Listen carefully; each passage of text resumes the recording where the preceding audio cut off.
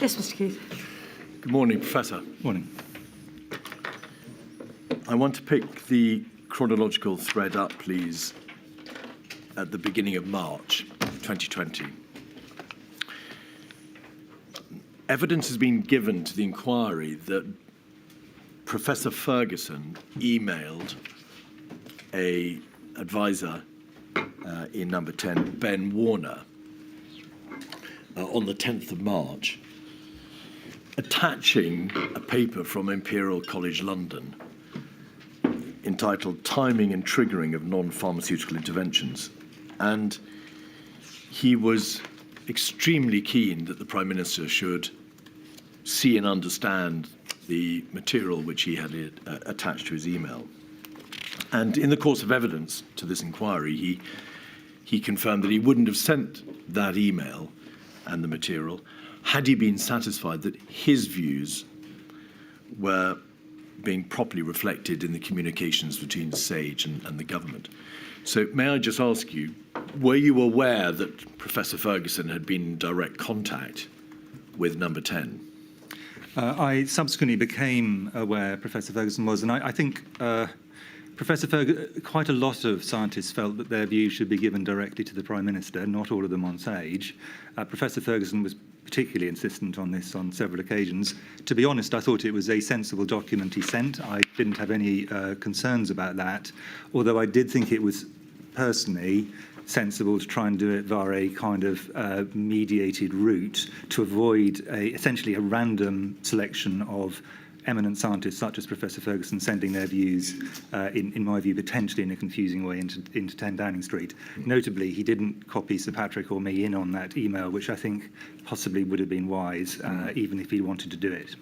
But I don't think there was anything wrong with what he said. This is largely a how do we make this a manageable process point. And I think, actually, my view is that Sir Patrick, in particular, had relayed the views of Professor Ferguson fairly accurately, actually, well, not just fairly accurately, to number 10. But nevertheless, I'm just sort of saying I think we have to be a bit careful how information flows in and out of 10 Downing Street. Quite so. And my question wasn't directed at the procedural impropriety of what he did. It's because in that email, and indeed in some emails that you wouldn't have seen because they were emails between Professors Ferguson and Edmonds and Farrer on the 12th of March, the following day, a very high degree of alarm or concern was expressed in their internal emails and in fact in Professor Ferguson's email to Ben Warner about the need for further action, for more urgent action. You may have seen the documents disclosed to you, but in those emails, they talk about whether they're happy with the pace of actions and the changes that are being proposed on the 12th of March. You'll recall that there were measures imposed on the 12th of March. We need much more stringent control measures if we want to slow it down, not necessarily now, but then very soon. There's an obsession with not getting an autumn-winter epidemic later this year. This is the tail wagging the dog. Now, you weren't privy to those emails, but I want to ask you, are you content that the degree of alarm or concern being expressed by those members of SAGE, or in part members of SAGE, and these scientists who are advising, was being properly communicated through to Downing Street?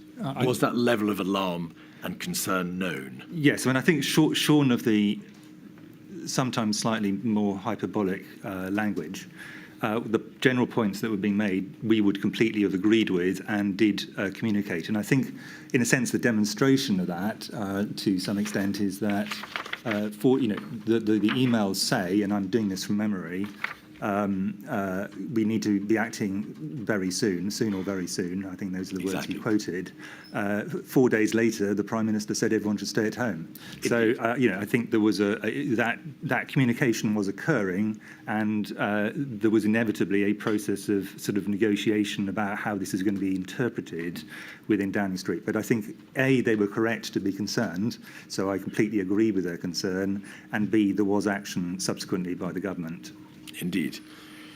It may be thought, though, that by virtue of the fact that Professor Ferguson thought it necessary to communicate directly with number 10, and the way in which these concerns were expressed internally, that there was a body of opinion within SAGE and externally who were concerned that the government bluntly just didn't get it. But you're content, are you, that it did? I think it depends how you define the words "get it." I think I'm content that the government was in receipt of the information from SAGE and the fact that people on SAGE felt urgency was needed. And this escalated, and you can see this in the SAGE minute. So, in fact, this escalates further beyond the 12th. Did I think that all parts of the Downing Street machinery equally was seized of the urgency of it? I was not.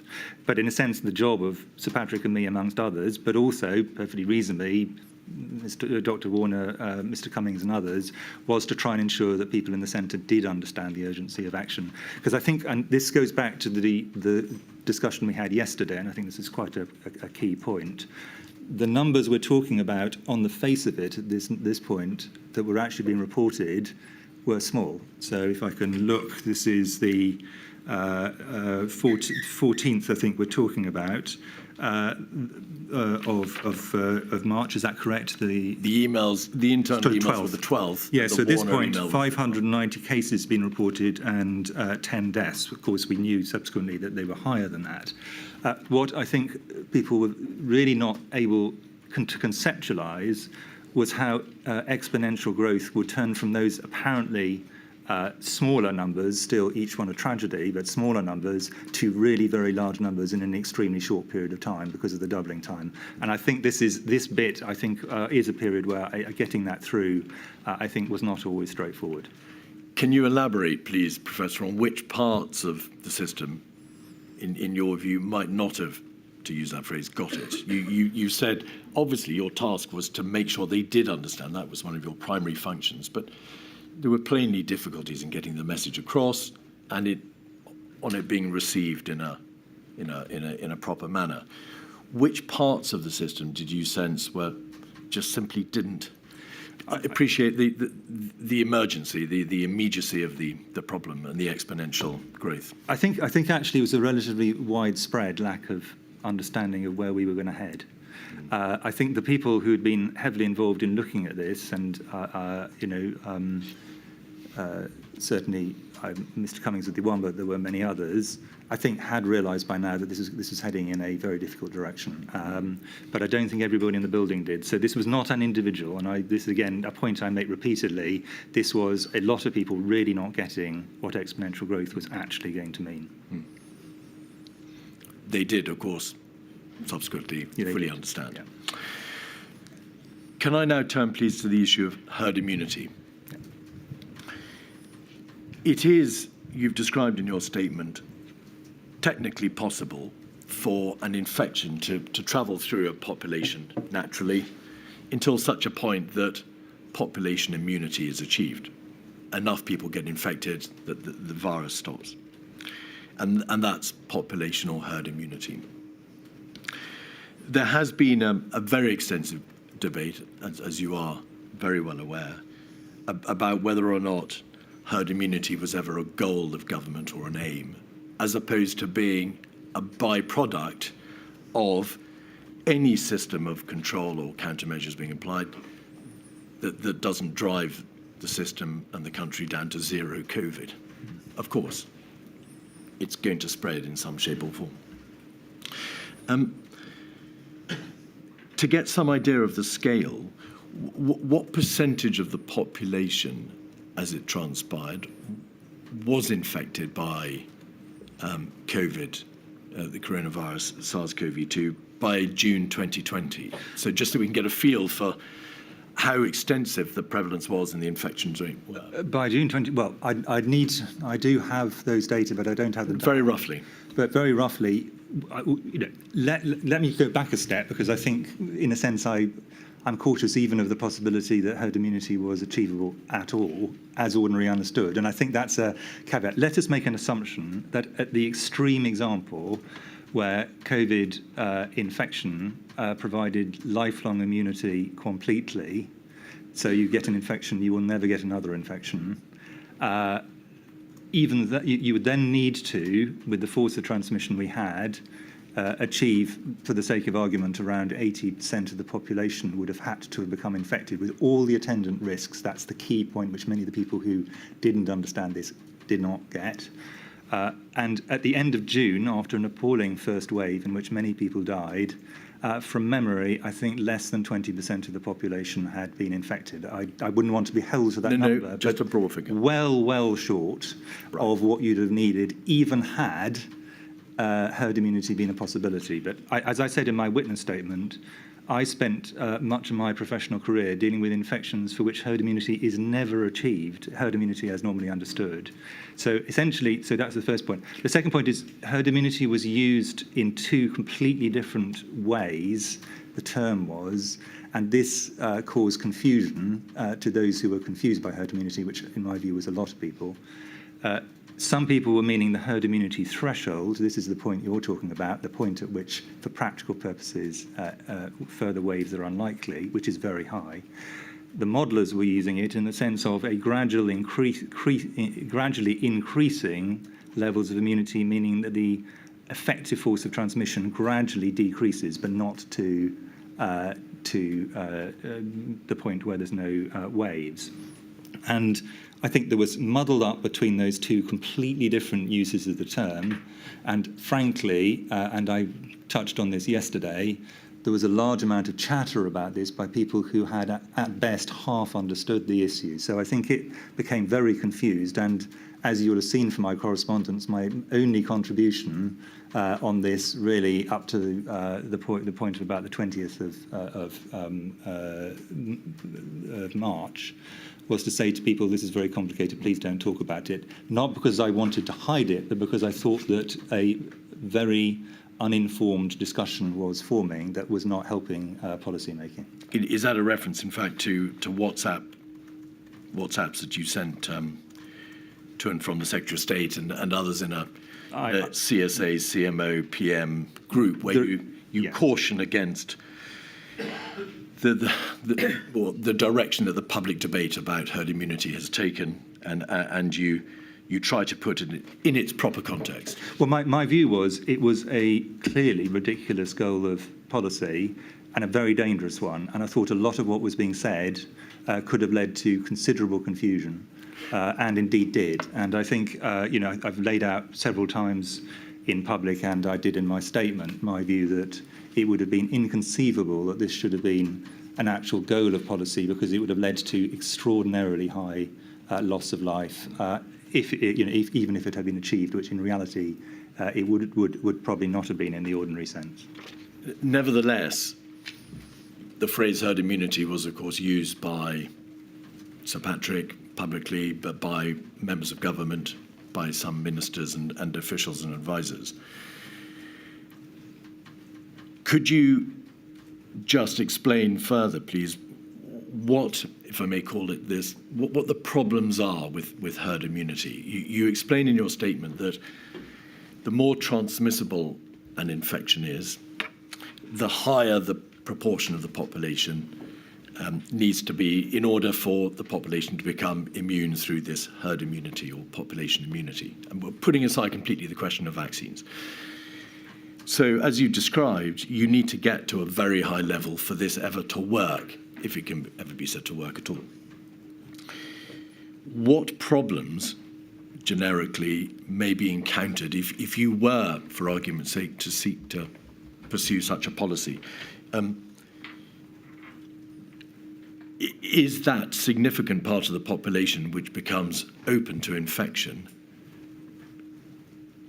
does it still remain at risk from, obviously, hospitalization or death in terms of the impact of the infection?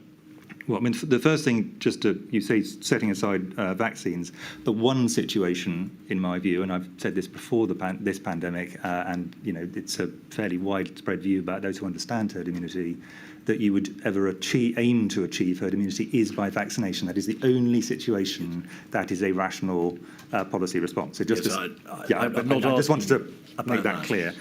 There are, the first question is, can you achieve it at all? And we had no idea whether, even in a theoretical situation, the population would, by natural infection, even get to the herd immunity threshold, first point.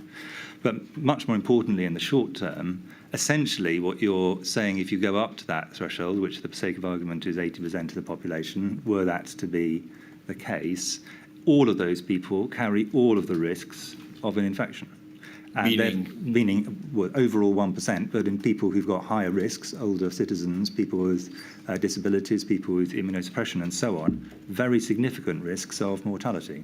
So the impact of that on mortality would be very severe. And I laid this out in a paper around the 21st, I think, of March to Number 10, various other people, because I wanted them to understand this point, which I thought had become extremely muddled in the public debate. This will lead. The only situation where that wasn't going to be the case was if there was a huge amount of asymptomatic transmission we were not detecting.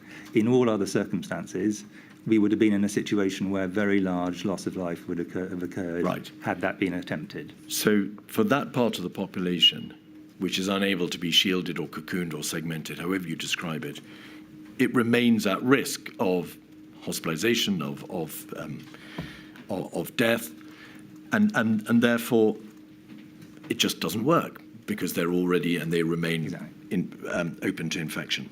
Secondly, in practice, is it possible to hermetically seal particular segments of the population in order that they may not be open to infection under such a policy, were it to be pursued? So I think that you may want to come back to the system we call shielding, but I always thought it was wholly impractical for multiple reasons to try and achieve that. Right. And the two, there are two in particular. The first one is, in a sense, theoretical. Let's say theoretically you could achieve a complete barrier between the virus and those people, and my view was that was never going to be achievable. We'll come back to that. These people would have to be in isolation for incredibly long periods of time. And that doesn't matter whether that's the Great Barrington Declaration kind of model or the model that was proposed by Professor Woolhouse or whatever. This is long periods of isolation for people who are very vulnerable, often in later stages of their life. So there were practical reasons. And then I could not see a situation where something which was so transmissible from people who were at least pre-symptomatic, asymptomatic, as we subsequently became confident, would not eventually catch it anyway. So the idea you could somehow provide this barrier struck me as wholly impractical for those reasons as well. So I just thought, the various attempts on this were theoretically perfectly, you could debate them, but they were clearly not going to work, and they were clearly going to lead to significant loss of life. So in my view. So that was why I was extremely cautious of them. And is there another issue in relation to the notion or the assumption that those people who, through population immunity, become infected, through this herd immunity process, become infected, may not actually remain or become immune thereafter? That there's a risk that they may in fact become reinfected at a later stage. So it simply wouldn't work. Exactly, and right. As indeed happened with COVID. And I think there is a big difference, and we are, in a sense, the fact that all of us are able to have this meeting here in an open room is because most people are protected, firstly by vaccination, but they're also protected against severe disease. So even were people who otherwise are not vulnerable to disease to catch disease, their immune system will stop them getting to the point of intensive care or potentially dying. That's different from herd immunity. That's to do with individual protection against severe disease. So that's in a sense, they're not different sorts of immunity, although there is a large amount of technical issues around that. But the fact is, you can get a disease a second time much less severely than the first time. That still means you catch it and still means you can transmit it with many infections. COVID is just one of them. Now, you've referred to the Great Barrington Declaration, which is a proposition, if you like, arguing for focused protection, a degree of segmentation or shielding, which allows infection otherwise to spread through lower risk parts of the population. So in your view, is that a variant, if you like, on a herd immunity goal? Yes. Scientifically and ethically, does it follow from what you said that you had very grave doubts about the wisdom of such an approach or such a declaration? Yes, I thought it was flawed at multiple levels. I thought it made an assumption of full immunity that would be lifelong, which they didn't state, but it was an assumption which I thought was extremely unclear and indeed proved to be incorrect. As demonstrated, as you just said, I considered the idea you could properly shield all the right people or identify all the right people. And just to take the case of Mr. Johnson, the Prime Minister, he would not have been someone, I think, who would have been considered someone you would be put into this group. He got very severe COVID. He's an example of the kind of person who you would not have been able to identify. Those you correctly identified, you wouldn't have been able to shield. And the result of this would have been you'd have had long periods of isolation, at the end of which people would have still have got COVID anyway. So the idea that this was a sensible proposition struck me as zero, actually. The inquiry has seen, nevertheless, multiple references to herd immunity, of course, in emails, in WhatsApps, in Sage minutes, and really across the board. And publicly, the idea did take hold, or the understanding did take hold, to the effect that the government was pursuing, to greater or lesser extent, a policy of herd immunity. How did that come about then, in light of what are very plain concerns that you've expressed about the wisdom or validity of any such approach? How did this happen? Well, I can answer half of that, I think. I mean, there's no doubt that rightly the modelers and others were looking at this in their models to work out what would happen over time as people got infected. That's a perfectly appropriate thing to do. It was not to do with threshold of herd immunity. This was to do with the gradual accretion of population immunity whenever there's going to be transmission. Working out what was likely to happen. That was simply a calculation question. They were using it in that sense. And my view is herd immunity is the wrong term to use for that, because it has, for most people's understanding, it means the herd immunity threshold after vaccination, which is exactly how I think it was interpreted by others.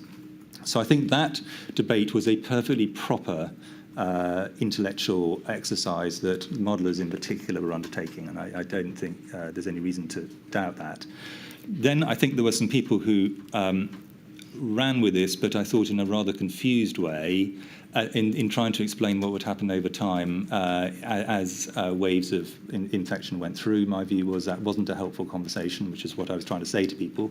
And then there undoubtedly were some people who were seriously thinking, without having thought it through. I don't think, if they thought it through, I don't think they would have thought, but I do think there were some people who were genuinely thinking, well, you know, this will go through and then it'll be passed and it'll be fine in a short period. And I think that, those are different areas. In general, my view is debating science in public is exactly the right thing to do. This is an area where I think it got extremely confused and I don't think helped the debate, because it was not based, in my view, on a proper understanding of the issues concerned. So, Chris, I'm sorry to interrupt. Can I just go back to the Great Barrington Declaration? In your opinion, that approach was flawed, but there were other experts who thought that it was the right way to go. Would the policy that those who signed the declaration promoted, would that not have bought some time? So, for example, for the development of vaccination, would it necessarily have to be the long-term isolation that you talked about? Well, you were right. You were right that.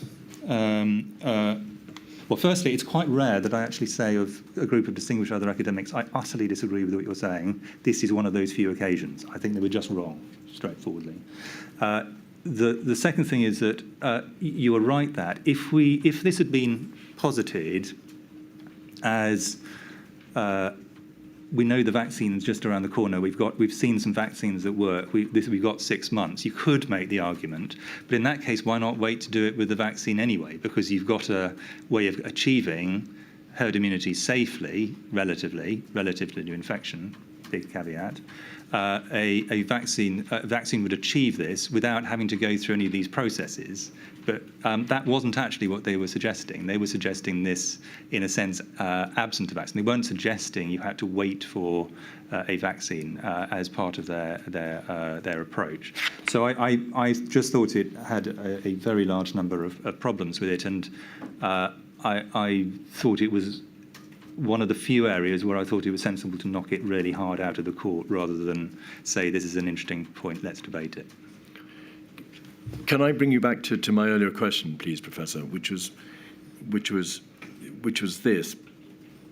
It's obvious that there were advisors in Number 10 and government ministers and officials and members of the press and large swathes of the public who understood that the government was pursuing a deliberate policy of herd immunity. On that premise, you may or may not disagree, but on that premise, how did they come to understand or to hold that belief? Ministers and advisors and commentators were all talking about herd immunity, and therefore it may reasonably have been assumed that that was a policy of government. Were you able to stop what was a canard being pursued in this way? I mean, was it open to you to try to stop this debate and to make plain that any idea that the government was deliberately pursuing a policy of herd immunity was just wrong? Yeah, I tried to do three things, but this is one of those debates, as you probably would have worked out from the various sort of things you've seen, I tried to largely stay out of, but I wanted to do three things. Firstly, for the small number of people who actually thought this was a good idea initially, entirely based on the fact they hadn't understood it, I tried to make sure they did understand it and to realise that the implications of this were not what they thought it was. Secondly, I tried to encourage people not to try and discuss what I thought was a very complex issue, because immunity is, we've just scratched on the surface. Actually, we could have had an hour and a half on this and we'd still be going on how immunity and how it accrues. It's a very complex area of policy. So I tried to discourage this. And thirdly, whenever asked, I stated, because it was true, that this was never a policy of government. And all the things that SAGE was recommending, which were about reducing R below 1, which I was talking about all the way through February, are by definition completely incompatible with a policy of trying to achieve herd immunity, which in any case is the wrong policy. Our aim was to get R below 1, therefore to reduce the number of people infected rightly. That was the correct policy response. And by definition, that's going the opposite way to achieving herd immunity. So in a sense, our policy was the exact opposite of one of trying to encourage infection, which I thought was a foolish approach to take. But in a general sense, the government failed collectively to understand what you were saying.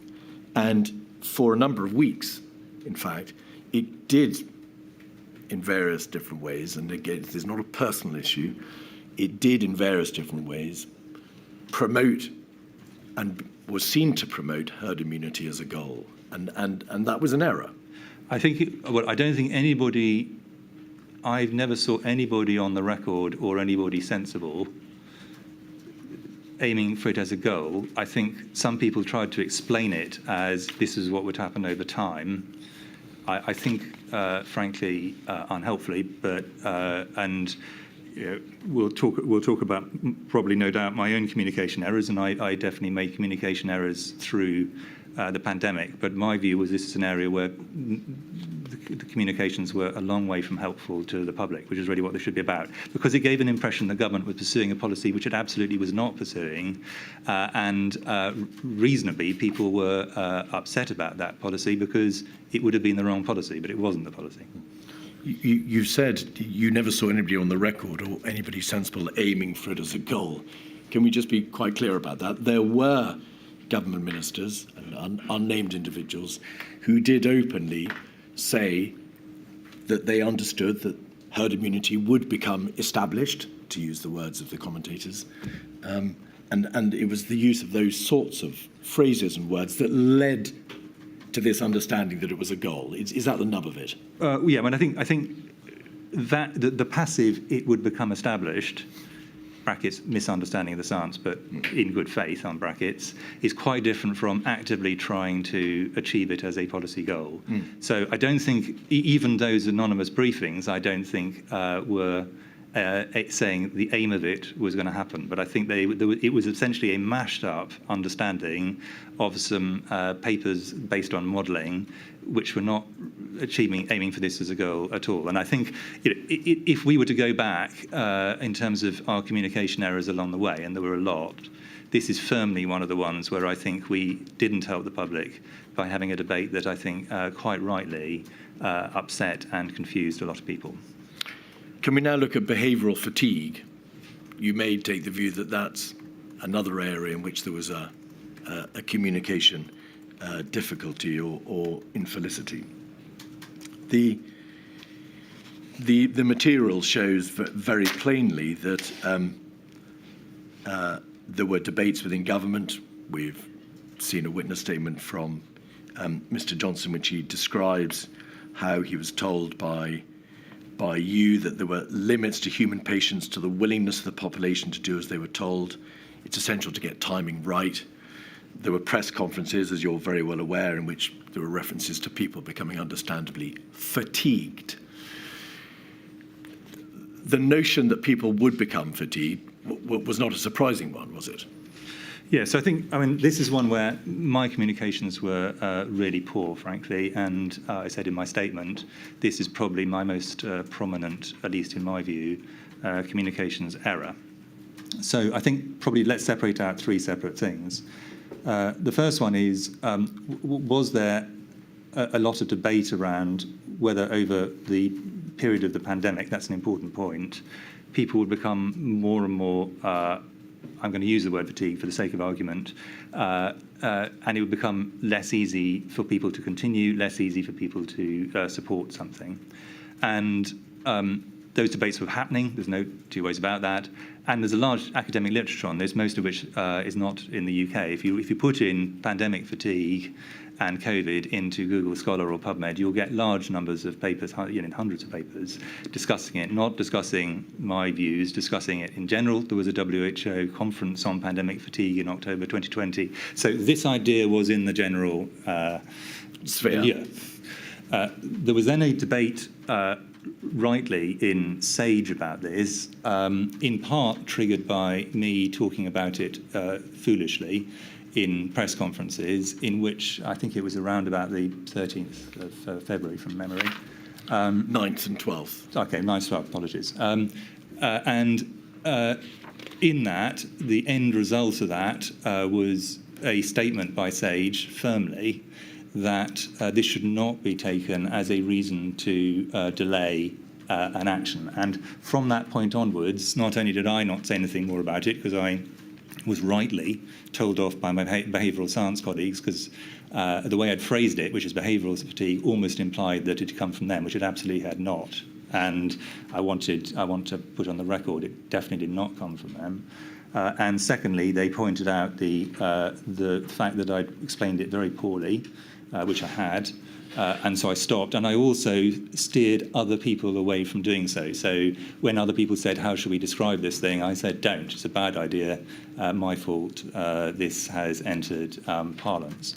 So in a sense, the concept was not unreasonable. The debate was not unreasonable. But the discussion of it in public and linking it to the first lockdown were really unhelpful. And that's entirely on me on this one. And absolutely fairly, Professor, in your internal emails with the Secretary of State and other government ministers and advisors, you acknowledge it was a bad term and your fault to have used it. But I want to be absolutely plain where the choke point is in this. It wasn't that the idea that people would become exhausted and fatigued by interventions, by countermeasures, and perhaps that would impact on compliance, that was the problem. It was the notion that the fairly sensible, commonsensical point that they would become exhausted by countermeasures was thought to have its foundations in behavioural science or some sort of technical understanding. That was the problem. Well, there were two problems, I think. There was that, which was my bad use of language entirely. But the other one was there were very good reasons, as we discussed yesterday, why it was important not to start any activity before you needed to, because of all the downsides that come from big social interventions, school and lockdown in particular. This one was really irrelevant to those discussions, and muddling it up with those discussions was, in my view, unhelpful. So that was, in a sense, it was a double bad hit from that point of view. Right. It was a useful thing, though, in my opinion, and I'm not sure my behavioural science colleagues would agree, to think about over the pandemic arc as a whole, which in my view was where we really had to be. And just numerically, if you look at subsequent lockdowns, for example, which were much more contested than the first one, they occurred at a much later stage with many more deaths, unfortunately, many more cases than they did on the first one, because by this stage, people's, in a sense, barrier to wanting to do this, at least politically, possibly personally, had moved on. And those countries that maintained a zero COVID approach, by the end of their period, I think found quite considerable difficulties in taking the population with them in some cases. So I think, if you view it over the pandemic as a whole, it's not an unreasonable thing to consider, but absolutely should not have been linked to, and I would completely accept this, the first decisions on exactly the timing of the first wave. And that's what SAGE said, and that was therefore the advice very firmly that Patrick Vallance and I gave subsequent to SAGE, and it was in the minutes. It's reasonably clear on that, I think. Before turning to look at the first lockdown, which we need to do in some detail, I just want to raise a couple of other issues. And could I just invite you to try to give your answer as concisely as possible? Apologies. No, there's no need to apologise, but we're very much constrained by time. On the 13th of March, there was a SAGE meeting, 109-142. At pages 2 to 3, SAGE says this: SAGE was unanimous. If I can, it may be over on page 3.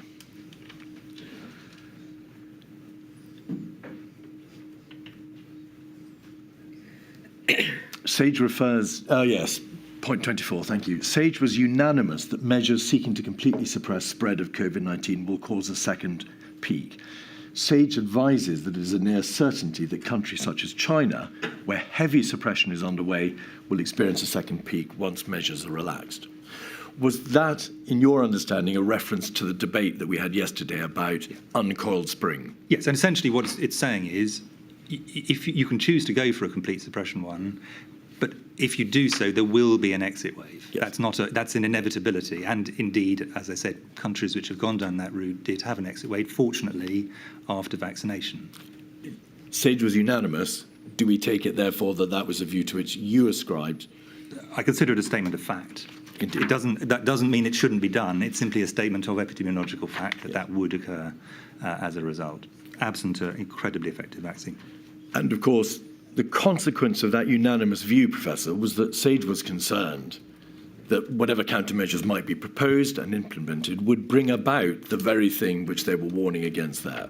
That's the nub of the debate or the concern. No, I would put it slightly differently, actually. I would say that if policymakers wanted to go, and it was a legitimate debate to have for policy leaders, for a complete suppression approach, which would have meant long periods of significantly more severe lockdowns than we had because you have no immunity to help you at all, then you had to accept that it wasn't you just do that and at the end of it there would be no COVID. You'd have to do that and at the end of it you'd have to accept there would still be a wave. Now, it might be a wave much later down when there were medical countermeasures. There are large numbers of legitimate arguments, but what you shouldn't do is go into it saying this is going to mean we will never have any COVID at all. That was not on the cards epidemiologically, and I don't think anyone who understands epidemics would dispute this statement as a statement of fact. All right. Now,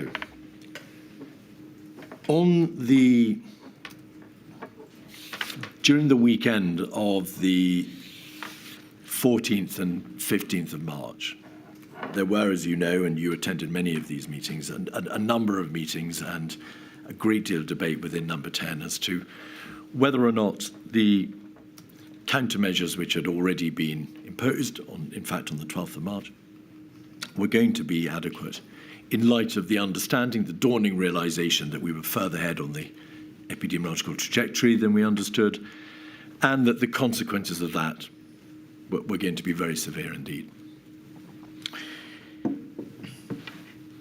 In very broad terms, the Prime Minister and officials and Cobra and SAGE understood that further countermeasures were going to be required, and of course they were debated on the Monday and they were brought into effect during the course of the week.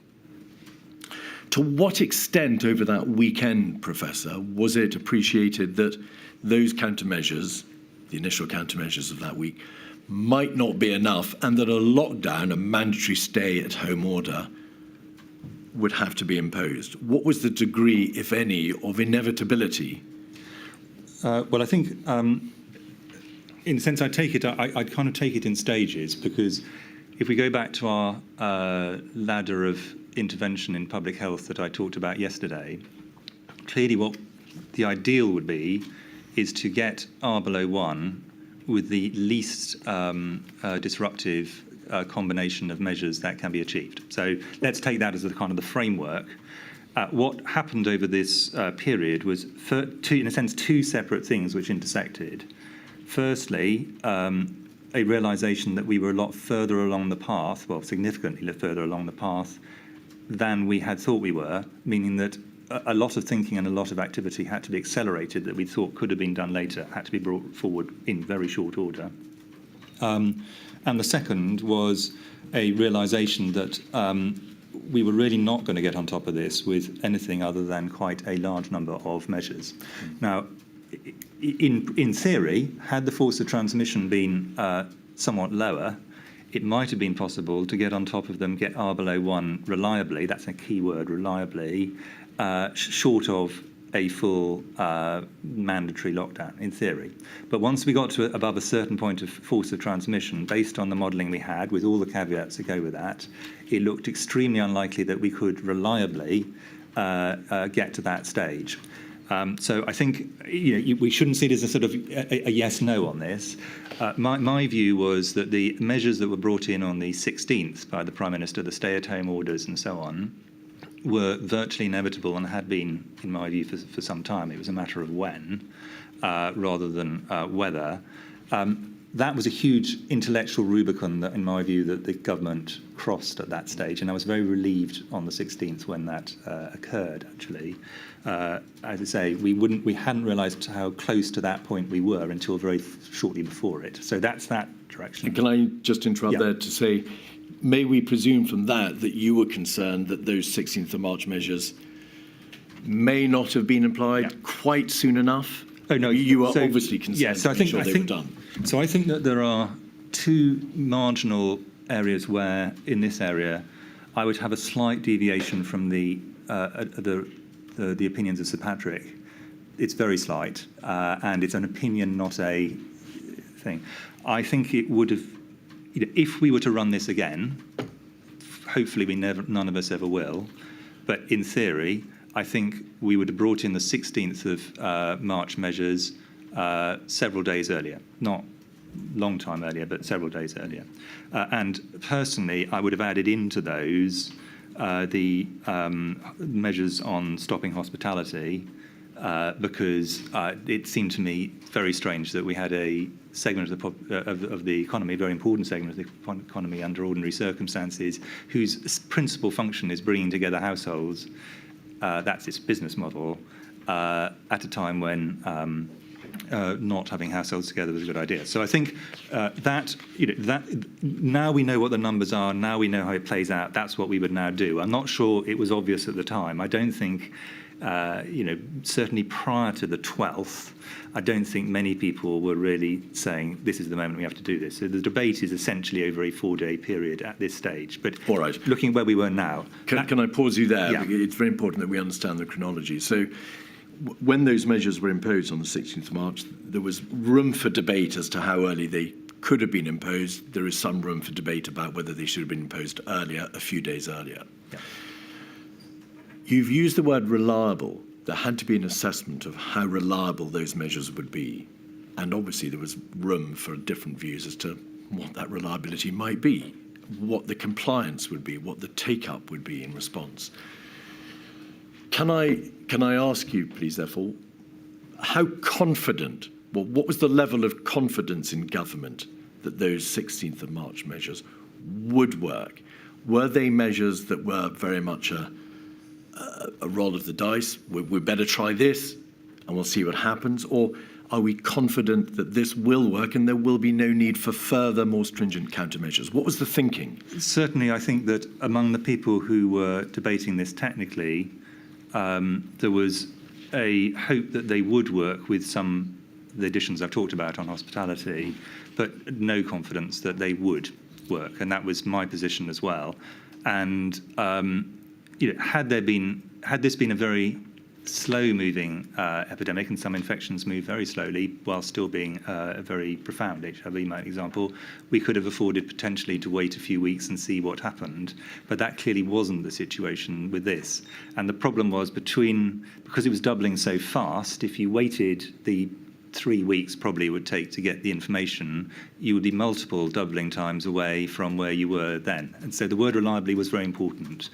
And do you say that there was, on the part of some or a significant number of people who mattered, no confidence that they would work, a desire to try this as a suite of measures or as a measure, because the alternative was a terrible thing to countenance, to go straight to, if it could practically be done, a full mandatory stay-at-home lockdown? This had to be tried in order to ensure that the next step perhaps might never occur. I think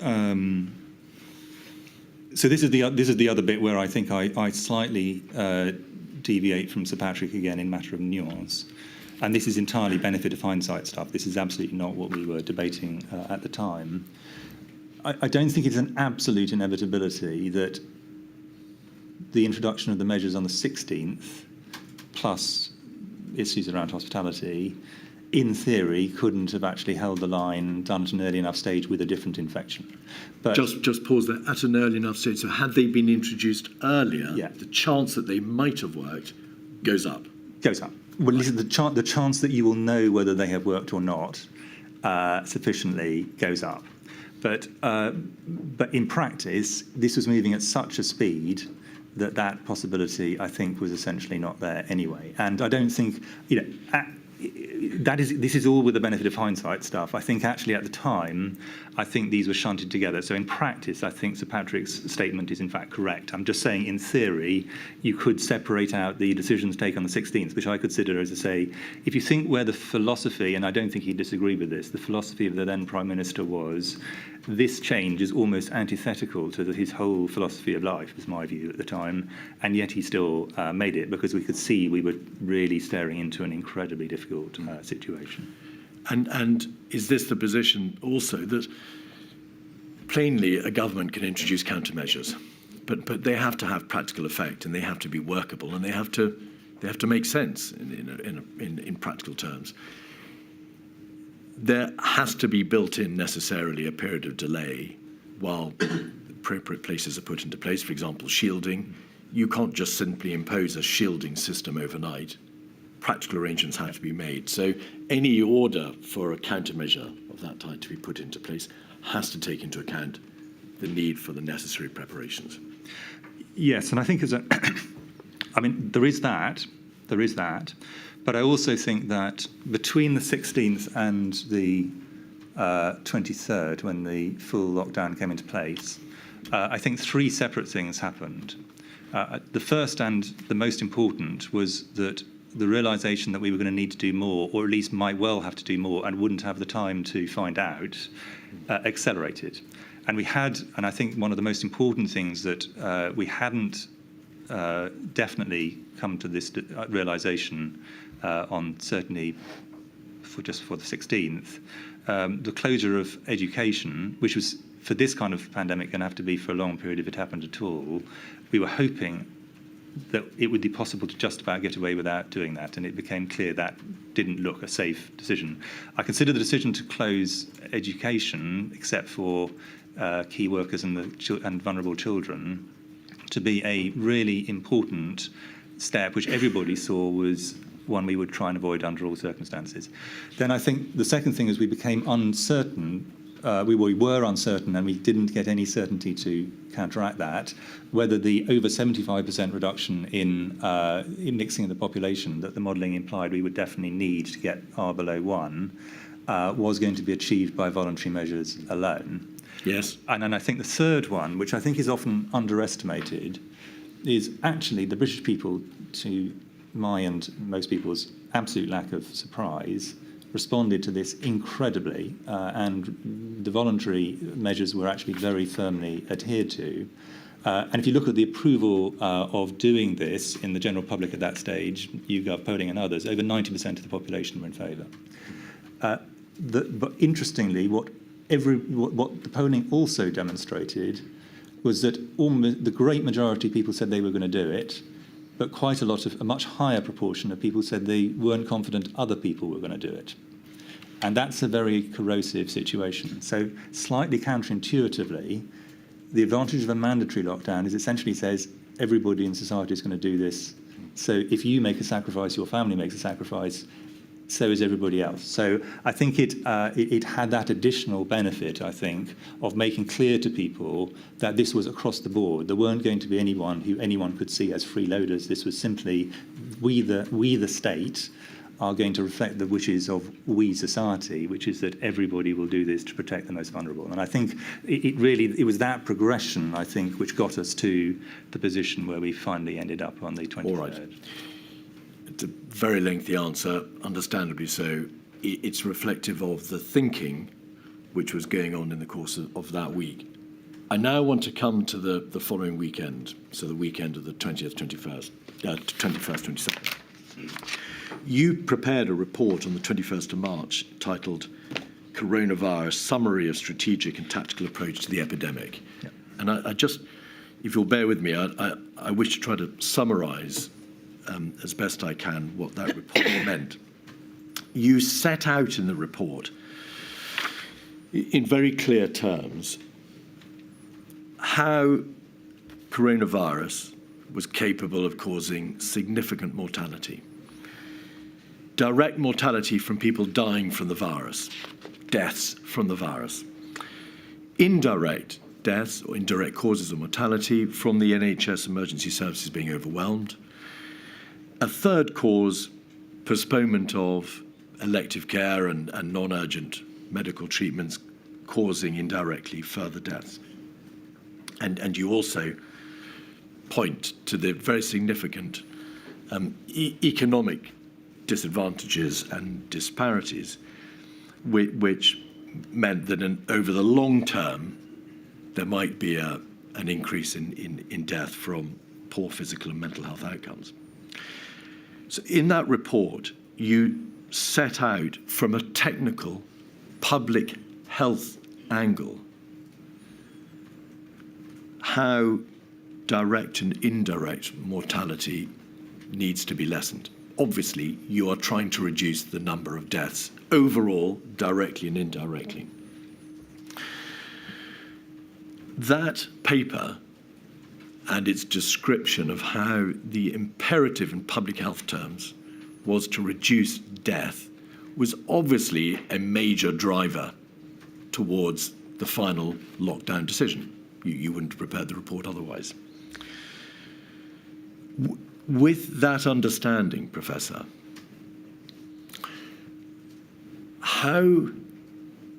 what weight in the ultimate analysis and the final decision-making was placed upon that report and your analysis in the decision to lock down, which of course comprised a myriad of different considerations, medical, public health, societal, economic, and so on and so forth. Was your report and your call for death to be reduced the game changer, if you like, on that Monday, on the Sunday night Monday?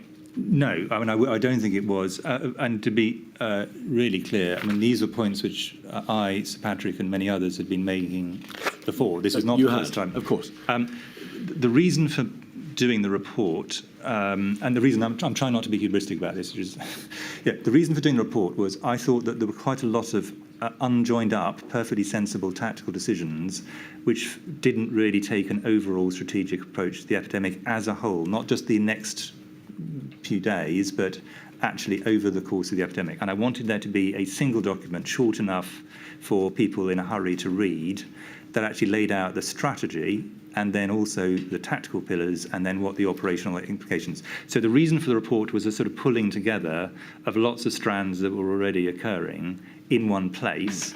And it was clearly already essential, it became more essential over time actually, to make clear to some of the senior policymakers that this would come to an end, because the danger was they just saw this will be night without end, we'll be in a lockdown forever, and what are we going to do? So we needed to see there was a beginning, middle, and an end, and there was a logic to whatever was being done.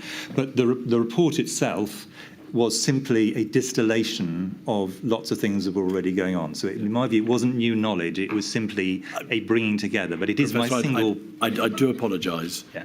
I must ask you, please, to focus on the question which is being asked for a reason, which is, to what extent do you assess, or what impact do you assess that report had on the ultimate decision-making?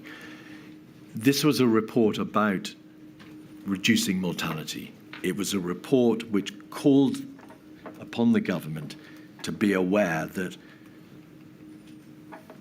the number of deaths, or what was potentially enormous, was going to be enormous unless steps were taken, and this was something the government had to address. What was the impact? So my view is the reports was more for a long-term impact rather than to try and drive thinking around the immediate decision. That was actually my view about the report. Right. Many other discussions we're having with all of the same kind of elements as the report, but which were really saying we must do something, and based on the modelling, we're going to have to do it now and quite forcefully. But in a sense, those were happening in parallel, but they're all of a piece. But I wouldn't want... I'm sorry, were you contributing, therefore, on the Sunday and the Monday to that debate directly by saying you've got to take the more stringent measures, in a sense, because of the death concerns? Yes, I mean, I think I was, many others were, and in a sense the contemporaneous record of my views is this report and Sage Minutes. Those are really the two things which record them. Right. So now, with that in mind, Professor, to what extent was there a debate on the Sunday and the Monday about what the level of direct mortality was likely to be, in light of any further countermeasures, that is to say the mandatory state order, the final step being imposed? Or putting it another way, how clear was the government that there would be a significant difference, the number of deaths, directly and indirectly, if a mandatory stay-at-home order were not to be imposed? What understanding was there of the impact of this decision-making on the likely number of deaths? Because death, bluntly, was, of course, the main driver in public health terms of the final lockdown decision. So I think my view is that was the central driver. But it was also the recognition that it was the direct deaths from COVID, but also the deaths that would accrue were the NHS to be even more under pressure than it actually was, which was very substantially under pressure. So that's sort of my second form of indirect deaths.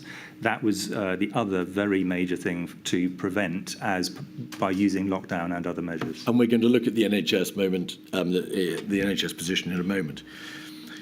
But can I ask you the question, was there an understanding in any real sense of what the differences in figures would be, figures for death, the numbers of deaths, between the existing countermeasures, those of the 12th and 16th and 20th of March, and the final countermeasure on the 23rd of March? Did government, in a general sense, ask itself this question: will there be a significant difference in the number of deaths if we do impose this final mandatory stay-at-home order, or if we don't? Or can we just not tell? What we were clear about, and the answer is yes, but by one remove, an important remove. And the remove was the key was to get R below 1. Because until that happens, the pandemic is doubling up every number of days. And it was clear that by the stage after the 16th, due to people's remarkable actions, the doubling up number was going to be extending. So it would not be maybe 3 days. It would certainly have gone on for longer, but it's still doubling. And we had to get to a point where it was halving, which is the key to get the R below 1. And we were not confident that the measures prior to the 23rd, based on the most recent data from the modelling groups, that getting the R below 1 was going to occur with sufficient confidence that we could just say, let's wait and see. So we had to move, if that was the decision of ministers that they wanted to reduce mortality. And obviously, you could only opine on the public health aspect, on the question of direct or indirect mortality and the impact on the NHS and so on. Can you assist us with how that debate was framed, Professor? Did the debate focus predominantly around the need to get R below 1?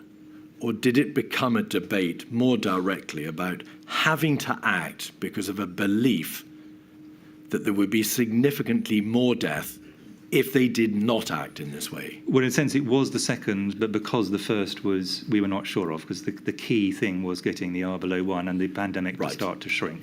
So on this issue of this wave, rather, what the likely consequences would be if they didn't act on direct and indirect mortality, what degree of, or what was the degree, what figures, what data was available to essentially the Prime Minister and Cobra and Cabinet on that Monday in terms of what the differences would be in terms of deaths? Or was it just not something that could be calculated? There were various models of it, but I think, and this goes back, I'm going to come back, I've come to this repeatedly, but I think it is important.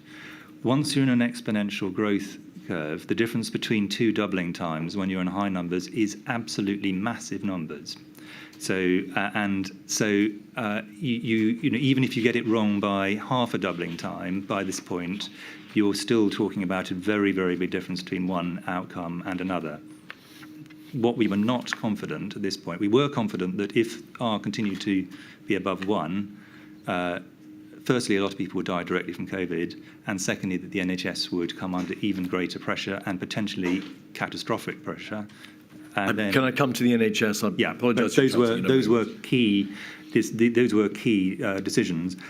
I thought that the exact numbers you want to put to those were at this point speculative, and in a sense didn't matter. We had to get R below 1. Right. It was absolutely essential. And so, if I can attempt to summarise the nub of the position as the government saw it, it couldn't know and would never know precisely, or perhaps at all, what the differences in mortality would be if it did or did not act by imposing a lockdown.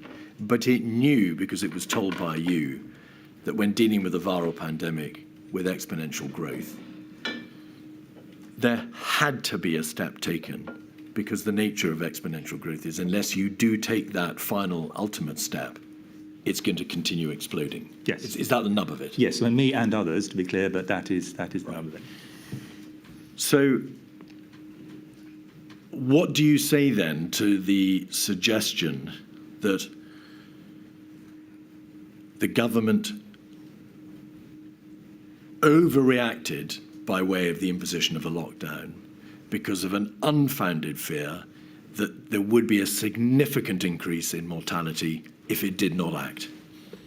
Well, firstly, I think, no one is absolutely certain exactly what had happened under that circumstance, but I think there is a high chance, I wouldn't like to put a percentage on it, but non-trivial certainly, that R would have continued above 1 and significantly above 1.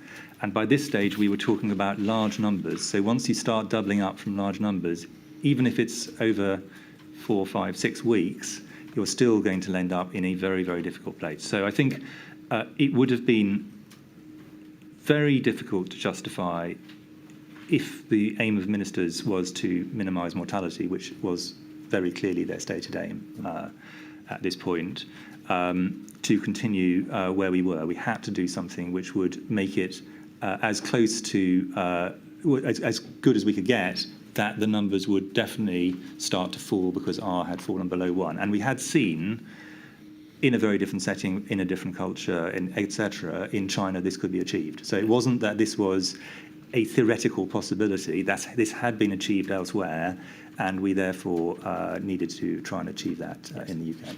No one suggests that it couldn't work. Of course, it did work. But well, I mean, if we hadn't seen it work elsewhere, I think that question would certainly have been asked. But as it had worked, it was in a sense you could say, well, it can do. So, and it did work, of course, because work is a relative term, but it certainly had an effect. Yeah. So the primary objective, if you like, or one of the primary objectives, was to bring R below 1 because of the explosive. Yeah, the primary strategic objective was to minimise mortality, and the principal tactical driver was to get R below 1. Yes.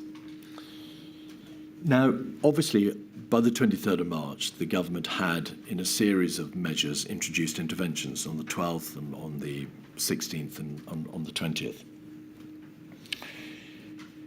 To what extent was there debate on the Monday and on the Sunday night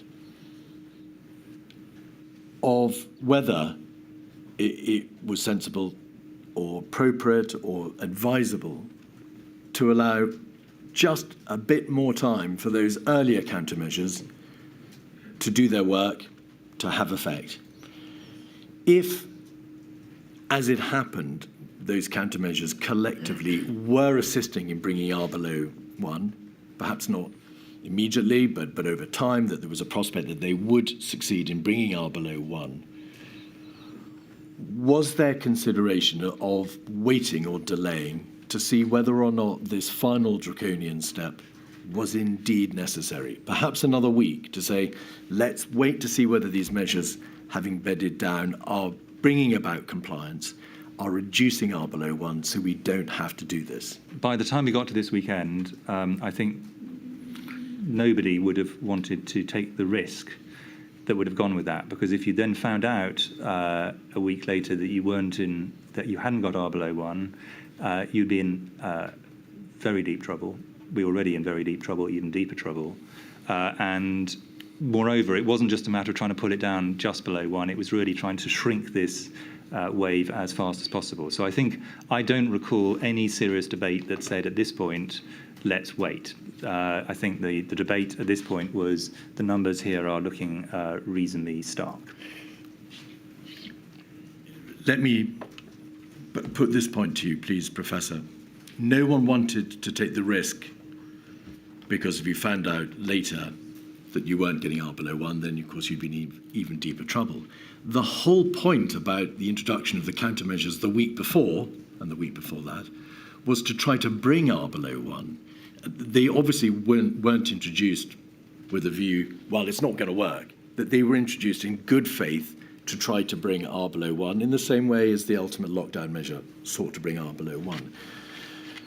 Why was there not further consideration given to allowing that strategic aim, the secondary aim, if you like, to be brought about, to be given effect by more time, given that those countermeasures the week before presumably were introduced with good sense, in good faith, to try to bring R below 1? It was. I think that it was really very clear from our modelling colleagues and more widely that the force of transmission, the countermeasures we were going to need, were, if anything, greater. That, in a sense, we realised as time went by, the force of transmission was harder and harder to get on top of. We were further along the curve than we thought we were going to be. It was clear we were not going to have enough data even to contemplate that for 2-3 weeks, which would be, in doubling term times, is potentially an extraordinarily big difference in transmission. So I think that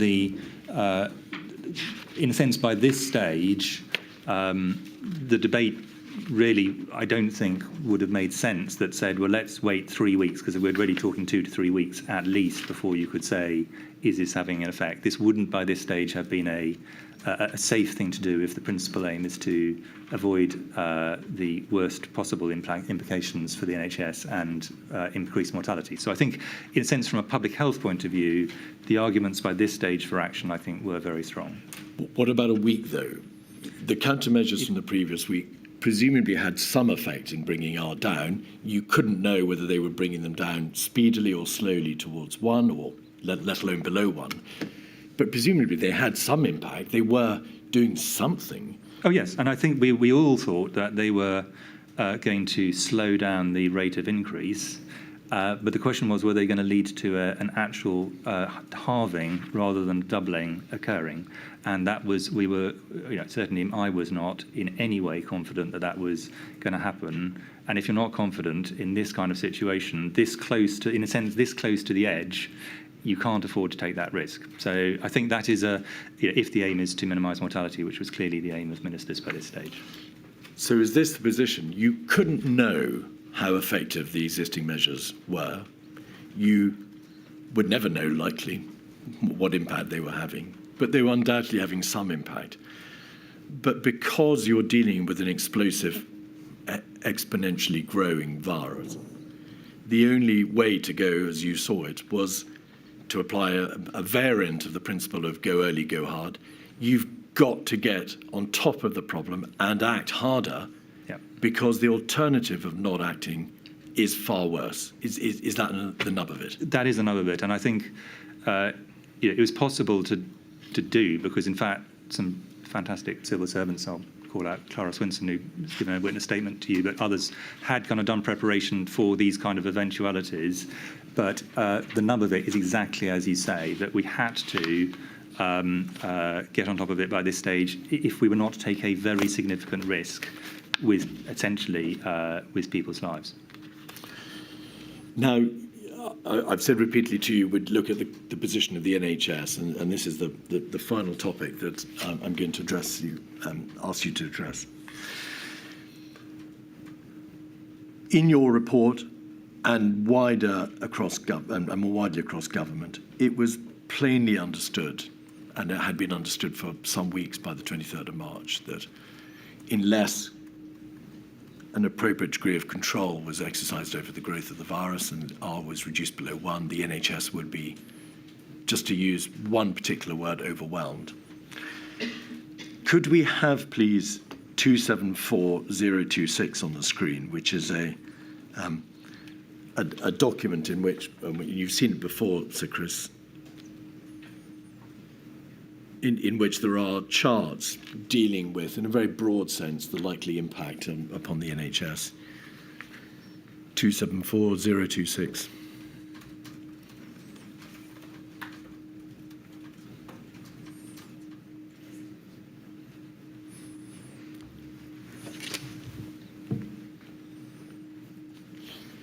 This is, I think I've provided the wrong reference. We'll look at this one first then. What we've done, Professor, is that we've taken from as many of the SAGE and briefing and COBRA minutes as we can, the references to the likely impact upon the NHS. And if we just scroll through it, I'm not going to put you each one, that would be a ludicrous exercise, but you will get a flavour of how, by and large, the language varied considerably. At times, there are references to the NHS being severely disrupted, other times under extreme pressure, swamping the NHS resources, deluging the system. There are references to placing severe demands, the risk that the remaining peak will overwhelm the UK surge critical care bed capacity by 8-fold.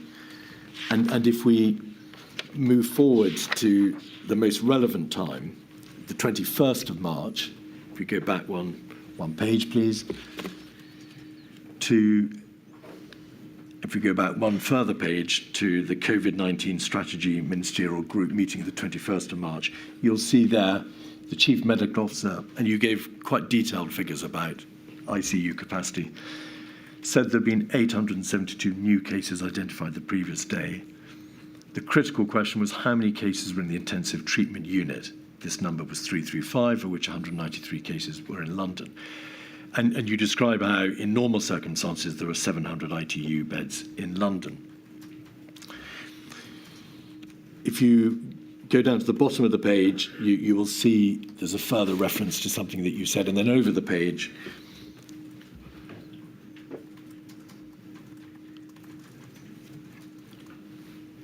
I think targets Sir Patrick Vallance. Responding, the government chief scientific advisor said the data had been worked out in terms of doubling times. The supply of beds would become critical at about 3.5 doubling times on current projections. And the worst case scenario is ITU capacity in London would be overwhelmed in 9 days' time, but the projection was that this would happen in 15 days' time. Moving forward to the 22nd and the 23rd of March, perhaps we could pick it up at the 23rd of March in the ministerial group meeting. We can see there's a reference at the bottom of that page to the Chief Executive Officer of the NHS dealing with ratios in intensive care and that how they're being stretched in London. And the CEO talks about ventilators and staffing and so on and so forth.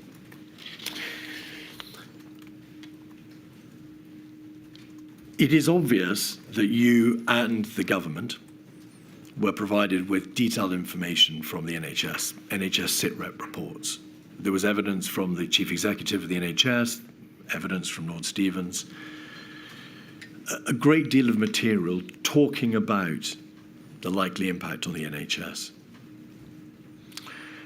But what was ultimately on the 23rd of March the final understanding as to the actuality of the likely impact on the NHS if this step were not taken? There is no, it seems to us, clear exposition on what the threshold test was that was being applied. Was it eightfold swamp? Was it overwhelmed? Was it severe pressure? Was it severe pressure with surge, severe pressure without surge capacity? What was the understanding as to what would likely happen to the NHS if a lockdown were not imposed? Well, I think that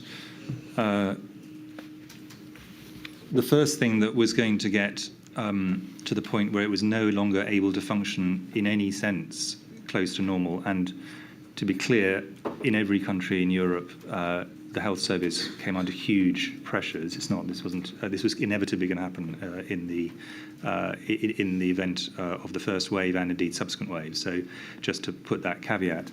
But the ICU system was the first thing that was going to get overtopped to the point where actually it was no longer able to function under any normal circumstances. And the reason I would be very cautious about exact numbers is the reason that you have from St Patrick and others about doubling times. Because if your doubling time is for the sake of argument a week, therefore, is the difference between the ICU just coping, define that as you will, and having twice as many people as it can possibly absorb 2 weeks at the same rate, and it's 4 times. So you've got a situation where you really have almost no margin for error, and that is what we saw, was that the biggest pressure did come first to the intensive care system. It was across the whole board.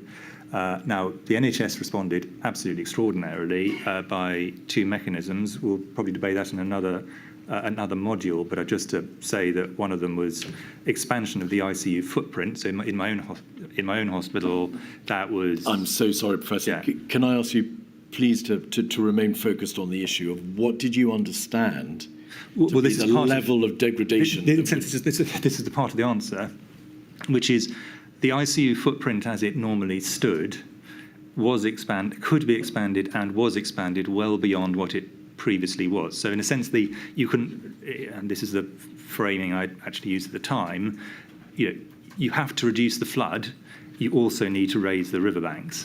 And the raising the riverbanks bit was expanding the ICU, and the general capacity of the NHS, Nightingale hospitals, was the next stage along that.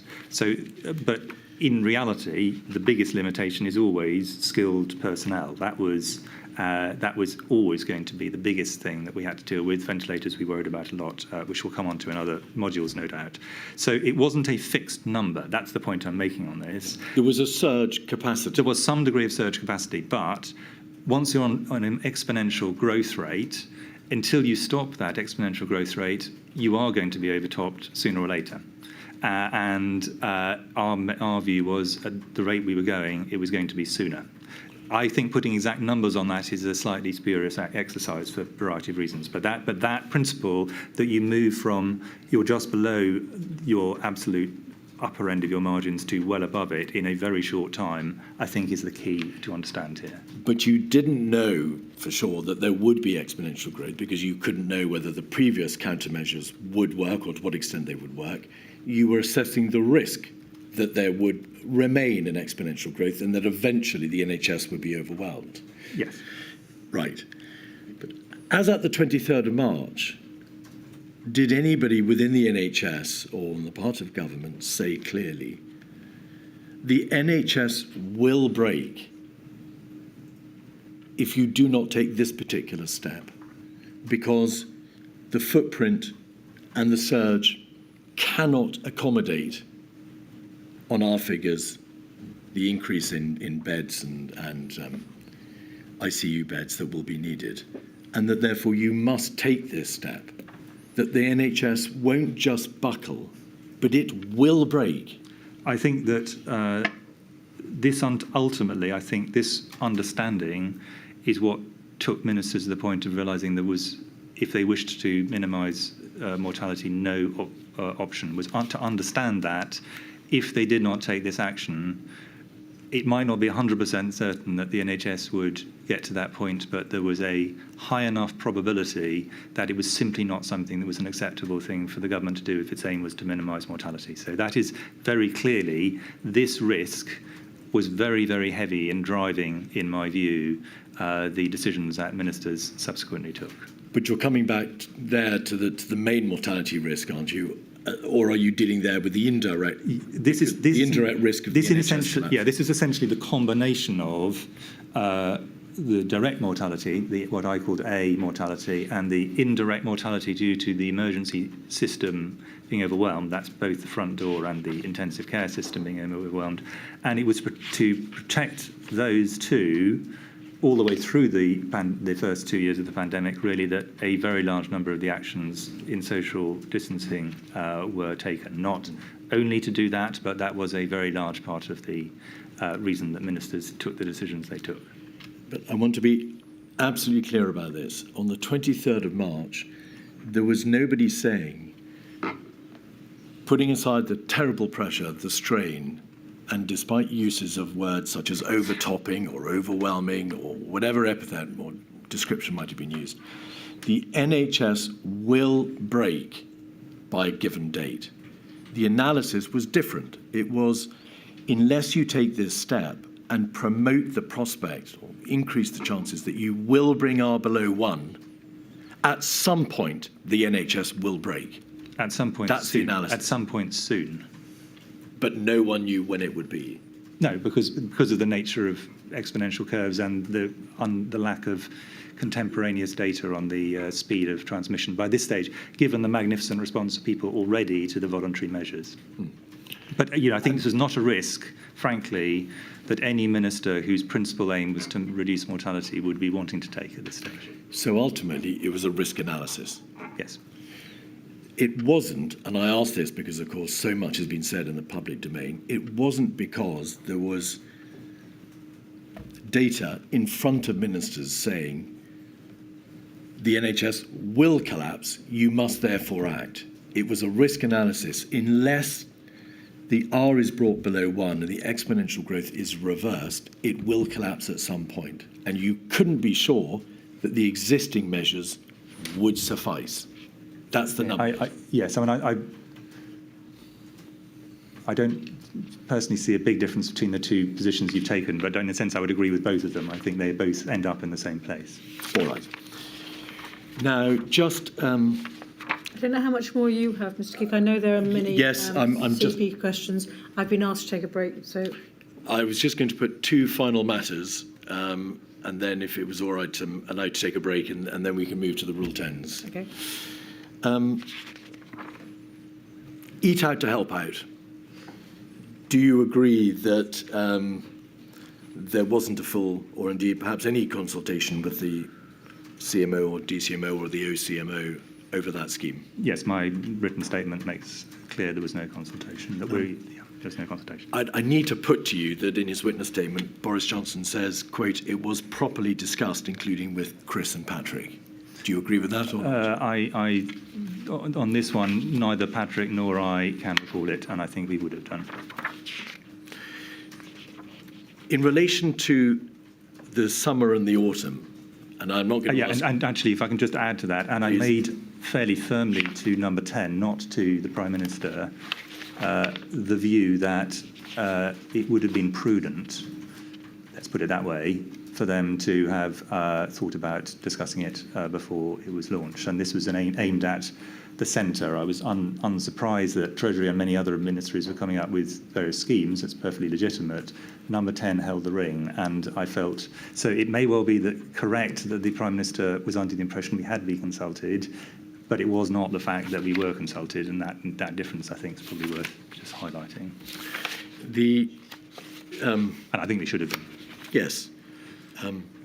Yes, I mean, his assertion is it was properly discussed. He doesn't say he was given the impression it was discussed. He does appear to assert it was. Briefly, and briefly because it is absolutely apparent, you may agree that throughout the summer and the autumn, Sage, yourself, Sir Patrick, had a clear view in public health technical terms as to the likelihood or perhaps inevitability of a second wave.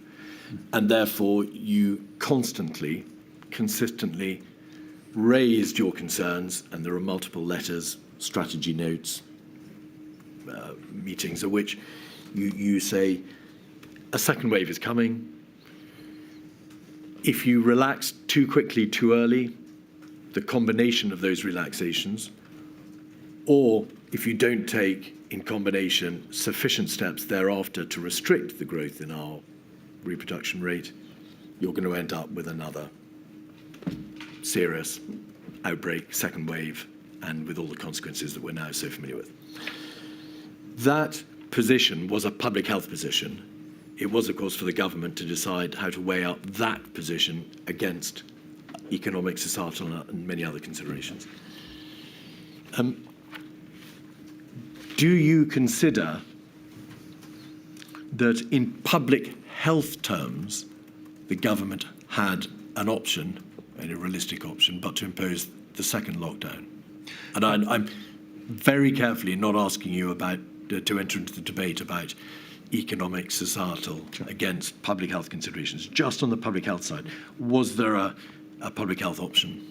By the time it had got to the stage of the second lockdown, given the principal aims of ministers to minimise mortality, I couldn't see many options. Whether other decisions could have been taken earlier to have prevented that, I think is a separate and quite important question. But in terms of once we got to that point, I think the realisation was there wasn't really much choice. And by that reference to earlier measures, had there perhaps been a circuit breaker in September, had perhaps a tier level system been introduced earlier and had time to work over a longer period of time, there remains the possibility that that second lockdown might not have been necessary or might not have been as long. I think that is. I think most people would say that's the case. I think there are a variety of ways we could have potentially at least had a less onerous lockdown than we did on the second one. The third one, in my view, because it was a new variant, I think I would say probably we didn't have many choices. But on this one, I thought it was inevitable by the time we got there, but wasn't necessarily inevitable had previous decisions been different. But your reference to the third lockdown, is that a reference to how the Alpha Kent, so-called originally variant, swept everything else away because it of course, in epidemiological terms, swept across the country? Yeah, I had hugely greater transmissibility, and at that point, I don't think whatever government had done up to the run-up, I don't think that could have been avoided or significantly modified. But I do think there's a strong argument that we could have ended up in a different trajectory between summer and, for the sake of argument, New Year 2020. In public health terms, other steps could and perhaps should have been taken that may have obviated the need for the second and third lockdowns, at least in the form in which they occurred. Yeah, my worry, and you'll have seen this from my correspondence, was that we were kind of bunny hopping potentially, where we would accelerate into a bend unnecessarily and then have to slam on the brakes because it was clear we'd overdone things. And I think I'm not going to go through the long list of things. You got all the documents, but that position I maintained fairly consistently. Lady, those are all my questions. Thank you very much. I shall return at 11:15. All rise.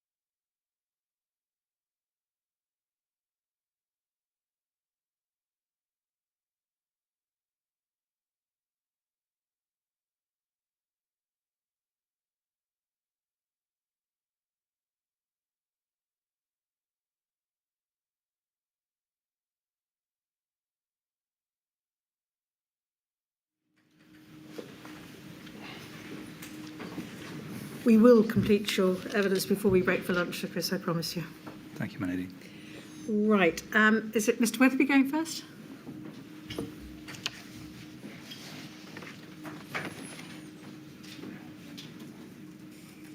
There we go. Microphone's working. Professor Whitty, I'm going to ask you some questions on behalf of the COVID-bereaved Families for Justice UK group, which represents about 7,000 bereaved families. And I'm splitting my topics with Mr. Wilcock, who sits behind me. And I've got three areas that I've got allocated to me. I'm going to ask you some questions about asymptomatic transmission. And then I've got two short topics, one about HCIDs and laboratories, and one about travel restrictions.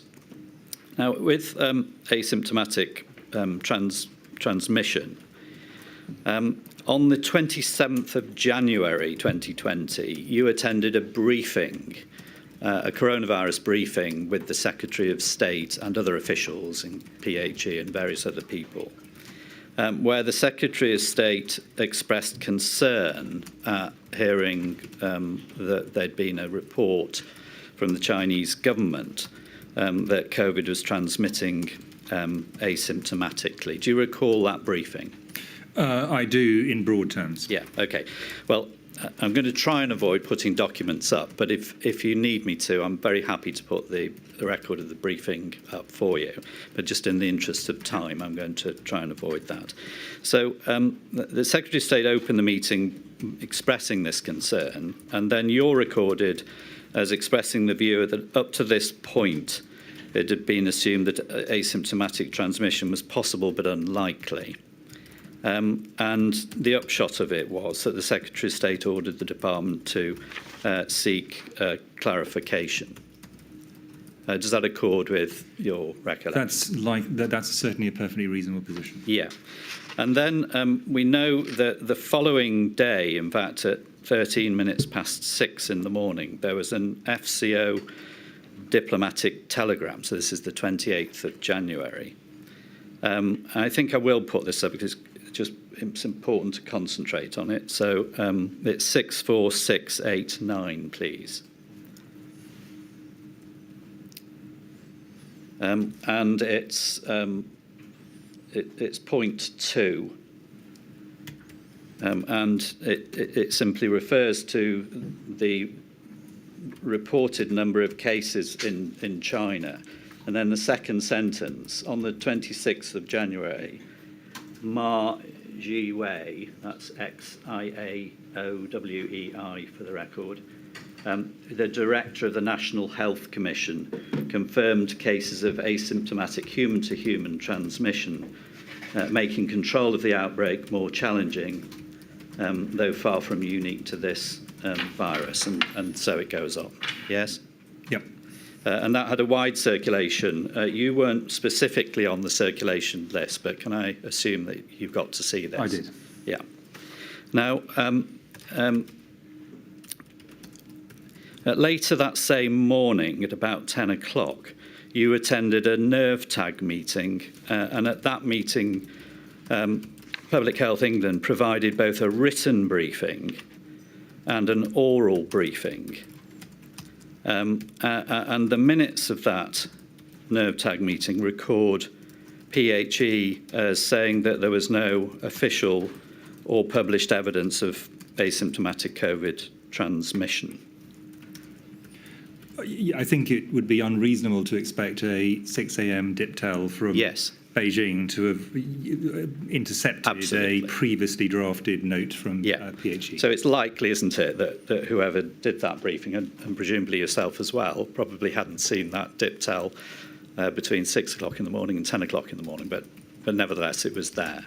So objectively the position had moved on, even though presumably the PHE person and yourself didn't know at that point. Yes, but I think that if you'll allow me, I think it's important to differentiate between two possibilities at this stage. One is that there is occasional asymptomatic transmission, which was relatively much more likely at this point, was our assessment. And the second possibility is that asymptomatic transmission was a significant part of the transmission burden.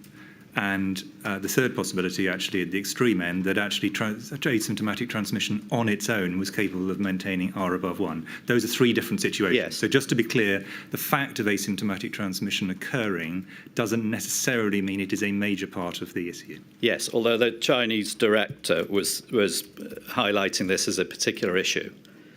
As soon as you've got any asymptomatic transmission, it makes life more difficult, particularly when you don't have any tests. Yes. Because otherwise you rely, for all your things, including things like contact tracing, are all depending on symptoms. Believe me, that's where I'm headed. But again, I think we may be in the land of understatement here, but this is a massive issue, asymptomatic transmission, isn't it? Potentially. It depends on the scale of it, and that really is the key point. And I think another point, which of course you know, but I'm just going to highlight, is there's a big difference between asymptomatic infection, someone getting infection without symptoms, and asymptomatic transmission. And I'm just highlighting that because sometimes they get conflated. No, and that's very helpful. But from early doors, you were in discussions with other scientists about asymptomatic transmission because it is such an important issue. Right.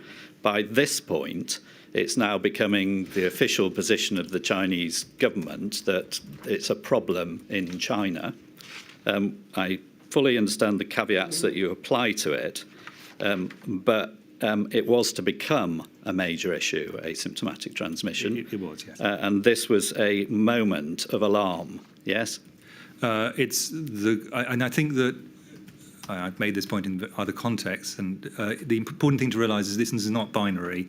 As with much of science, this kind of gradually accrues over time. Yes. It's not that you think one day asymptomatic transmission is not a problem, and the next day you think it's a significant problem. It's a gradual process. This was a step along that path. Yeah. Yes, indeed. But this is an important point. Yeah, no, absolutely. Yeah. And in fact, can we have up 282744, page 2, please?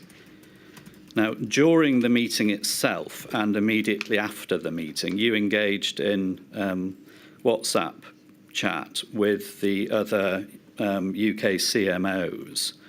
I just want to read a short part of this.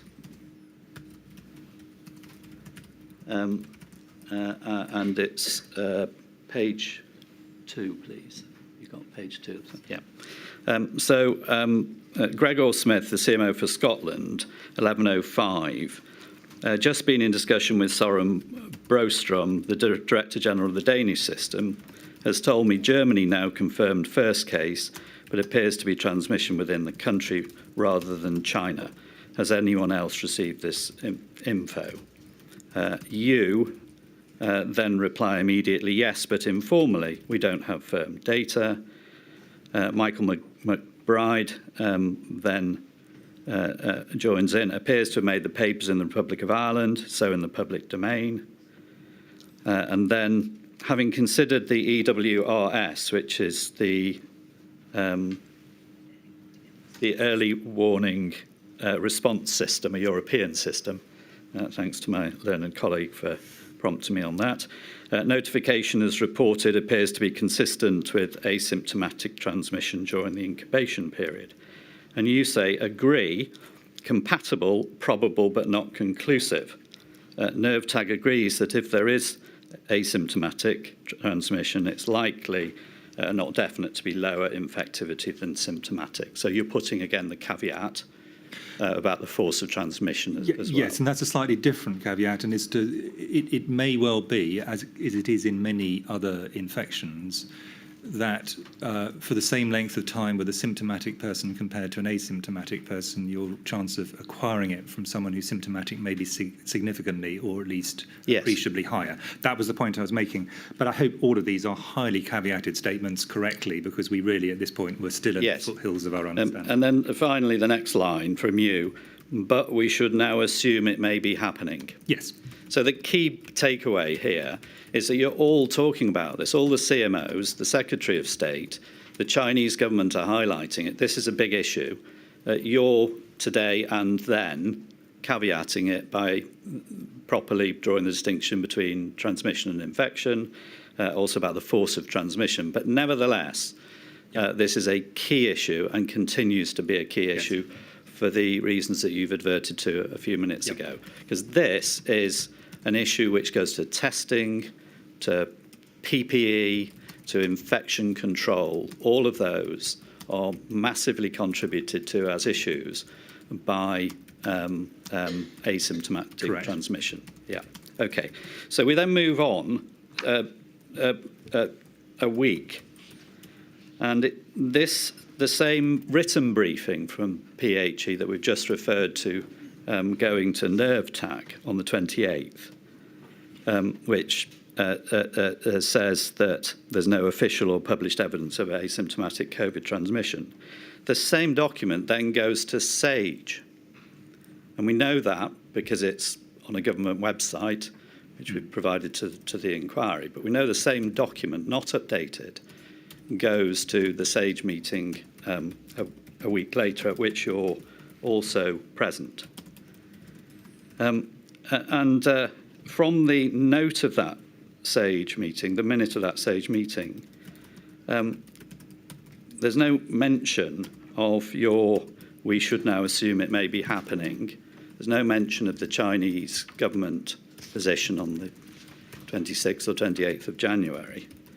And in fact, the key reference to asymptomatic transmission, and for the record, again, I can put it up if you want, but I'm trying to avoid doing that, but it's 51925. And at paragraph 19, the SAGE minute says this, that asymptomatic cannot be ruled out. Now that's a very different issue to the Chinese government saying that it's happening, or you saying that we should assume it's happening, isn't it? I consider all of those are actually compatible statements. I think probably we could have written that one slightly more strongly, but I think it was still the view of most people at this point that even if it was occurring, it was a pretty small part of the transmission burden. I think that is a pretty critical part of trying to think this through. Yes, but the point I'm trying to discuss with you, and you've agreed, I think, is that this is a massive issue, and that's why you're all talking about it. Yeah, I mean, so why is it underplayed in the SAGE minute a week after you've had the Chinese government, you've had your view?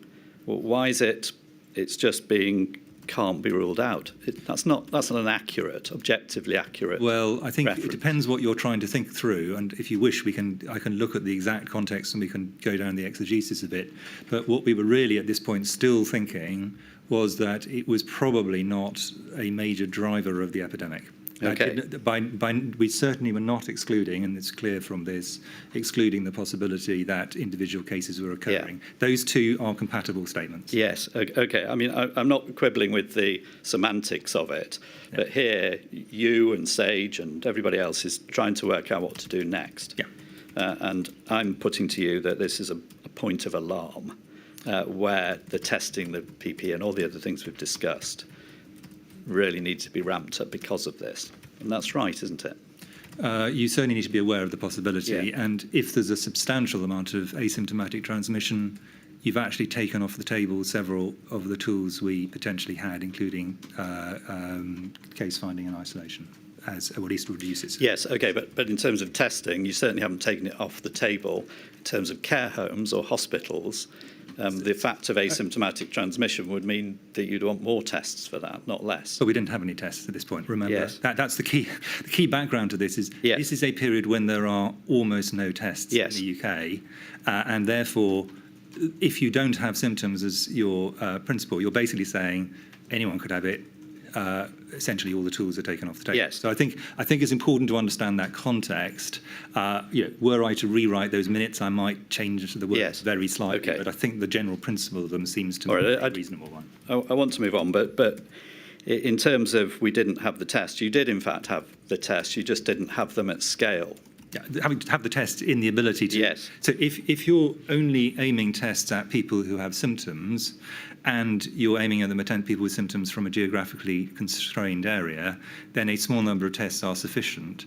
As soon as you say that anybody, irrespective of symptoms, can have this virus, then you're going to have to use tests more widely. And then there's a second caveat, which is that at this point, we were far from clear whether, even if there was asymptomatic infection, whether the tests were accurate. Yes. I think, and this is debated in SAGE. So these are are the things I think that I just want to add these layers of technical importance on top of the points you're making. I'm not disagreeing with the points you're making. And that's very fair. But nevertheless, in terms of care homes and hospitals, the issue of asymptomatic transmission should have been an issue which was, let's get on with the test, let's scale up the test, let's get the PPE. It's an important issue. Well, I mean, in a sense, my view is all of those should have happened anyway. That's okay. You're right. Finally, on this point, Mr. Keith's already raised with you the Diamond Princess. By the end of February, when the analysis of the Diamond Princess came out and was in the public domain, it had gone from the possibility of asymptomatic transmission in early January to maybe the probability of asymptomatic transmission, and now we knew that asymptomatic transmission was having a real impact. So again, it's another staging post, isn't it? Yeah, and we move along that path. I mean, to just scroll forward a bit, I think we still don't actually have confidence about what the proportion of asymptomatic transmission at that point in time was. Yes. Even now, with all we know. Yes, but clearly a major issue. Yeah, it is a major issue. And do you think, with hindsight looking back, that enough was done as a result of the acknowledgement of asymptomatic transmission being a reality in terms of all the things that we've discussed? Well, I think in a sense, two things you suggested would have been necessary either way. So the scaling up of testing did not depend on an understanding of asymptomatic transmission, neither did the need for PPE of an appropriate nature. So those were not predicated on asymptomatic transmission. The thing which it would have, at this point of the pandemic, the other points it would have made different situation, but this is a point where all the cases at this point were imported, it would have made a difference potentially to our approach to contact tracing and so on. But that's a slightly different point, which I don't think is where you're going. But the urgency of getting all of those things in place was underlined by the reality of asymptomatic transmission. I think we should have had the urgency either way. Maybe. Okay, second topic, and quickly, HCID, high concern infectious disease. On the 1st of March, you're concerned about laboratories and the ability to analyse tests, and you engage in an email exchange. And again, I don't think I need to put this up, but I can if I need to. I'll give it the reference. It's 223410, page 5.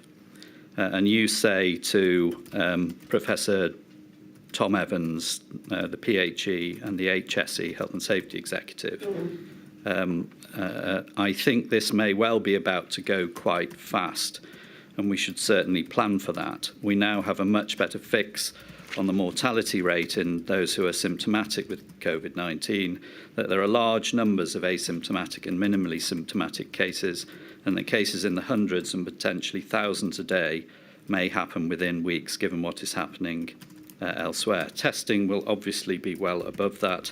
I'm keen that we're able to diagnose them and so on. And what you're asking for in this email chain is a downgrading of the biosafety provisions for the lab analyses, the lab facilities for analysing COVID tests. Is that right? Yeah, so can I put the background as to why this is important? High consequence infectious diseases are ones in general where you've got an extremely high risk to those who are either treating or processing the samples of the individual. Now, there are significant disadvantages to the individual patient from something being treated as a high consequence infectious disease if it is not at a public health level. It'll slow down testing potentially very substantially, because only a very small number of laboratories can do it.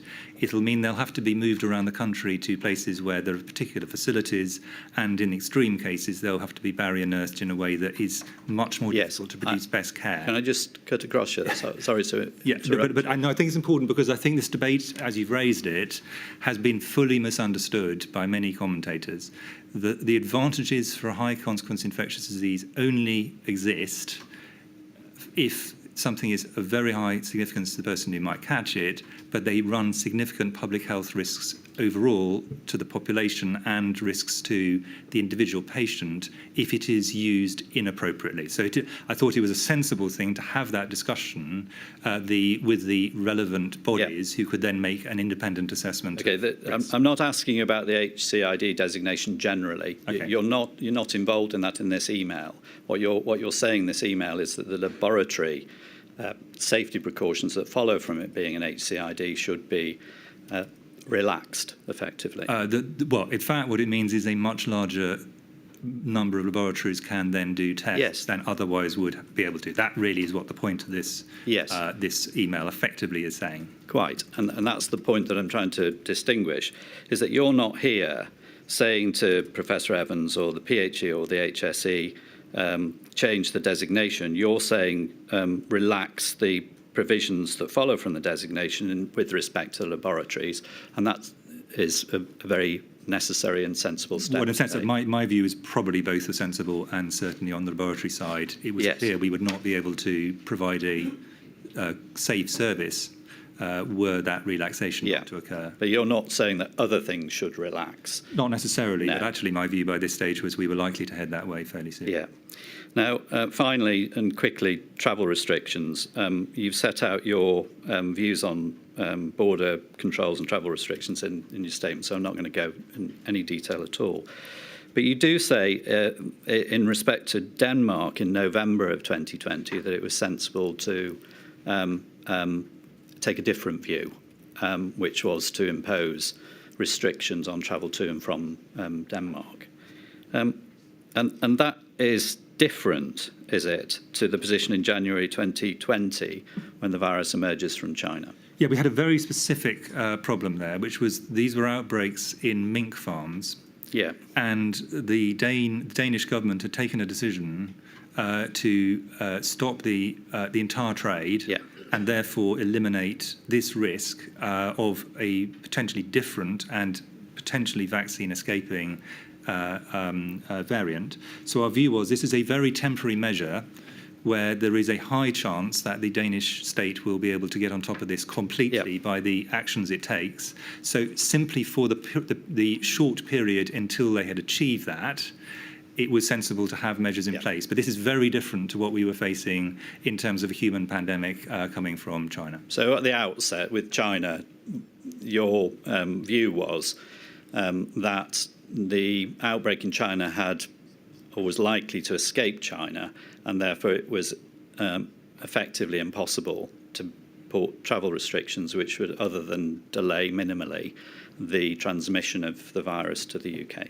Well, my view was that the Danish position was they were taking extreme measures to get on top of this with a very quick turnaround, and we only would need to consider this for a very limited point of time. Now, just picking that point up, so you're saying that there is a role for travel restrictions and border controls, but on a targeted basis. Exactly, and we did the same, if you recall, when, for example, the Omicron variant happened, and it's largely to give us pause to get a bit of information, understand the impact on vaccine immunity and so on. So there are definitely areas, and I think I explained to Mr. Keith that were I to go back, I would have done some things rather differently in the China. But can I finally just turn to one example of that? That you've been asked about mass gatherings. I'm not going to ask you about mass gatherings, but with respect to a particular mass gathering, which is of particular concern to some of my families, the Liverpool football match, the Atletico Madrid Liverpool match. Would there be a role here for travel restrictions? Because here you have thousands of Spanish fans coming over on flights for a match and then being in hospitality and milling around Liverpool for the match. And at that point, it was well known that Spain and Madrid were hotspots. So is this an area, as an example, where travel restrictions would go outside of your general view that they don't make an awful lot of difference? Would it be sensible to take a targeted approach in that sort of situation? I'm not suggesting that you can stop transmission to the UK or community transmission, but it doesn't seem sensible, does it, to actually facilitate thousands of people from a hotspot? I think it would be quite difficult to differentially have travel restrictions that were different for one legal activity compared to another legal activity. So I think actually the targeted way to deal with this, and we discussed this yesterday, would have been around the mass gatherings themselves. And as I made clear yesterday, were we to do things again, that is an area we would have taken a different approach. But I don't think travel restrictions specifically would have been necessarily the appropriate tool to do that. Okay, all right. Those are my questions. Thank you. Thank you, Mr. Duffy. Mr. Wilcock.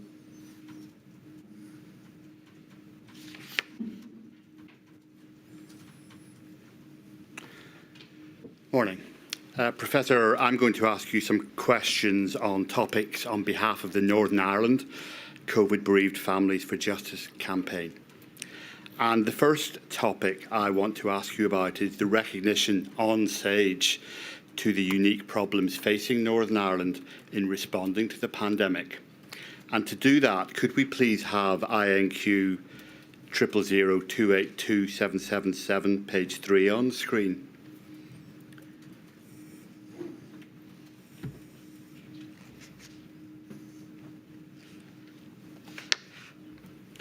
While it's coming up, this is an email that Dr. Michael McBride, who was your counterpoint Chief Medical Officer in Northern Ireland, sent you on the 10th of March, in which he said that not only had he to seek to secure UK-wide agreement about timing, but also north-south, otherwise there was a risk of mixed messages and confusion, notwithstanding the complexity of the politics.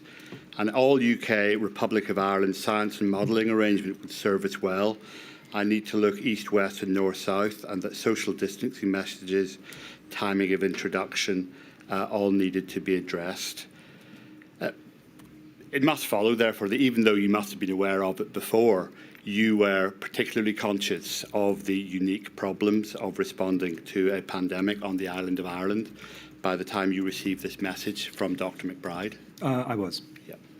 And do you agree with his opinion that the timing and consistency of introducing measures to combat COVID was complicated in Northern Ireland by its shared land border with the Republic?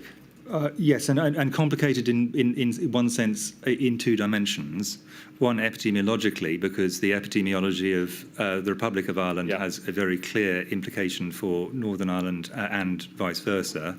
And secondly, complicated politically, because, and I'm going to summarise unfairly, Sinn Féin and others from that political tradition were very keen to stay in some kind of touching distance with the Republic of Ireland's approach to COVID, and other political traditions were trying to stay in touch with the UK's approach to this. But these were issues of policy, not issues of science. So, in a sense, we had to acknowledge they were there and then just let the political leaders take their final decisions. Might be a good idea to leave the politics out of it. But I'm making the point that they have actually, both of those are relevant in terms of how the policy was developed. Thank you, Professor. But in terms of the development of the epidemiological aspect, do you agree that the early SAGE minutes contain no reference to these particular difficulties in dealing with the early part of COVID?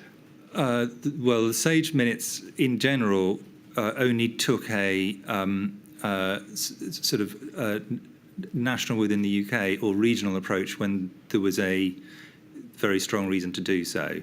And this is because SAGE was taking an overarching science policy approach. Once we get down to later in the pandemic, much more detailed epidemiology, of course, then Northern Ireland has a very different kind of epidemiological profile in some situations, but that wasn't a SAGE issue. That was much more to do with operations policy and how ministers there. I think this is, in a sense, this is to get back to what was SAGE for, to provide overarching, often quite high level pure scientific advice. It didn't have a policy role, and I think it's important to separate that out. In terms of the geographical diversity of representation on SAGE, on Monday, Sir Patrick Vallance told us that one of the things he would like to change in terms of the scientific input from bodies like SAGE was to make sure it got, in his words, the geographical diversity right. Do you agree? I do, but with a big caveat. If you've got a smallish group, and we had a long debate about this yesterday, I'm not going to repeat it, and if your aim is to have the best scientists in the UK, potentially internationally, but certainly in the UK available, you have got to start with where are the centres of expertise. And for any given problem, sometimes they'll be in one part of the UK, sometimes in another, and often they are highly concentrated in particular areas, particularly at universities or even particular departments. That's just a scientific reality. And whilst balancing the need for representation where that is useful, you also have to ensure that the best people are around the table in not too unwieldy a way. And getting that balance right is always going to be a judgment call.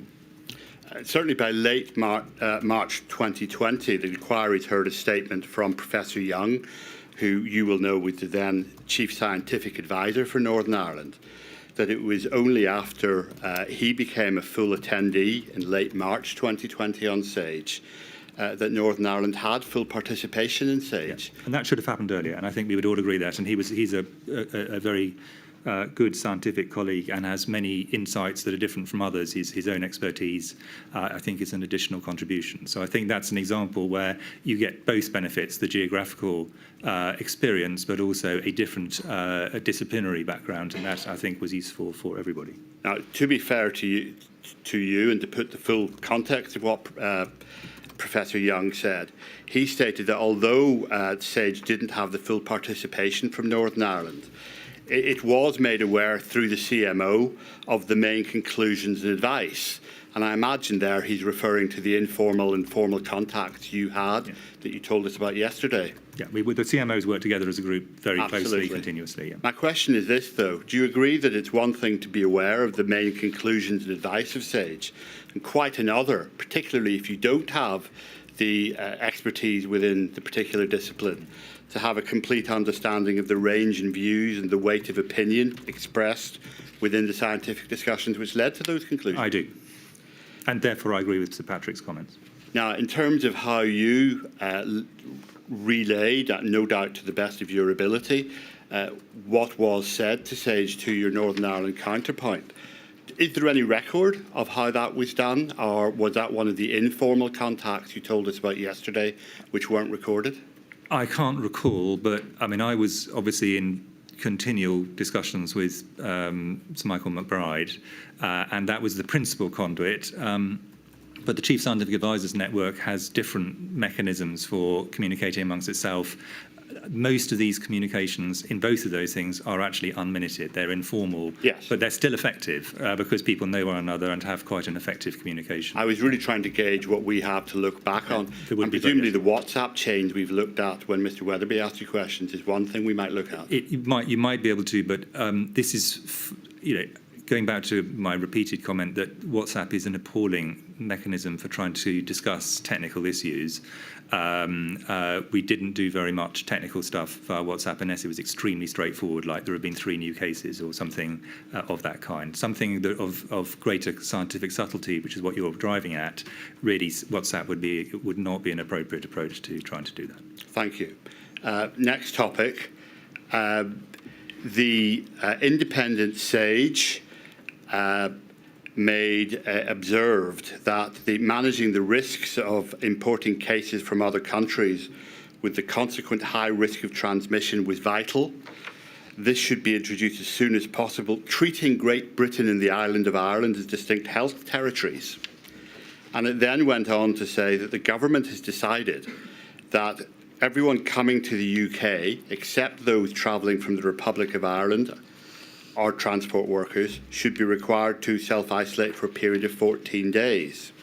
They welcomed that measure, although pointed out that there was a serious loophole in that it would be possible for someone to fly from somewhere where the level of infection is very high such as New York, to Dublin, and then change planes to travel to London. And then this is the point I really want to bring your attention to. They say, for this and other reasons related to the extent of movement across the Irish border, it makes much more sense to treat the two main islands of Britain and Ireland as separate entities for human health purposes, as is already the case for animal health, or for the UK and the Republic of Ireland to agree a common approach. And plainly, there are political issues raised within that as well. But do you agree that it would have made more sense for those responding to the pandemic in the UK to either treat the two main islands of Britain and Ireland as separate entities, or for the UK and the Republic of Ireland to agree a common approach? You kindly gave me advance sight of the document which you're referring to from Independent SAGE, as they self-referred. I think if you read that document carefully, you will see it is much more easily described as a policy document than it is as a science document. If you compare that document to SAGE minutes, now this is not a criticism, it's simply a statement of where I think they are. Yeah. So this policy document was the views of the distinguished members of Independent SAGE. They're perfectly entitled to their policy position, but it is not, in my view, equivalent to a SAGE science document, with the first point I'd make. The second point I'd make is, and I don't think I think this is an obvious point, but as you've raised it, the question of the alignment of the Northern Ireland with Great Britain or with the Republic of Ireland is one of the most politically difficult areas in UK politics.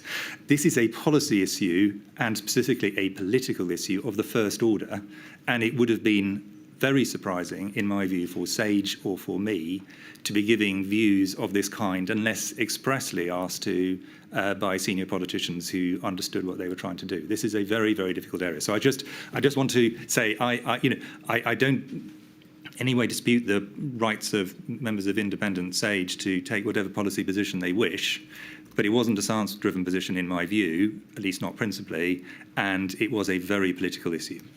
Well, it was science-driven, wasn't it, in the sense that you've accepted that epidemiologically, the fact that there are two islands? In very broad terms it was, but there isn't a very clear chain of logic, in my view. If going through that document, and I read it quite carefully last night, I would invite others who doubt what I'm saying to read it themselves. Does it follow from what you've said that the observations and recommendations in that Independent SAGE report were not considered by SAGE itself?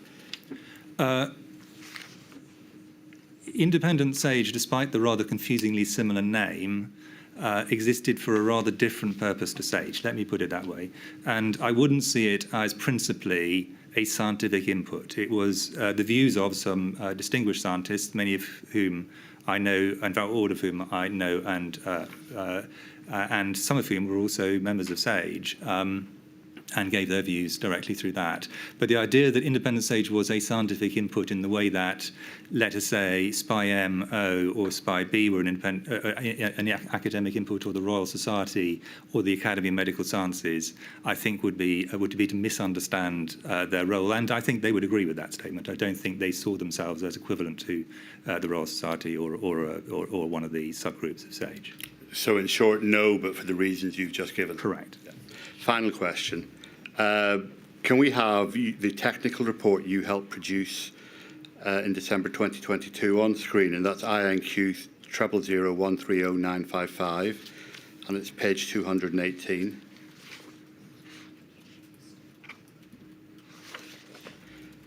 At the bottom of that page, it is noted that Northern Ireland only initially had a short pilot project involving contacting a sample of people who had a confirmed positive test before, and I quote, a full operational contact tracing service was implemented from May 2020. Would it be fair to say that as a mere pilot project, the contact tracing scheme in Northern Ireland was less developed than in other parts of the UK at that stage? So the first thing is the technical report on this area wasn't drawing any judgment. It was simply to describe. No, but I'm just trying to put context for those who, unlike you, have not read it. it was trying to put context for some subsequent scientific comments we wanted to make, but we thought this background was important. I wouldn't actually judge that any of the scaled-up test and isolate systems across the UK were anything other than quite tricky to begin with. The point this was making, and the reason we put it into the document, is every one of the 4 nations of the UK took a different approach to this, that each had strengths and weaknesses at an operational level, and as a result, that played through to different impacts in terms of its downward pressure on transmission. But the big scientific things, which include, in particular, that it's much less likely to pick up asymptomatic transmission if people are starting with symptoms, and that it has much less impact once you've got a very high rate of transmission, very large numbers, than when you have very small numbers. They were common, of course, across all 4 nations, because they're technical aspects of all test, trace, and isolate systems under all circumstances. Professor, thank you very much. There may be follow-up questions from what you've just said, but they're more appropriate, I think, for other modules rather than today. Thank you very much, Mr. Alcott. Lady, I'm just going to move. So I was told Miss Heaven had moved. Thank you. Miss Heaven. Good morning, Sir Chris. I represent the COVID-19 bereaved families for Justice Cymru, so in other words, the Welsh bereaved. My questions relate this morning to the interactions with the devolved administrations and, of course, specifically Wales. But I'd like to focus on SAGE first, and then we'll try, if we've got time, to look at a few more topics such as data. So focusing firstly on your role as co-chair of SAGE, and actually the extent to which the devolved administrations were on an equal footing within SAGE. I want to focus on the very early days of the pandemic, if I may. So we understand from the evidence that we've already heard in this inquiry that apart from DA attendance at the first 2 SAGE meetings in 2020, and that didn't include the Welsh, which I'm sure you know, we understand there was no further representation of a DA on SAGE until the 3rd of March 2020, and we understand that was the Deputy CMO for Scotland. So just focusing on Welsh representation, if you can assist. We also understand that in terms of Wales's Chief Scientific Advisor for Health, Dr Rob Orford, he first attended on the 5th of March 2020, and we understand this was the 13th SAGE meeting concerned with COVID. So my questions are these on this topic. First of all, is that correct, according to your recollection? I'm sure your knowledge of this is better than mine on exactly the details. It's quite a while ago about exactly who was in which meeting, so I'm absolutely taking your word for it. Take my word. Yeah. Well, that's what the documents show. So it is correct then.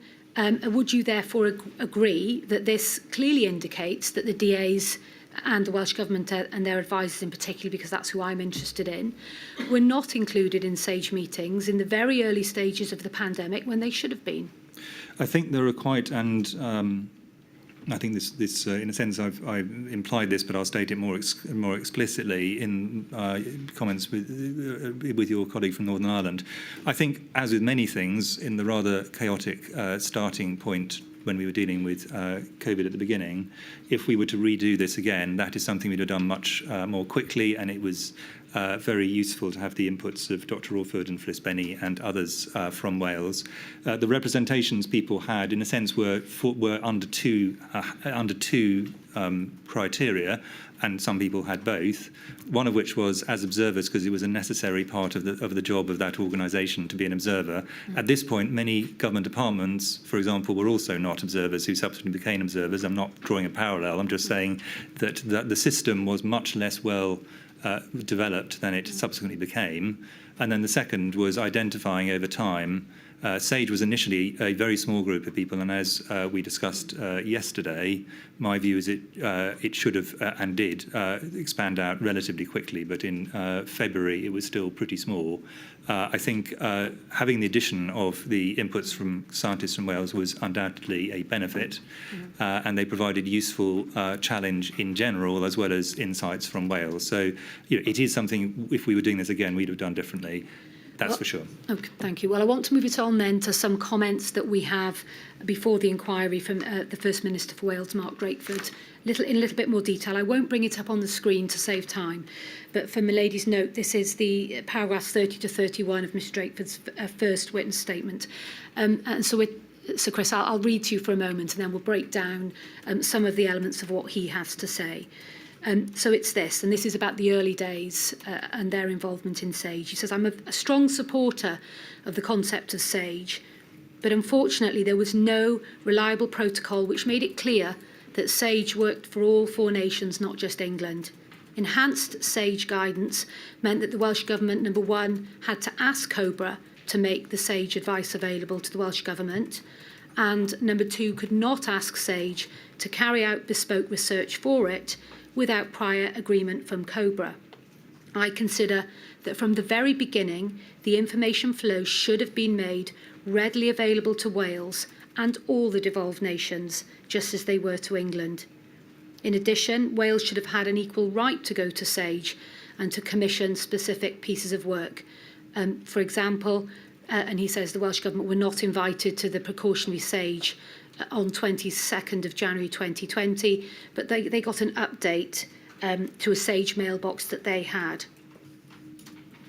Another criticism he makes is that the scientific papers received by SAGE were not shared with the Welsh Government, and in the early days they only got summaries of the science as it emerged, and it would have been useful for them to have had more. And he says that they were only finally given access through an online repository of SAGE documents as late as the 8th of April 2020. So if we just break that down, and then I can ask for your response. The first issue that he seems to be raising is the lack of the reliable protocol and the enhanced SAGE guidance, essentially meaning the Welsh Government had to go to COBRA to get the SAGE advice, and they couldn't ask for SAGE advice unless they went through COBRA. So do you want to respond to that first, please? Yes, and I think, I could almost shortcut our conversation because in a sense you've got 2 separate groups of things. There's a group of things which is about Wales being represented both in access to the data that already flowed from SAGE and in coming to the meetings. And I think my previous comments on that apply, which is if we were doing this again, we would do it differently. It doesn't mean that there weren't very close, again, I had very close and often daily contacts with Dr. Frank Atherton, Dr. Chris Jones, and others from the Chief Medical Officers group, and there were other contacts as well. So it wasn't that Wales was not involved in discussions, but you're right, and exactly the same applies as my previous comments was, yes, we should have done that earlier. The points about going through COBRA, and I think this is, in this pandemic, more than any other, I would say, SAGE got disconnected from the COBRA mechanism. So in kind of emergency theological terms, SAGE is the advisor to COBRA, but actually COBRA stopped meeting for quite long periods of this emergency, and SAGE continued and was giving advice via other routes. So initially it was all started from what is the COBRA mechanism, how do we do it through COBRA? After a while it became clear that really wasn't relevant. So that's around observer status, documents and so on. I think all the comments made are fair comments. Mr Drakeford, of course, being very fair, and on this issue. The second set of comments I have more caution about, which was the idea that the Welsh Government, and indeed any other bit of the system, could ask the already massively overwhelmed modelling and epidemiological system we had specific questions about Wales, because if you make that assumption for Wales, you have to make it for multiple other groups as well. You can't just say for Wales and not for, and list quite a long list of other ones. And this would have been, I think, much more problematic, but we could certainly have had the discussion about how that capacity could in some way have been met. So I think both the requests that Mr Drakeford makes are reasonable ones. One of them should have happened. The other one, I think, would have been harder, but for largely logistical reasons. And just focusing on that date of the 8th of April 2020, do you accept that that really was a bit late in terms of the online repository for documents to actually be available? That follows from my previous answer, yes. Okay, thank you.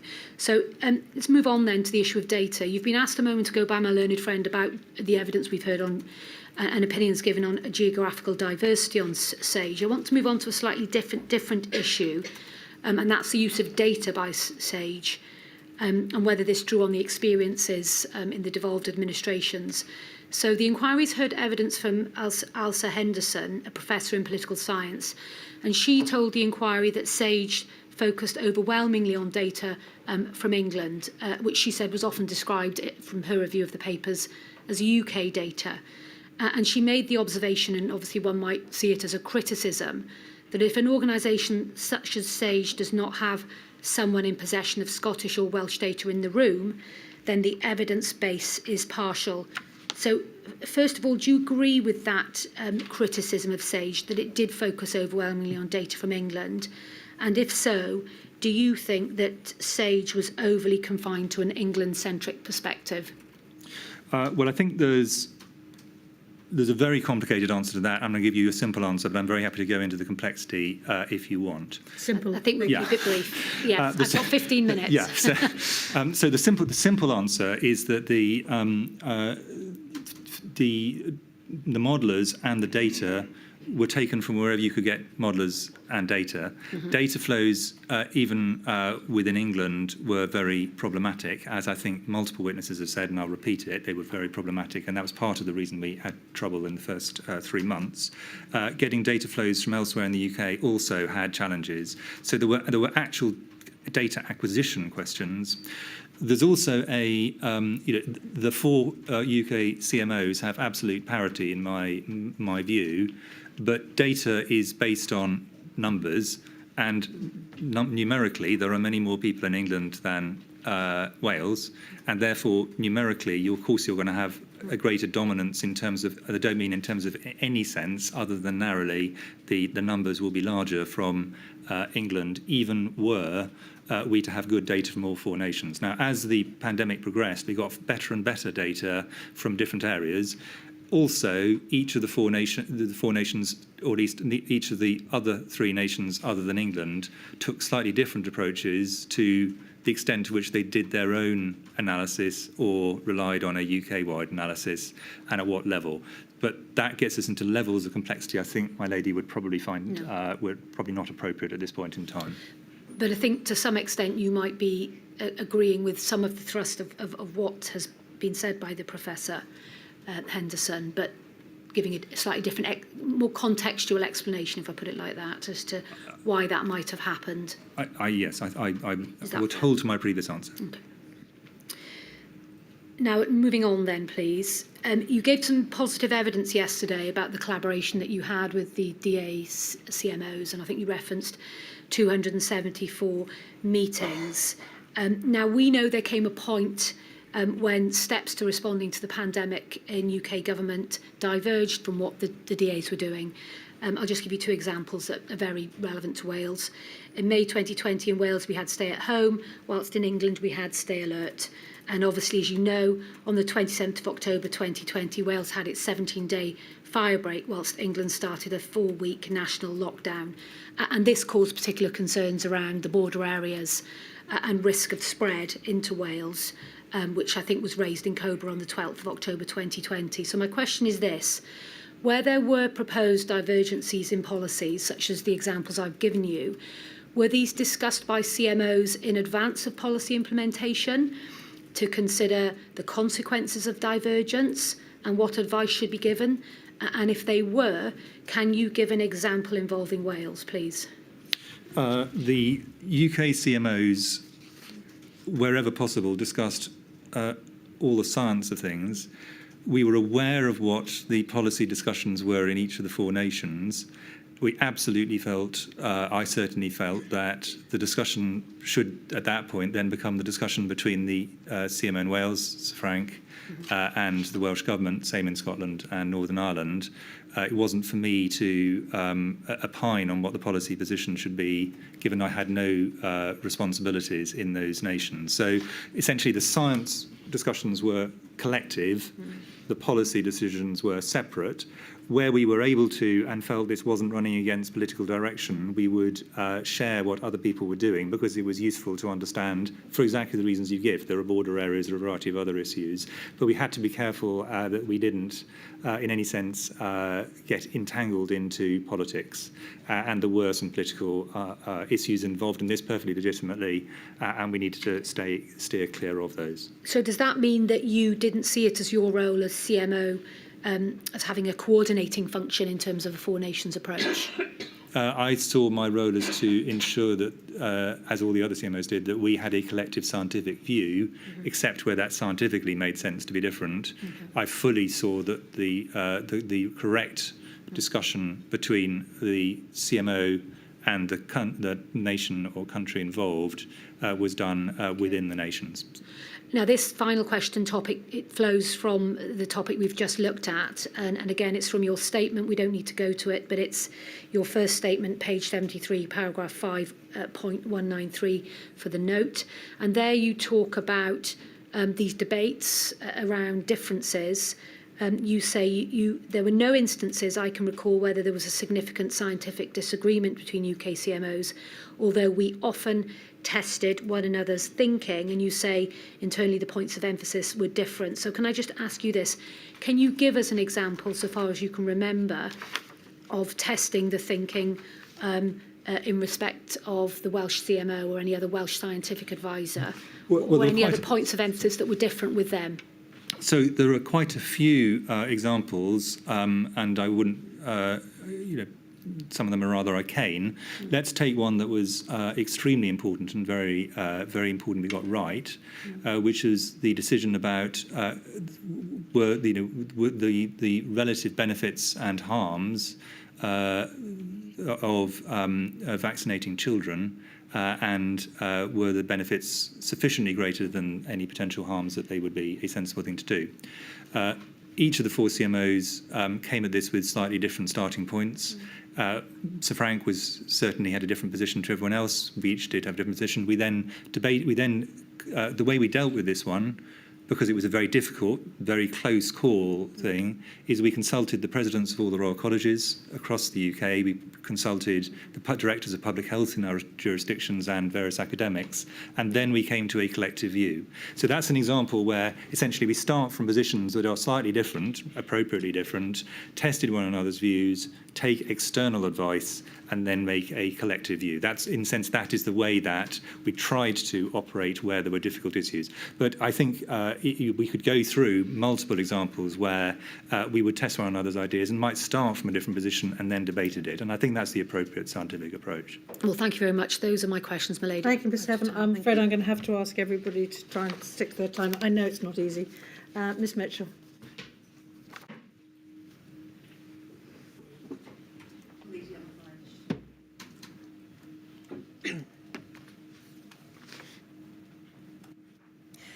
Professor Whitty, I appear as instructed by Amar Anwar and Company for the Scottish COVID bereaved.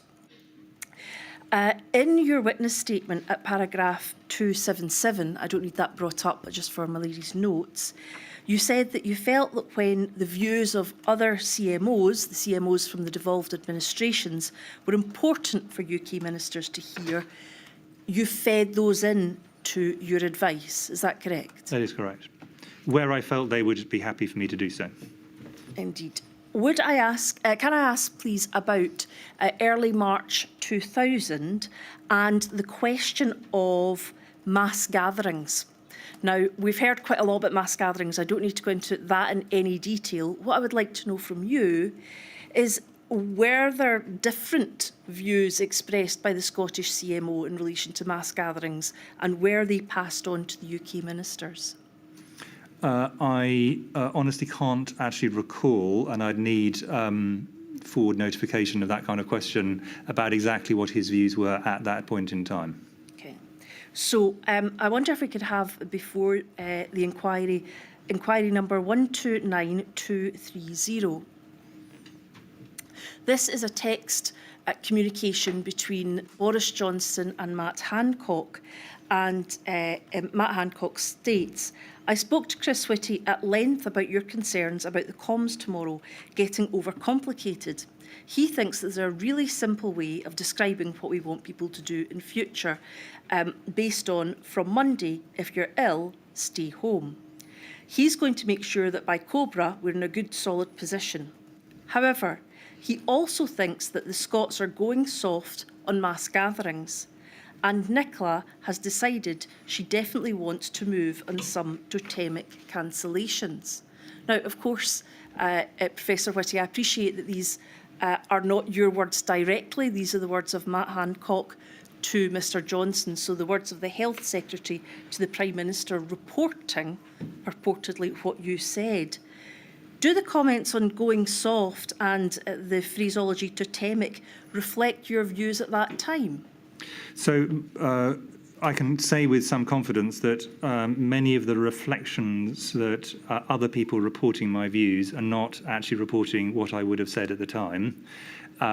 I certainly would not have used a phrase like going soft. That would be the interpretation of Mr Hancock, perfectly appropriate if he wants, but my view might well have been, therefore, in this sense, is answering your previous question, I must be identifying that I felt that in Scotland there was greater concern about mass gatherings than in England. I think that's a perfectly appropriate thing to state as a point of fact, provided I didn't think it was breaching any confidence that was given. So do not take those words as my words or my views. Take the general point that I'm making the point that actually there may be differences of opinion across the UK, which I think, again, is a reasonable thing to do.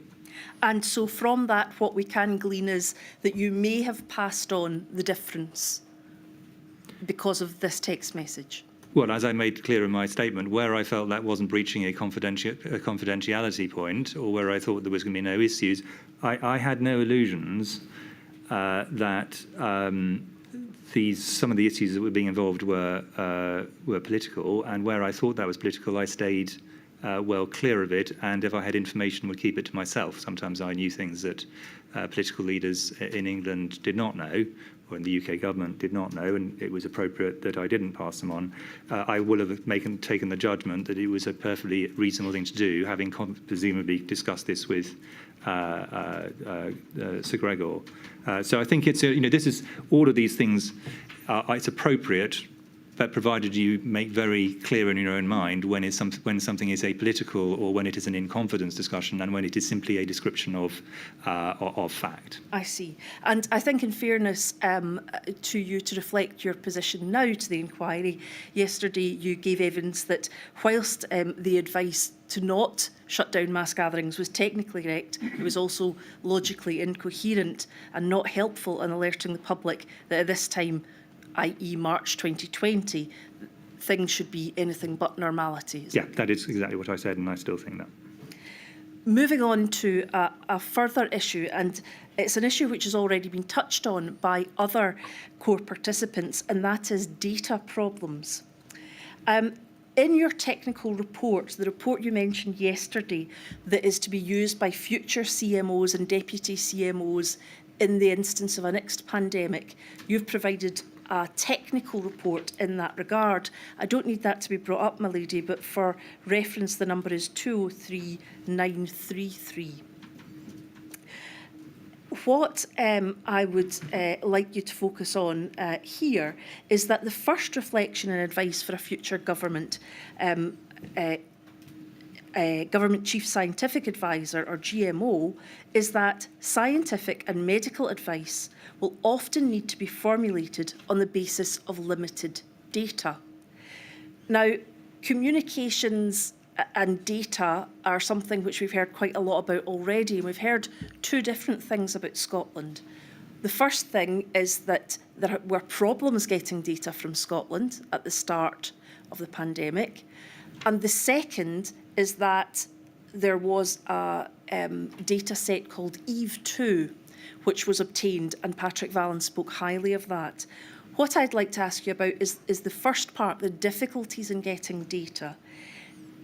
Do you recall that there was such a difficulty in getting data from Scotland? Well, I would, in a sense, I would agree with both parts of your statement. First of which is I think the data in Scotland was some of the best in the UK.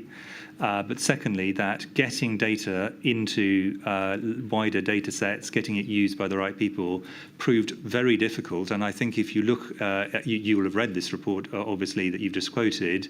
There's an entire chapter about the difficulties of getting data, not just across national boundaries, but also within every nation. So this issue of trying to get data brought together so that you can actually merge it. Now, what COVID did demonstrate really clearly was when you achieve that, you can get far better information for all 4 nations than if you're trying to do everything in piecemeal, where every single hospital, every single region is holding its own data and not sharing it. So the sharing of data was one of the most powerful things we achieved, both between nations and within nations. May I ask you about that achievement and how it came about? Firstly, just on this particular question, were you aware that there was a particular issue about data from Scotland, there being some kind of problem sharing it with the group? I was aware that there were problems with data across multiple domains, including Scotland, but also I could have given a very long list from many parts of England and indeed other nations.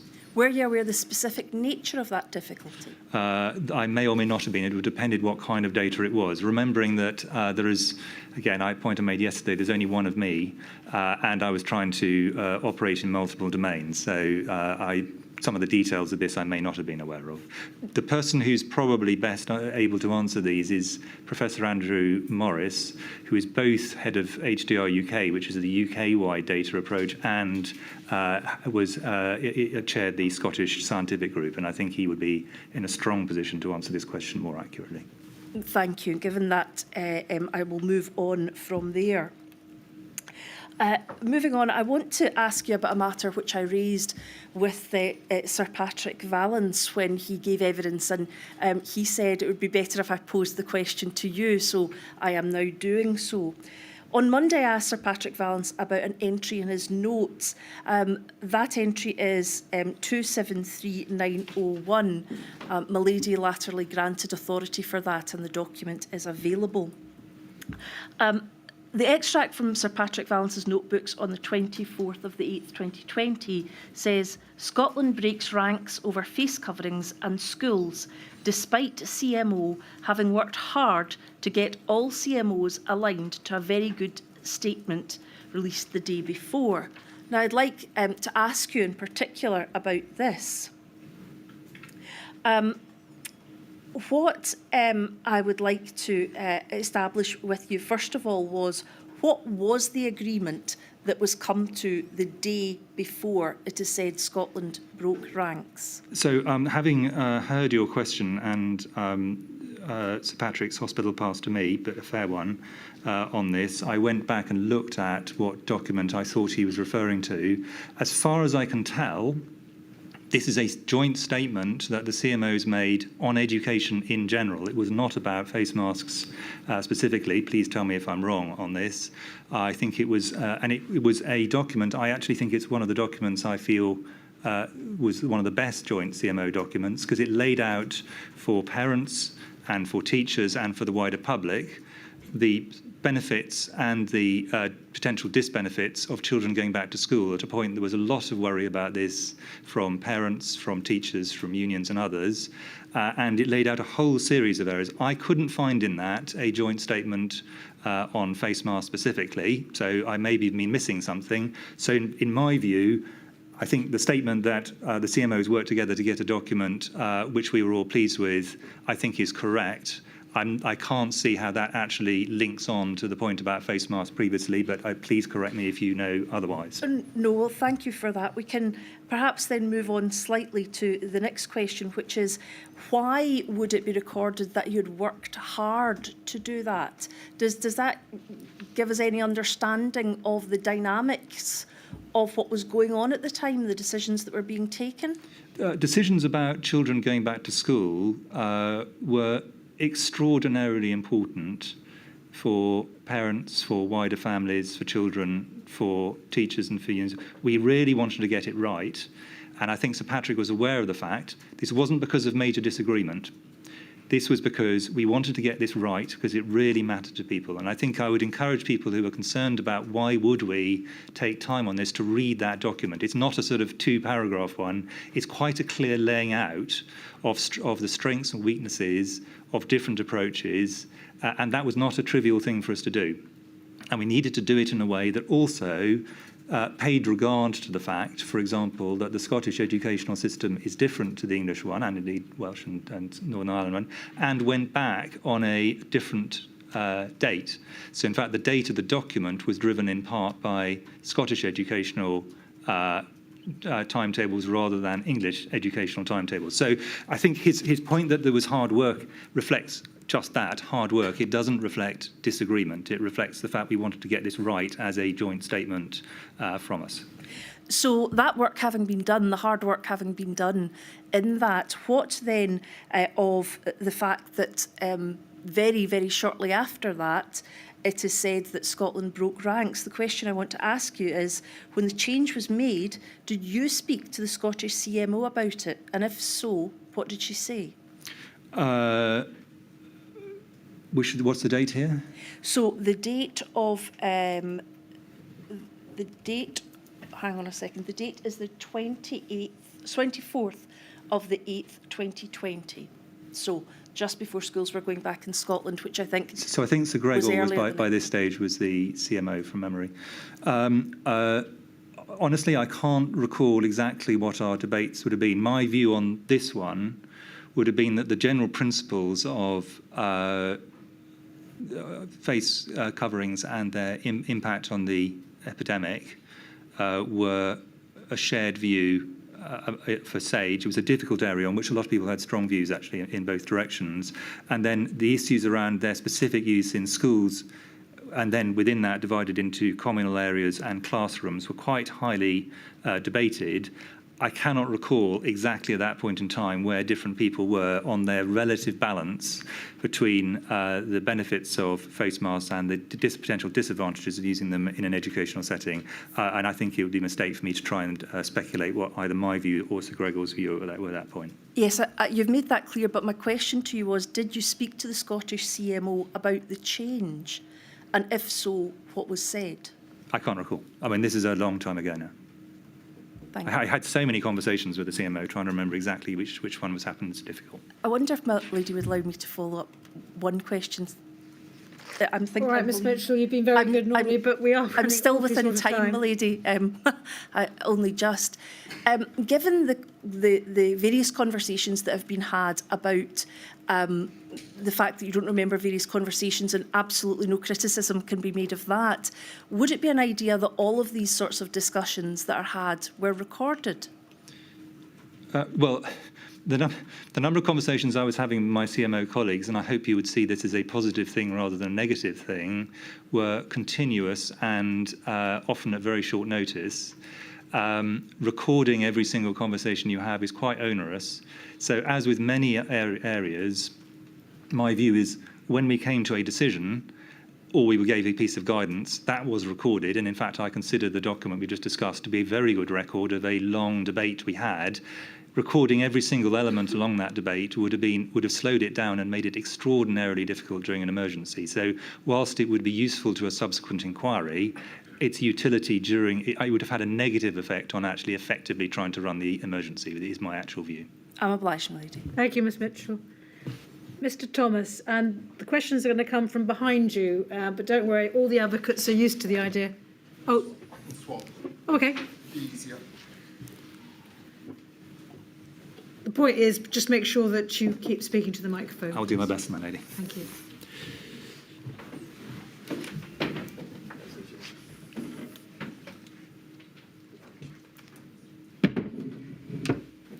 Good afternoon, Professor Whitty. My name's Leslie Thomas and I act on behalf of the Federation of Ethnic Minority Healthcare Organisations.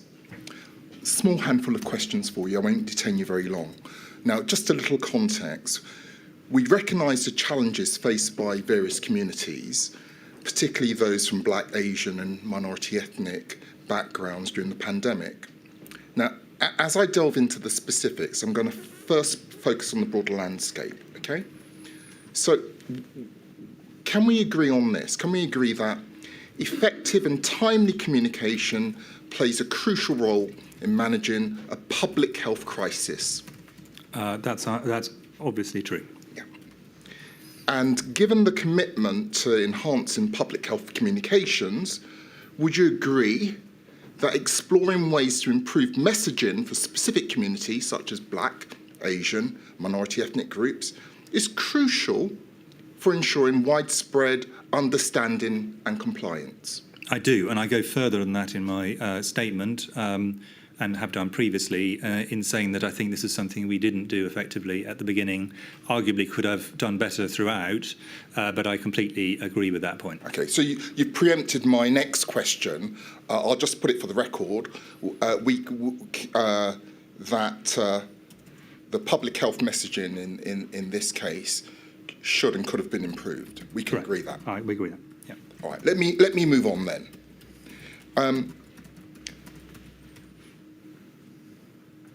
Building and actually, I would like to add an additional point because I think it's important.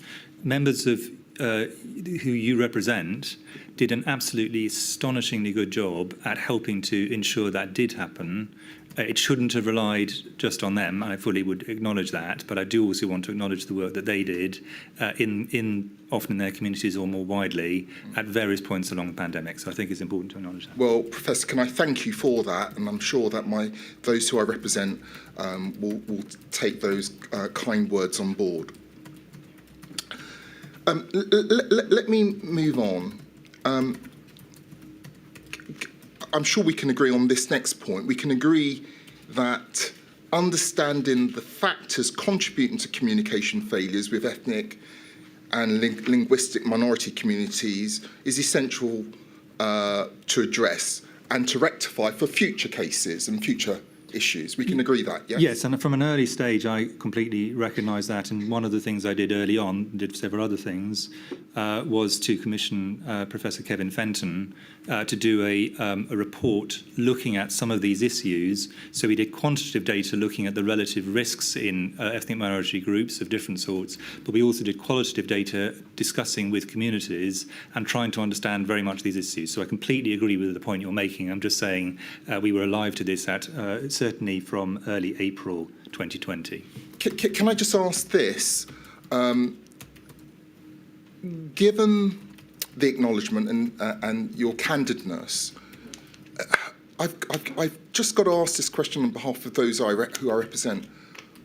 What were the factors that contributed to the failures? What happened?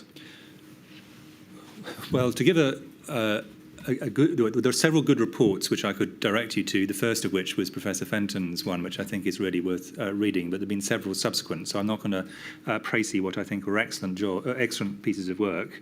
But I think there are two or three ones. There are very easy ones in one sense, not as easy as they may always sound, which are things like linguistic ones. If not every major language spoken in the UK was adequately picked up at an early stage in terms of communications. There were ones around channels of communication that many people, for example, were getting their information not from Downing Street Broadcasting or from UK mainstream newspapers, but from other important news outlets from other nations. We didn't pick that up, I think, early enough. I think there are many issues where engaging with local community leaders who can then help to get the message to be understood correctly in an appropriate and culturally sensitive way would have been much more helpful. And this is one of the areas where your members had such a leadership role throughout the pandemic at multiple points. But there are a very large number of ones that sit beneath those, and I would, given an hour, I would give you again an hour's answer for what is an important question. I want to acknowledge I'm not doing it justice, but also say a lot of work was done on this. Still more, I think, to learn. Thank you for that. I'm going to move on. Just a couple of minutes left, and I just got a couple more questions for you.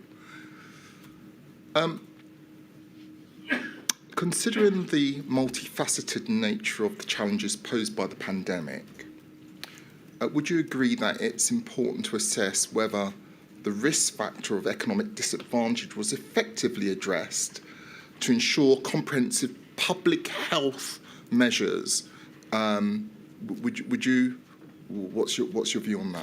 Well, I think, in a sense, the implication behind that, which I agree with, is that some of, not all of, what drove the differential impact of COVID on some people in ethnic minority groups was underlying socioeconomic disadvantage. There were many others, actually. Again, I would point you to Professor Felton's and various other reports. But those are, what this also demonstrated is that these are often people living in communities where other areas of public health are also not adequate.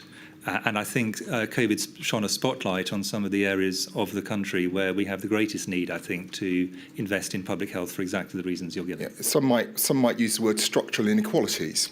That's one framing of it, yeah. Right. Let me move on. Last area. And I'm going to look at this last area through the lens of hindsight, okay? Can we agree that it was at least possible to attempt to predict that certain groups would be at higher risk, including healthcare workers, from minority or minoritized groups, fairly early on in this pandemic? Can we agree that? I think it was possible to agree. Well, I think it was possible to predict, and I've gone into this in some detail in my statement. So can I point your members to my statement so they can see a full answer to this? It was certainly possible to identify the fact there would be areas of there would be people, disadvantaged groups, who would be particularly affected. My view then, and what subsequently is, that not all of them were fully predictable, including some of the impacts of ethnicity.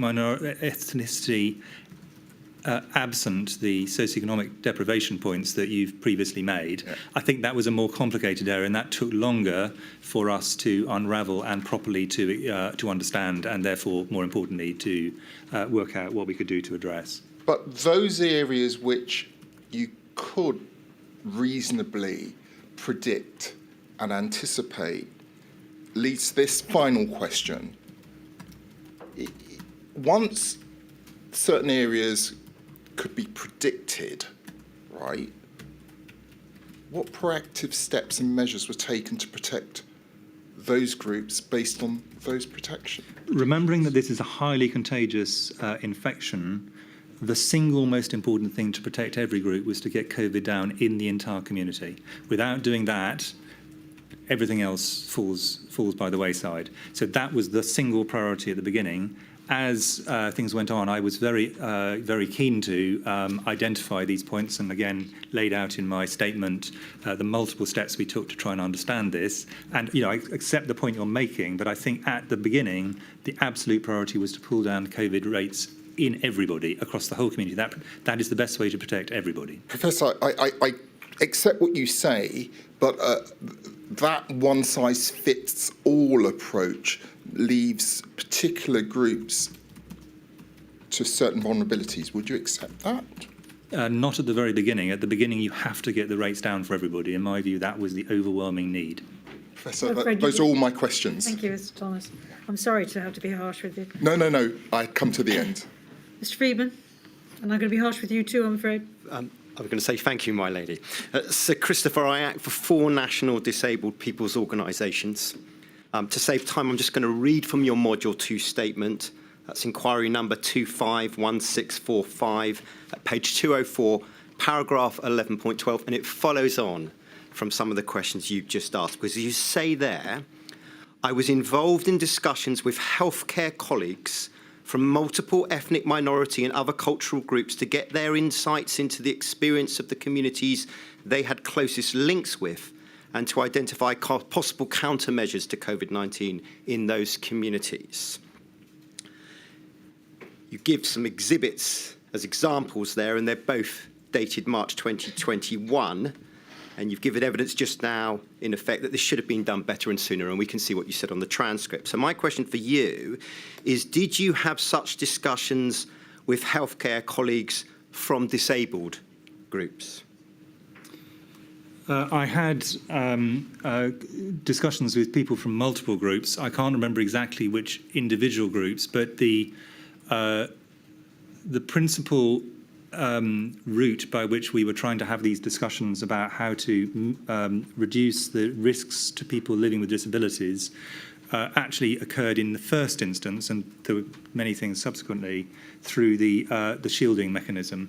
And there were quite long discussions, which I did not lead on this occasion. Sorry, apologies, I'm speaking into the microphone. There were quite long discussions, which I did not lead on this occasion, but I was absolutely abreast of, to try and work out what those groups are. And you can see the first shielding mechanism where we identified several groups living with disabilities, and then a subsequent improvement on that first version, which identified some additional ones subsequent to that. So I'm going to move on from it, but just to check, understood that answer, but my question apropos what you've said in paragraph 11.12 is, did you have discussions directly with colleagues who came from disabled groups? The reason I'm not giving you a yes or no answer is I can't recall exactly which groups. And I think one of the problems I would have here is some groups would be explicitly identified as disabled groups, and others would have a lot of people living with disabilities but would not be in that group. So I think the answer is I'd need to check if that's a central question. Let me move on and ask you about learning disabled people and specific risk of COVID-19 to people with Down syndrome. Yeah. Now, as a matter of record, they were not on the list of clinically extremely vulnerable groups in March 2020, but they were added to the list in November 2020. Correct.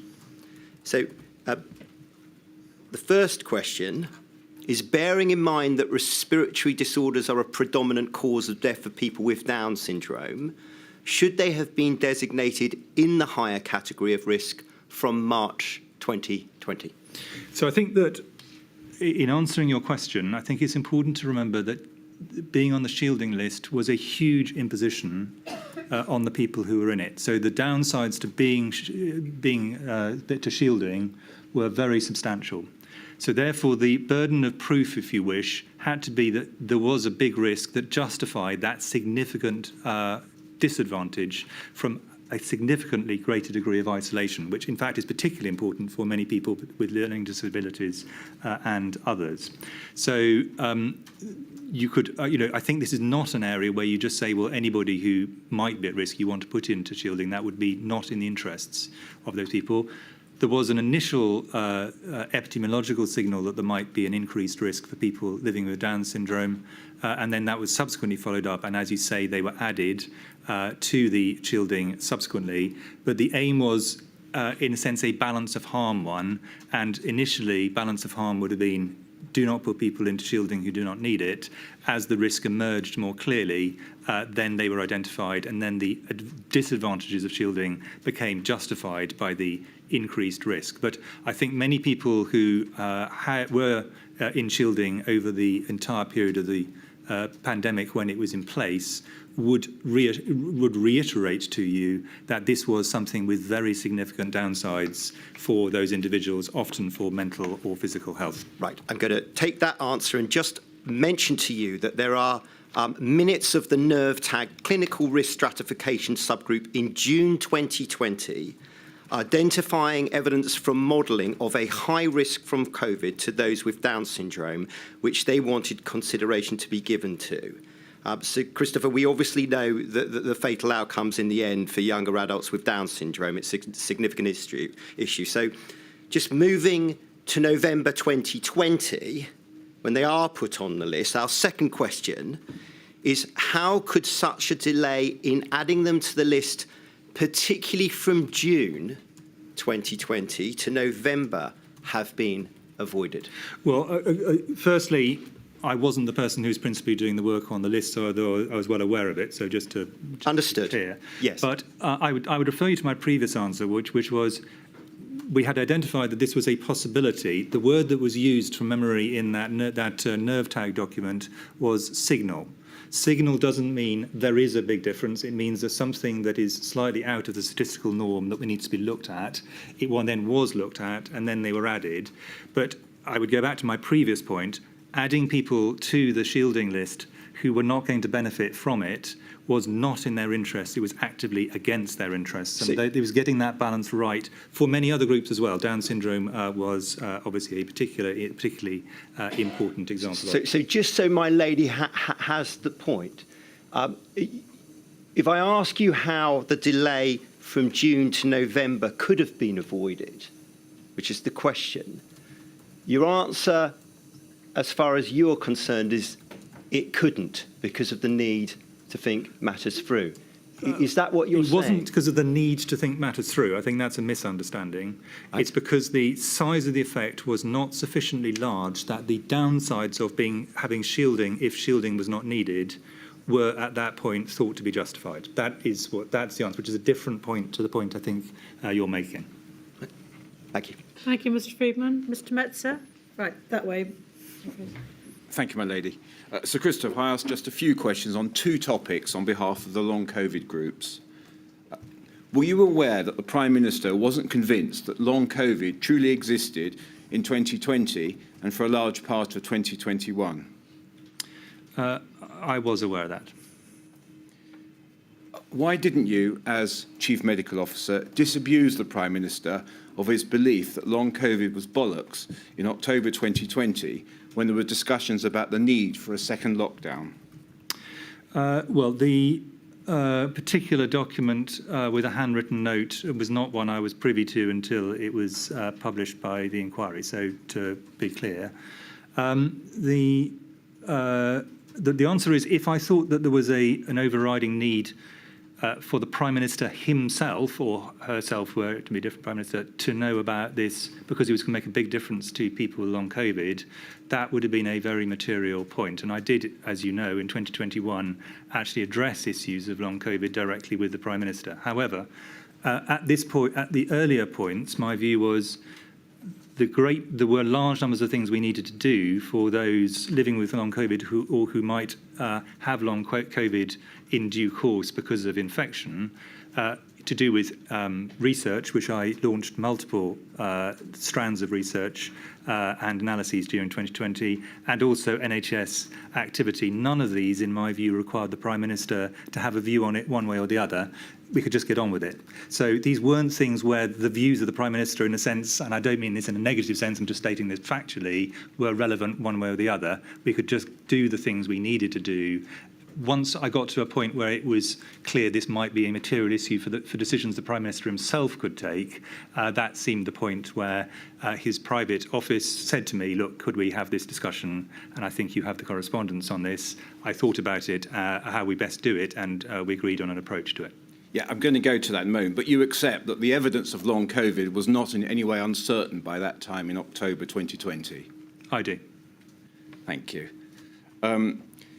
Although our understanding of it was far from developed, we've still got a long way to go, but it was very much in its earlier stages. Yeah. Yes, I mean, we don't need to go through papers, but there was a literature review on long COVID. Public Health England had published guidance, and the National Institute for Health and Care Research, of which you were head, had produced a report. Yeah, I commissioned those works. Patrick Vallance had advised Cabinet on the 13th of October 2020 that young people suffering from long COVID was a relevant policy consideration in relation to discussions about shielding the elderly only. Why didn't you think it was important to advise him about the risk of COVID-19 causing long COVID in the young? Well, I think, as I say, if I thought that there was a decision that the Prime Minister himself needed to take where this is a material issue, I would have addressed it. It wasn't part of my job, I still don't think it's part of my job, to disabuse even senior political leaders of things which I'm not convinced they fully understand, where I don't think it's material to the public health outcomes. Did you not think it was important, as Chief Medical Officer, to ensure that he had that level of knowledge, particularly given the indiscriminate risk of long COVID? Only if it would have made a difference to decisions that the Prime Minister himself had to take. That is in a sense, that's the question. It's not my job to try and provide public health more wide information where that's not going to have an implication, given all the other needs. I did want to do a lot for long COVID. We did do a lot for long COVID, but it was in the research and in the treatment spheres, not in the political sphere. All right, leaving October aside, can I take you now to February 2021, when Mr. Shaffi had sought from you a proper briefing on long COVID for the Prime Minister? And of course, you know that was the same month the spring roadmap on the release of restrictions was being drawn up.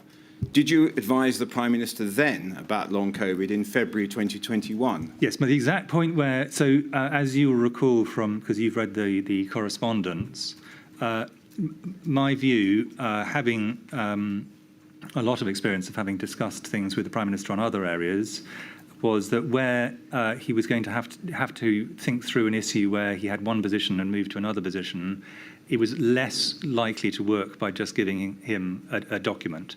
So I wanted to have a conversation with him, and I wanted to do so at a time it seemed to me we could have a serious conversation. I'm confident we did have a conversation, and I can't recall exactly what the date is, unfortunately. I would have chosen a moment I thought it was likely to be most useful to have the conversation, and I then followed it up with a subsequent note. I don't know the gap between those, which I think you have already seen, entitled A Short Note on Long COVID. Yeah, we'll come to that briefly in a moment. But do you recall if you advised him after your conversation with Mr. Shaffi in February 2021? Well, that's what I've just said. Is I'm confident we had the conversation. I'm not confident I can recall exactly when. Well, this may help. But the Prime Minister himself said that it was some time had passed before he was told by Mr. Shaffi to receive advice on long COVID, and said that in May 2021 he requested a note from you on long COVID, suggesting it was around that time you were clear with him about long COVID, I think end of May, beginning of June. Does that sound right? Well, it is certainly the case that that's when I sent the note, because that's when it's dated. I am also confident I didn't send the note in blind. My view was I needed to have a conversation with the Prime Minister before that. Where it lay between February and May, I honestly can't remember, and I'm just trying to, it'd be silly for me to try and say I can recall, because I can't. Just to complete the point, then I'll move on. So it wouldn't make sense, would it? He'd be requesting advice from you again on long COVID in May 2021 if you'd already advised him on it. No, I mean, I think the sensible thing with many of these things is to have a first discussion where you go through people's existing understandings and allow people to test information, and then follow it up with a more formal laying out of the logic. And if you've read the note, which I'm sure you have, it was my attempt to distill in quite a short note what was then known about long COVID. I think the indications are from your expert advisors is that that was a fairly accurate note. Yes, because obviously by April 2021, an estimated 1.1 million people had long COVID, and you knew that. That was in the note. Thank you. I just want to take you on to the second topic only, please. During press conferences in 2020, you told the public that the great majority of those suffering long COVID-19 would be a short, mild illness. An example of that was the 11th of May 2020. In 2020 itself, only Sir Stephen Powis warned the public about long COVID at the press conference on the 20th of October 2020. And the first time you mentioned long COVID at a press conference was on the 5th of January 2021.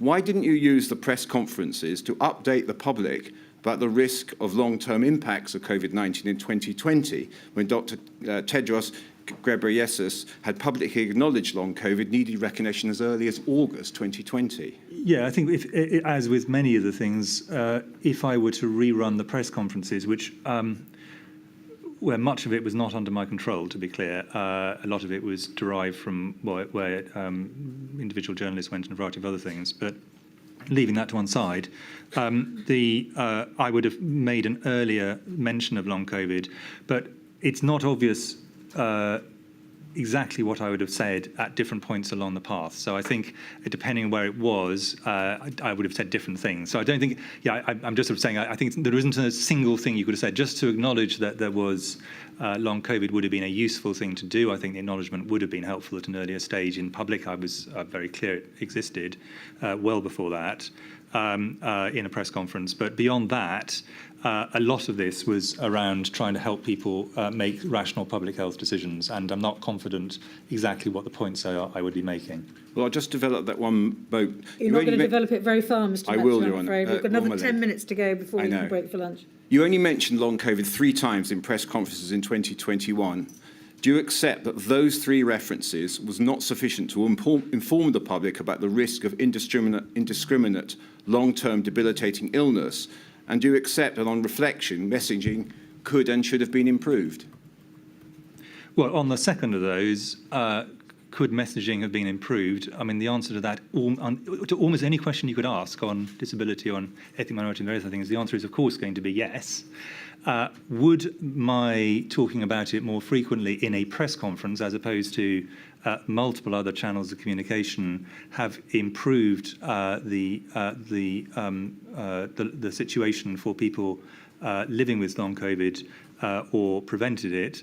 I'd need a chain of logic to be laid out that made it clear how that would have been achieved. So, sorry, just finish that. The question I put is that if the public had been aware of the risk of long COVID and they understood what it was, their symptoms. Well, I think that was actually part of the way in which we were describing it to people about vaccination, for example, because here we had a tool that would help. You know, the first thing I say in my "What can you do about long COVID?" is help people not get the COVID.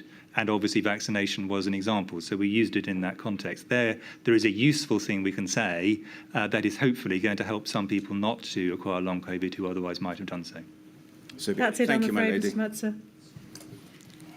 Mr. Jacobs, and if you can bring in your questions doing justice to them in under 10 minutes, I'd be grateful. At the moment, we have no transcript because the stenographer's had such a tough morning. So, but she can catch up by listening to recordings. But if you can... I'm optimistic, my lady. Good. Professor, do feel comfortable looking forward and speaking into the microphone. I have a few questions on behalf of the Trades Union Congress in short time. My questions are on the issue of financial support for self-isolation. Firstly, can you just summarise briefly, if you would, the importance of financial support for self-isolation as you saw it? Yeah, so I think that this was an extremely important area and one that was quite heatedly debated in government in reality. My view was that it was far easier to self-isolate and indeed to self-isolate repeatedly if people were contacts, if you were in a job which was in permanent employment, a white-collar job, academics, civil servants, various others, than if you were in a self-employed environment, which many people, particularly on lower incomes, were. And it seemed to me, therefore, it was essential that we took account of that, particularly given that some of the highest incidence of COVID was in areas of relative deprivation, where there were higher rates of people who were not in continuous employment and therefore covered by ordinary sick leave measures. Would one example of that, one concrete example, be the outbreaks that were seen in Leicester in June 2020, where you get that intersection of outbreaks of low-income work and so on? It may well have been. I think the logic there is real, but the data aren't there. The example where the data are clear because it was so heavily studied, was in care homes. Care homes where sick pay was readily provided had lower rates of COVID in general than ones where sick pay was not. And I think that is reasonably clear, in a sense, direct evidence of the link between these. You describe heated debate around the issue. Given what might be thought to be the apparent sort of simple logic of people on low income may not be able to self-isolate without support, why did that logic not sort of win through into significant action? Well, I mean, I think I can answer half the question, in fact, a quarter of the question in a way. There's no doubt that I and many other people from the health professions and others, Dido Harding, others, highlighted this issue right from quite early on. Issues about how it should then be addressed are ones that I don't feel I have any particular competence in, and I didn't offer a view as to what was the right mechanism to deal with this. It's actually quite a complex area. But the principle, sorry, Professor, just given time, we heard a bit about that from David Halpin about the different types of mechanism and relative... Yeah, all I'm just saying is I engaged in the debate saying this was an important issue. I didn't get involved in the debate about what the right mechanism for addressing it might be. Yeah. Mr. Thomas, just a few moments ago, on behalf of FEMHO, suggested that it was important to evaluate whether the risk factors of economic disadvantage and their relationship with disparate impacts of the pandemic were effectively addressed. Do you think this issue of financial support is one area where the risk factors were ineffectively addressed? I would have preferred to have had an even more vigorous approach to this very specific issue, yes. And there's plenty of documentary evidence of that you'll have seen. Can we just look at one example of the issue being raised in government? If we could have the Patrick Vallance schedule on page 170. You'll see an entry from the 8th of September 2020. Sir Patrick says, writes, I made the point about having to give incentives for self-isolation. PM agreed and said he would take it up with Chancellor afterwards. Chris and I were aligned and presented what needs to be done. I left the call. Apparently it descended into chaos and CMO not clear where it will land. Professor, if you recall why it descended into chaos, let us know. But broadly, is this indicative of the difficulty in getting the importance of this issue to land with key decision makers? I mean, without remembering the exact meeting, the general tenor of this is one which I recognise. Final question. Do you think that in order to respond more effectively for a future pandemic and to lessen the disparate impacts of a future pandemic, we need to be ready to take a more robust approach to financially supporting self-isolation? I think where self-isolation, and particularly repeated self-isolation, I think that's an important additional point, is likely to be part of the state's response to a major public health threat. I do consider this is an important issue that needs to be taken into account. And indeed, I think we say so in our technical report because we thought this was an important public health point, not just a wider point. Professor Malady, thank you. Well done, Mr. Jacobs.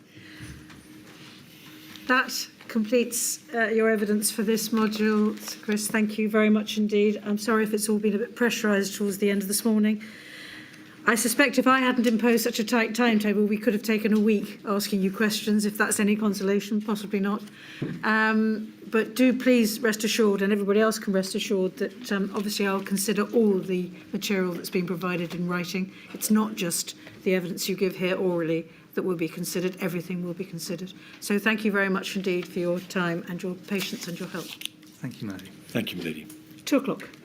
All rise.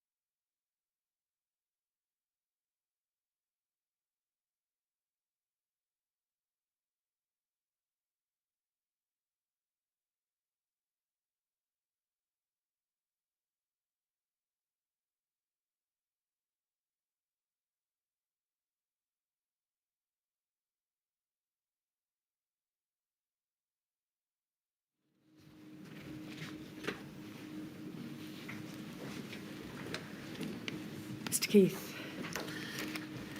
Milady, this afternoon's witness is Professor Sir Jonathan Van-Tam.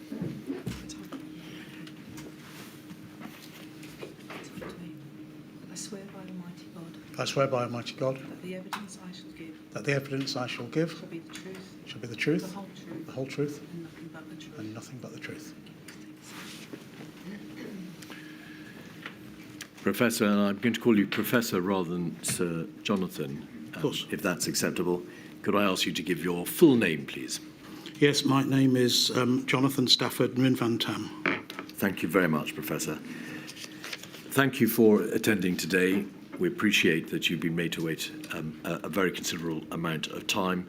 Thank you also for the provision of your witness statement dated the 8th of September 2023. There it is. All the contents, the full contents of your statement will, of course, be considered. It is a significant and substantial statement running to 146 pages. You are, by profession, an epidemiologist, a physician specialising in public health, mainly communicable disease control. Have you spent most of your academic career engaged scientifically on issues of epidemiology, prevention and control of respiratory virus infections and the like? Yes, I have. I started my academic career, I guess, in about 1991 and very quickly gravitated to the study of respiratory virus infections, but notably influenza, which has been the dominant public health threat from respiratory viruses for a very long time. And I found this area stimulating and stayed in that area all of my career. And as a result, Professor, are you the senior editor of the textbook Introduction to Pandemic Influenza? Have you published more than 200 peer-reviewed scientific papers, and you hold a plethora of degrees, diplomas, doctorates, fellowships and honorary fellowships? That's correct. All right. In terms of the positions that you've held, were you head of the Pandemic Influenza Office at the Health Protection Agency Centre for Infections between 2004 and 2007? Yes. You were, and you have been for a long time now, a member of when you were a member of what was then the SPI, the SPI committee. You were a member of SAGE during the swine flu pandemic, is that correct? And were you the chair of NerveTag from its inception in 2014? For how long were you the chair? So NerveTag actually was the kind of successor to SPI. So it wasn't entirely a new committee, it was more kind of reformatted. But from its inception, which I believe was about 2014, through until the time when I became DCMO, at that point I clearly could not continue in NerveTag, which has to be a committee that is independent of government. And then in October 17, did you become the Deputy Chief Medical Officer, particularly concerned with health protection? That is correct. Presumably your portfolio has always been, and was while you were DCMO, a broad one. Yes, it's really covered all the infectious diseases, threats, bioterrorism and biosecurity. So very broad. And in the time that I have been in post, it's pulled in other emergencies such as the Novichok attacks, the monkeypox crisis, and various other things, but also including some kind of pharmaceutical pieces, for example, the shortage of EpiPens. Then in March 2022, did you relinquish your position as DCMO and then turn exclusively to the world of academia? Yes, I did. It was a planned move out of government. I was a full-time academic for another year, and I'm now part-time 1 day a week at the University of Nottingham and self-employed for the other 4 days. I'd like to ask you, please, firstly, some questions about the role of the DCMO and with particular regard to the fact that you are the DCMO concerned primarily with health protection. Is the role of DCMO and the role of DCMO for health protection functionally independent from government? Are you allowed to say what you want within reason and to express your professional views? So the answer to that is in several parts. Yes, absolutely. As a subordinate of the Chief Medical Officer, then I've been given the permissions of that office to be independent of government, and feel it depends on your Chief Medical Officer, of course, to a large extent, but feel that Sir Chris gave me very much a partnership of equals, gave me the opportunity and respected my professional experience, and gave me the opportunity to speak independently. That having been said, I do not think it would be right, and I'm a traditionalist who understands the chain of command very strictly. I do not think it would be right for a DCMO under any circumstances, other than the serious illness or death of the Chief Medical Officer, to start making comments that were particularly strategic or particularly wide-ranging in terms of their implications across government without a full and frank discussion. And the normal practice would be for that discussion to happen and then the Chief Medical Officer to make remarks on behalf of our office. Occasionally it would be delegated. So in that sense, Professor, you are accountable to the Chief Medical Officer. And is that why you say in your statement that you wouldn't issue a piece of advice, for example, to a core decision maker without first satisfying yourself that it was in line with the Chief Medical Officer's own views? Yes, it would depend on the subject. So, for example, if it was something quite technical on the aerobiology of respiratory viruses and droplet distances and aerosols, then of course I would just, kind of crack on with giving the advice in the interests of speed and efficiency of government. But if it was something notable or significant, it would only be right for me to channel that through the Chief Medical Officer. The evidence shows very plainly that during the initial weeks of the crisis, so particularly between January and March of 2020, you took the lead by virtue of your role as DCMO for health protection on the initial phase of the response to the pandemic. How did that come about? Yes, so that is basically business as usual within the Chief Medical Officer's office. We would not have expected Sir Chris to track all of the infectious disease happenings around the world. That would fall to me and whichever private secretary was looking after me. It would fall to me to make the liaisons with Public Health England and with the wider health protection community, for example, CDC in Atlanta.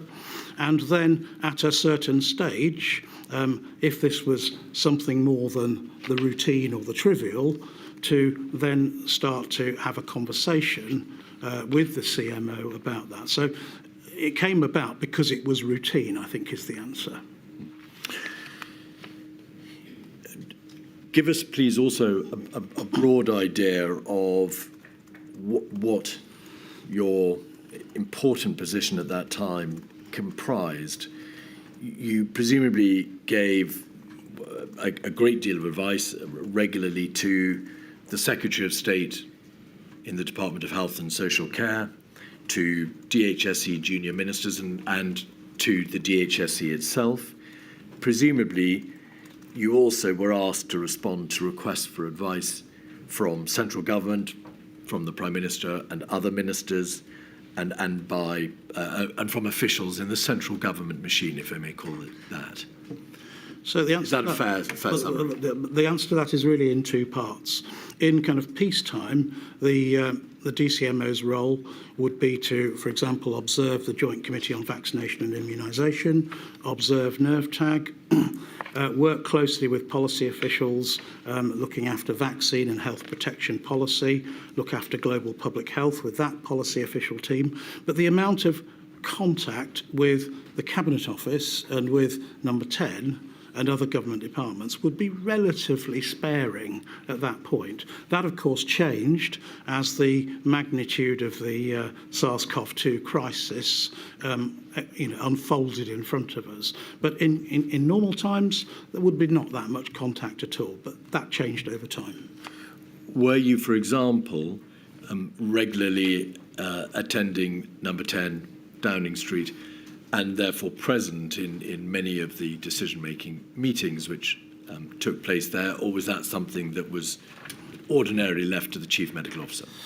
I can't recall that I ever went to number 10 Downing Street before the pandemic started, and I can't recall going to Downing Street for a meeting other than the 5 p.m. press conferences. I may have got that wrong. There may have been one or two occasions when I went to a number 10 meeting, but really my contact with number 10 was very constrained and related to those press conferences. So I really wasn't in much of the discussion that I know you've been asking other witnesses about.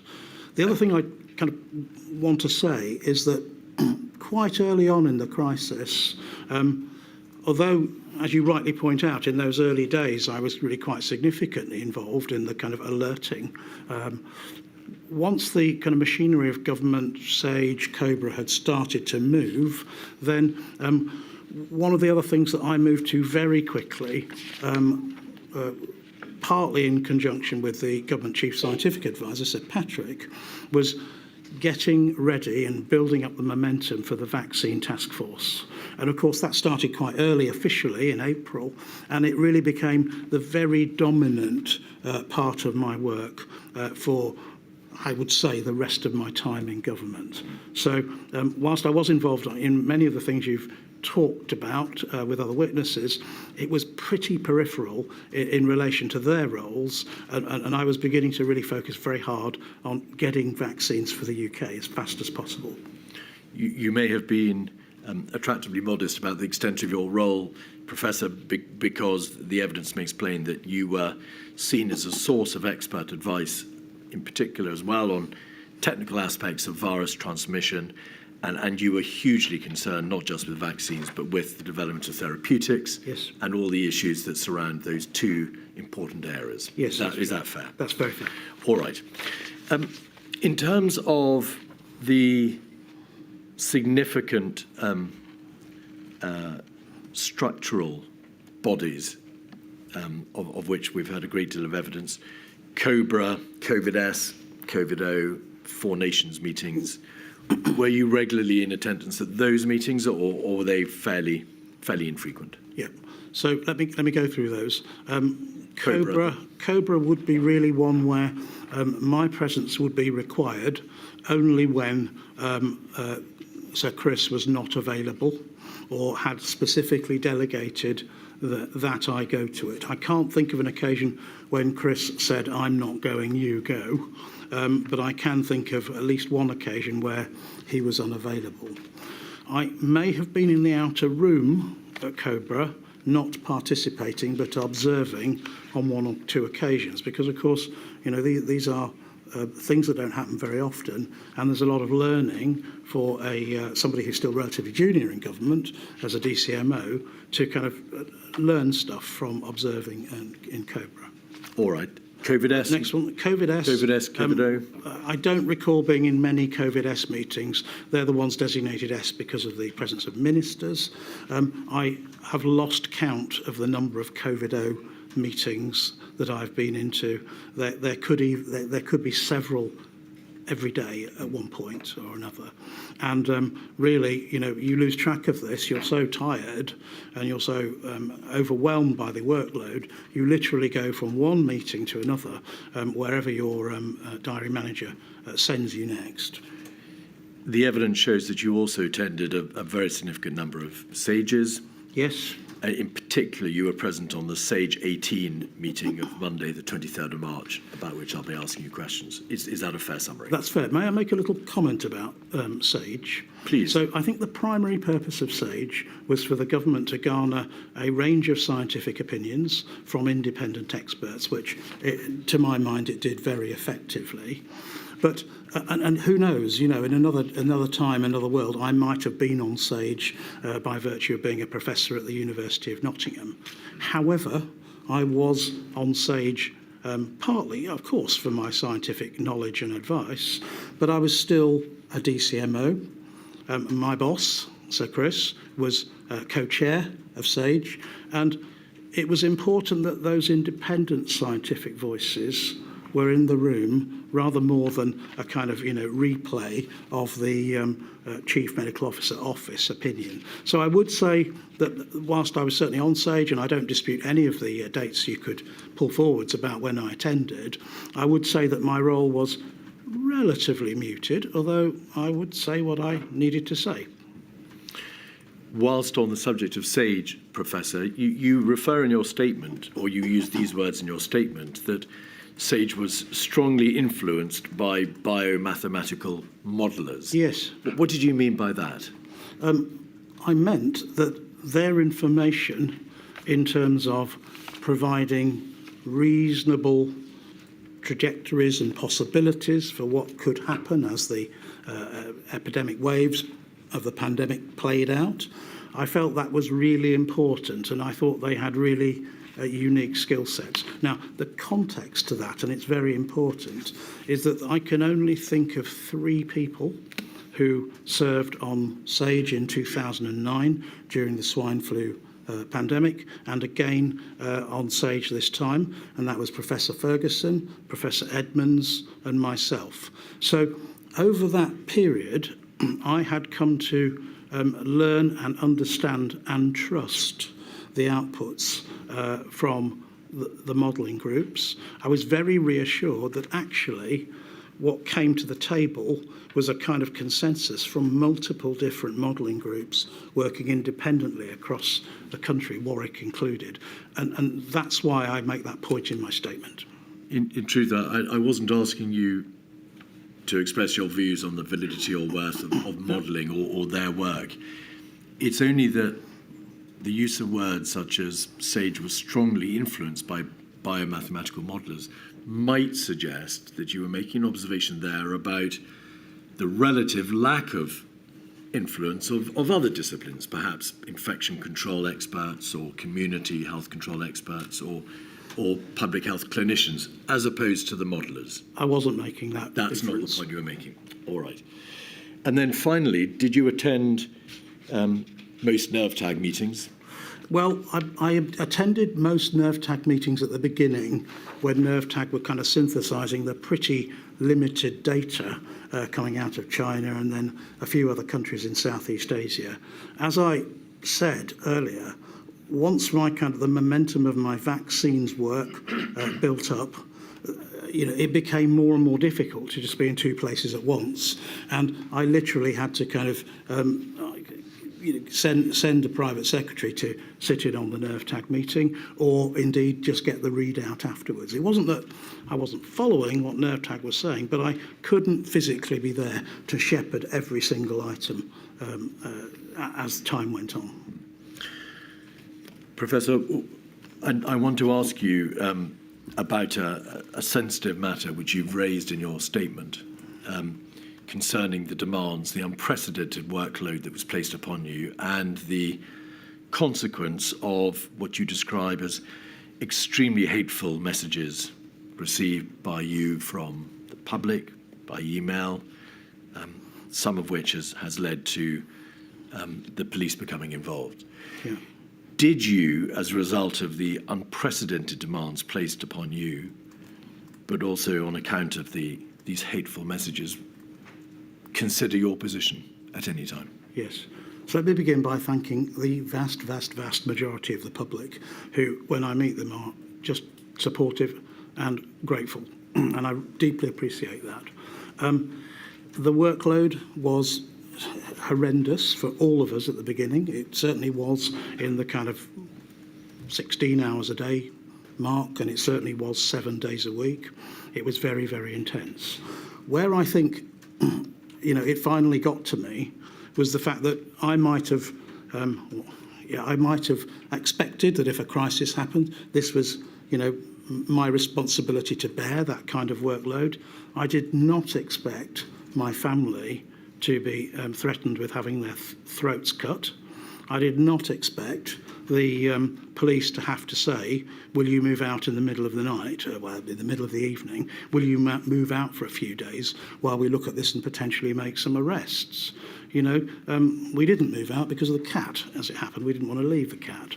But it was a very stressful time indeed. And, my family didn't sign up for that. And I only make this point because I'm so worried that if there's a future crisis, people will not want to sign up for these roles and these jobs because of the implications that come with them. If I may speak on part of myself, thank you for bringing that to the inquiry's attention. Moving on to two final preliminary subjects. Your statement refers to the close collaboration throughout the pandemic between the Office of the Chief Medical Officer and the counterparts in Scotland, Wales and Northern Ireland, and considerable amount of evidence has been heard about how at the medical level, the CMO, OCMO, DCMO level, there was extensive collaboration. Do you consider that degree of collaboration, of cooperation between the devolved administrations was appropriate and that it worked well in the face of the unprecedented demands of this pandemic? So clearly this was a virus like most others that doesn't respect international borders, doesn't respect where you live in the UK to any great extent. And I felt that the medical colleagues in the devolved administrations had very much become my friends by the end of the experience, which is probably the kind of quickest way to give you some sense of how close and how bonded we felt as a group of professionals battling with the same kind of common cause in mind. So, yeah, I think that worked very well. Was there also extensive cooperation with and collaboration with your international peers and colleagues throughout the course of the pandemic? Yeah, well, one of the advantages of having been in the influenza world for 30 plus years is that you've met a lot of people and they've stayed with you in their territories throughout all of their careers as well. So you have a lot of contacts to pull on. And I had a lot of international contacts and people overseas who I call professional friends. And I'd done really quite extensive work with CDC in the past in the US and had really quite strong links with Singapore. But I think my statement gives you a list of all the different countries with which we've engaged. There are very many. Now, the timeline, and focusing on the first few weeks of the emerging pandemic. I don't wish to go through all the very many emails that you sent and received, or the many meetings and conversations that you had with your colleagues within the Office of the Chief Medical Officer about the emerging pandemic. But just to pick up some of the high points, if we could have 151286, you forwarded to your colleague, Professor Sir Chris Whitty and others, important information that you had received by way of a forwarded email attaching what is called a ProMed digest. We've had evidence about ProMed. Was this a summary of information that ProMed had put out? Yes, I mean, that's right. I've just forwarded it straight on. And if you click on the link, you would find that there's a little bit more short paragraph of what the report was coming in from China about this cluster of undiagnosed and slightly peculiar pneumonias. Now, personally, it's very clear, and I forwarded that ProMed email. I think I had probably heard something a couple of days before that. I was at home on leave at the time, so this would be pretty much my first day back at work. It didn't add information that isn't in the kind of ProMed text, but it was really around the cusp of the new year that this started to emerge. And it's common for me, if I see something that I think, ooh, yes, I just want to watch this a little bit more carefully, to forward that to my health protection policy colleagues, not to kind of get them terribly excited at that point. And as I pointed out, there's a caveat. It's a bit like a football transfer website. There's lots of rumours and half-truths on it. But just flagging it, that this is something I am going to watch over the next few days, not something that I'm asking them to watch, merely just register that it's there. And three brief points, if I may. Firstly, the evidence appears to suggest that ProMed is a valuable and consistent source of important information. It does very valuable work, and professionals such as yourself around the world rely to some extent on ProMed's work. It's informal. There's a lot of noise in there, but I think it's valuable. Secondly, this email quite plainly shows that you're already reaching out to your professional colleagues around the world, and other emails show all the ways in which you reached out to other countries. This one happens to refer to the US.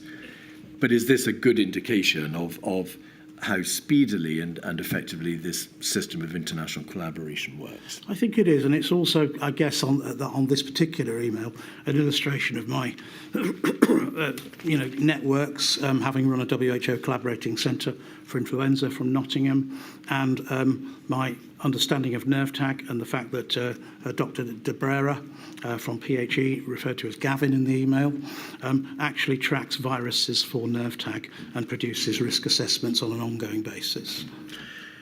The material shows that you forwarded this email and you also started other email chains with colleagues at the World Health Organization as well as the CDC and with other colleagues around the world. Yes. Thirdly, in relation to this email, you've used the word emerge, information about an emerging virus in the course of your evidence.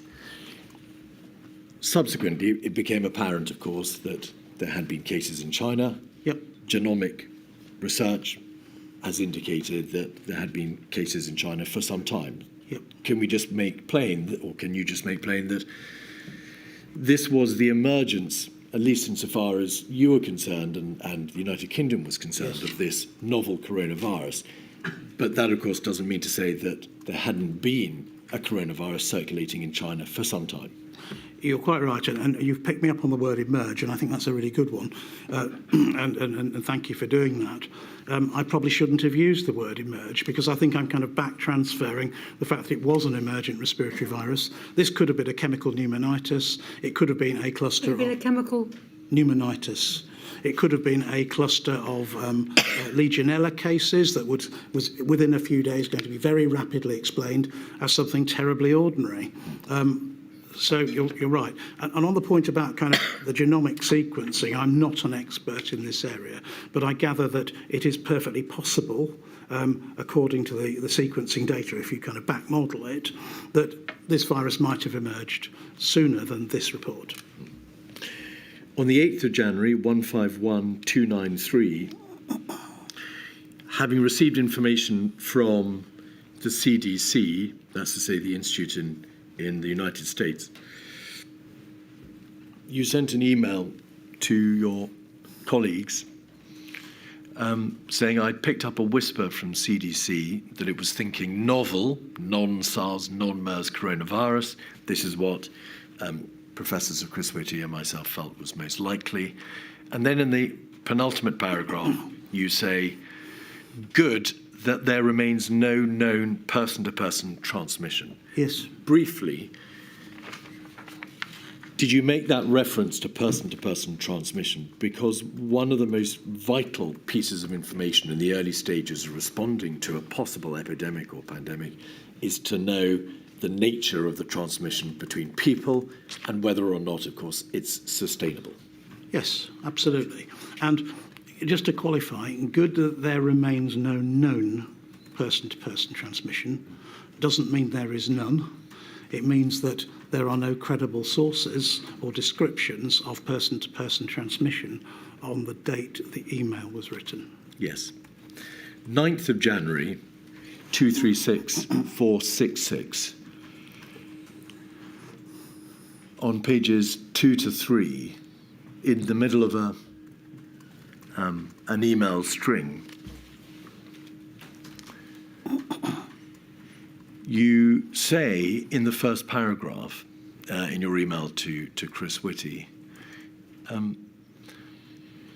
notably 0 reported case fatalities so far, though 7 of 59 cases with severe disease is a significantly high 12% case hospitalization rate, in my view, such that established person-to-person transmission would cause serious hospital surge pressures on a par with severe pan-flu virus.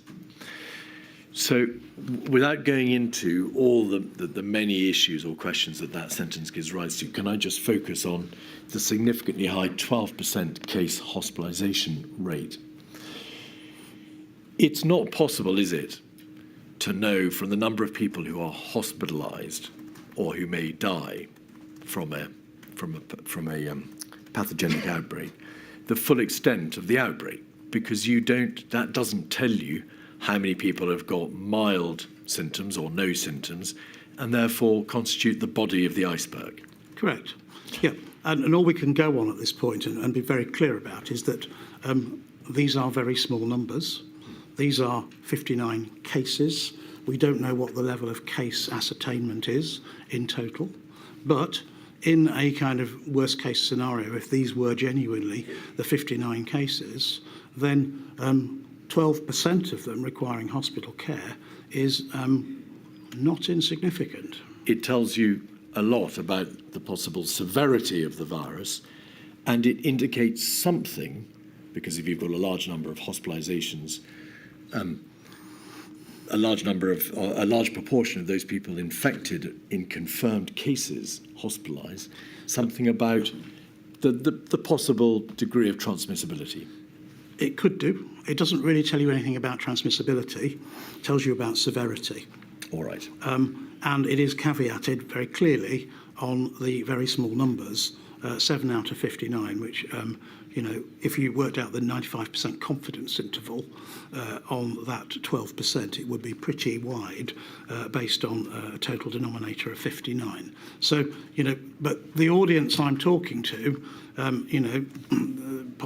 possibly the top epidemiologist in the country, will know this and will understand what I'm saying through that. And there's a reference then in the second paragraph to R3 triggers. Is that a reference to the triggers to which, in fact, Sir Chris Whitty spoke? Yes. Being triggers revolving around whether or not transmissibility extends to be up to family level, the degree of transmissibility, to the possibility of healthcare workers becoming infected and falling ill, and also to geographical spread. Yes. Are those the triggers? Yes, indeed. And I think Chris was very clear yesterday about his kind of concerns that maybe triggers wasn't quite the right word, but we all use words sometimes in the heat of a crisis that we don't mean. And I don't think he was saying that there were specific triggers for anything beyond heightened concern.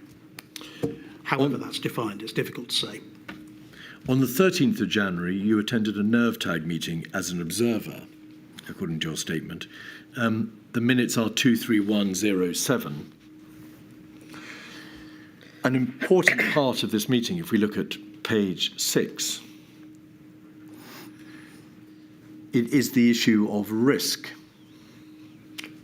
The current PHE risk assessment for this virus was presented, and then there's a number of elements, yes, and the conclusion which NervTag reaches. Could you just confirm your understanding of what is meant by this risk assessment? Is it an assessment of the risk at that point, or is it a prospective assessment, a contingent assessment of the future? It's an assessment of the risk at that point, based upon the extant data at that point, as available to PHE. I think this is a good moment for me to try and contribute to the inquiry in a way that makes the future better for the UK than the past.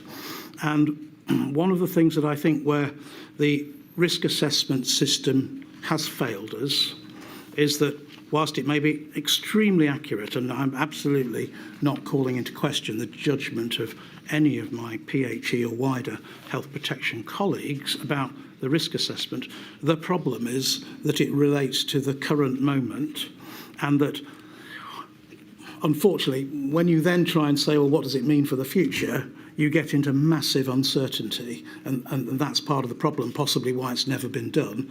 But equally, it doesn't give any kind of flavour to the less experienced reader about what the range of possibilities kind of is in the future, if you like. And I think that's really difficult because, you know, NervTag is tracking new and emerging respiratory virus infections and, you know, often keeps them on the radar because they have some degree of pandemic potential. And so you could almost say that everything's got the possibility of kind of, you know, inflating into a big crisis at some point. So it is difficult, and it will be very nuanced to do it. But I think it's very unfortunate that this can be read as, oh, well, it's low, just forget about it. And of course, an important part of any risk assessment process is the message that is communicated thereby.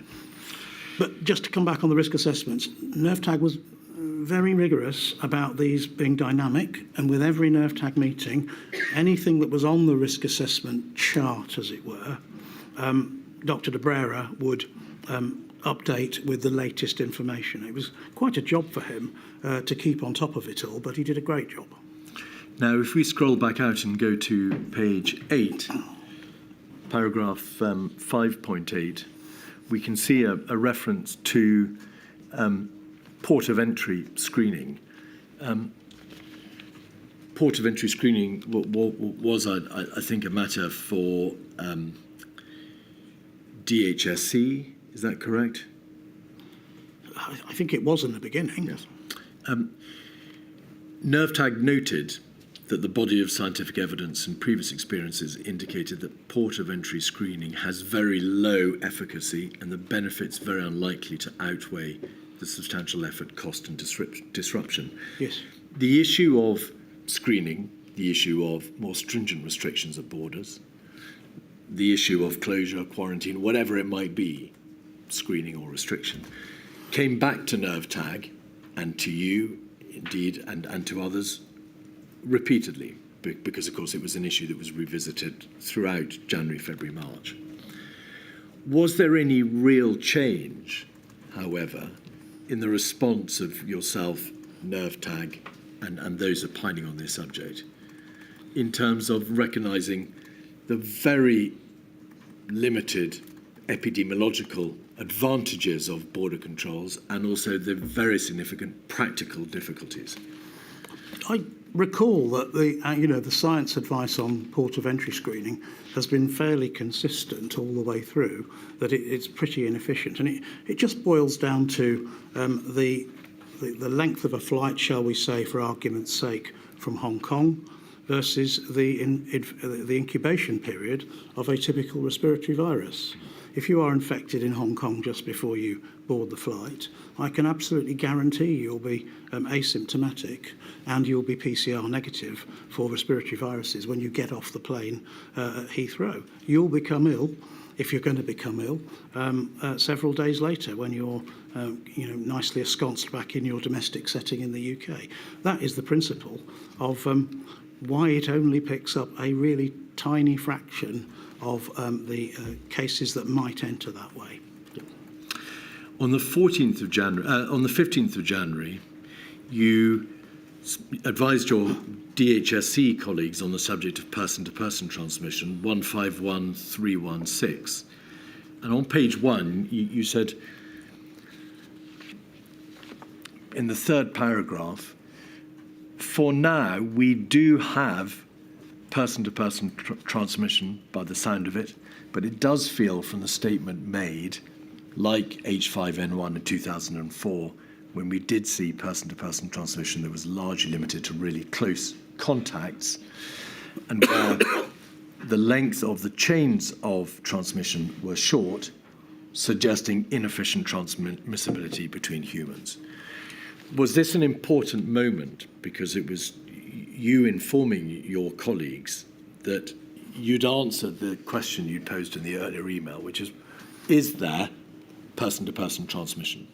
Yes, but extremely limited. As a virus that is essentially from another species, when it first encounters humans, and if it can cross the species barrier at all, then you get very occasional incursions into humans that can cause very severe disease in the tiny, tiny minority of exposures, or the tiny, tiny number of circumstances in which there is an exposure.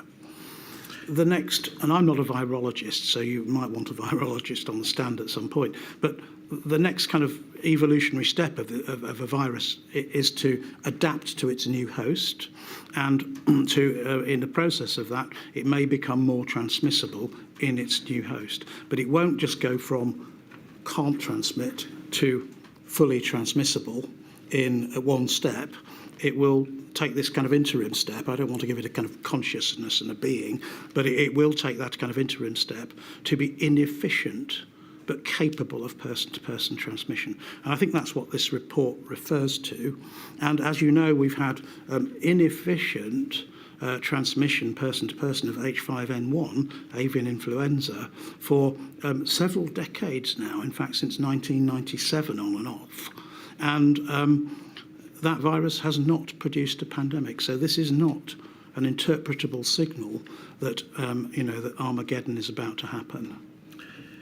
Nevertheless, your statement, Professor, states that on the 16th of January, you first became seriously concerned about the threat that this virus potentially posed to the United Kingdom. Yes. And you say this: by that date, it was clear that this was a novel coronavirus. It was fairly clear that human-to-human transmission was occurring.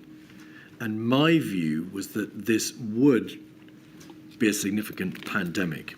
And before you answer, elsewhere in your statement, you use similar words, but you emphasise that we would experience a severe pandemic in the United Kingdom.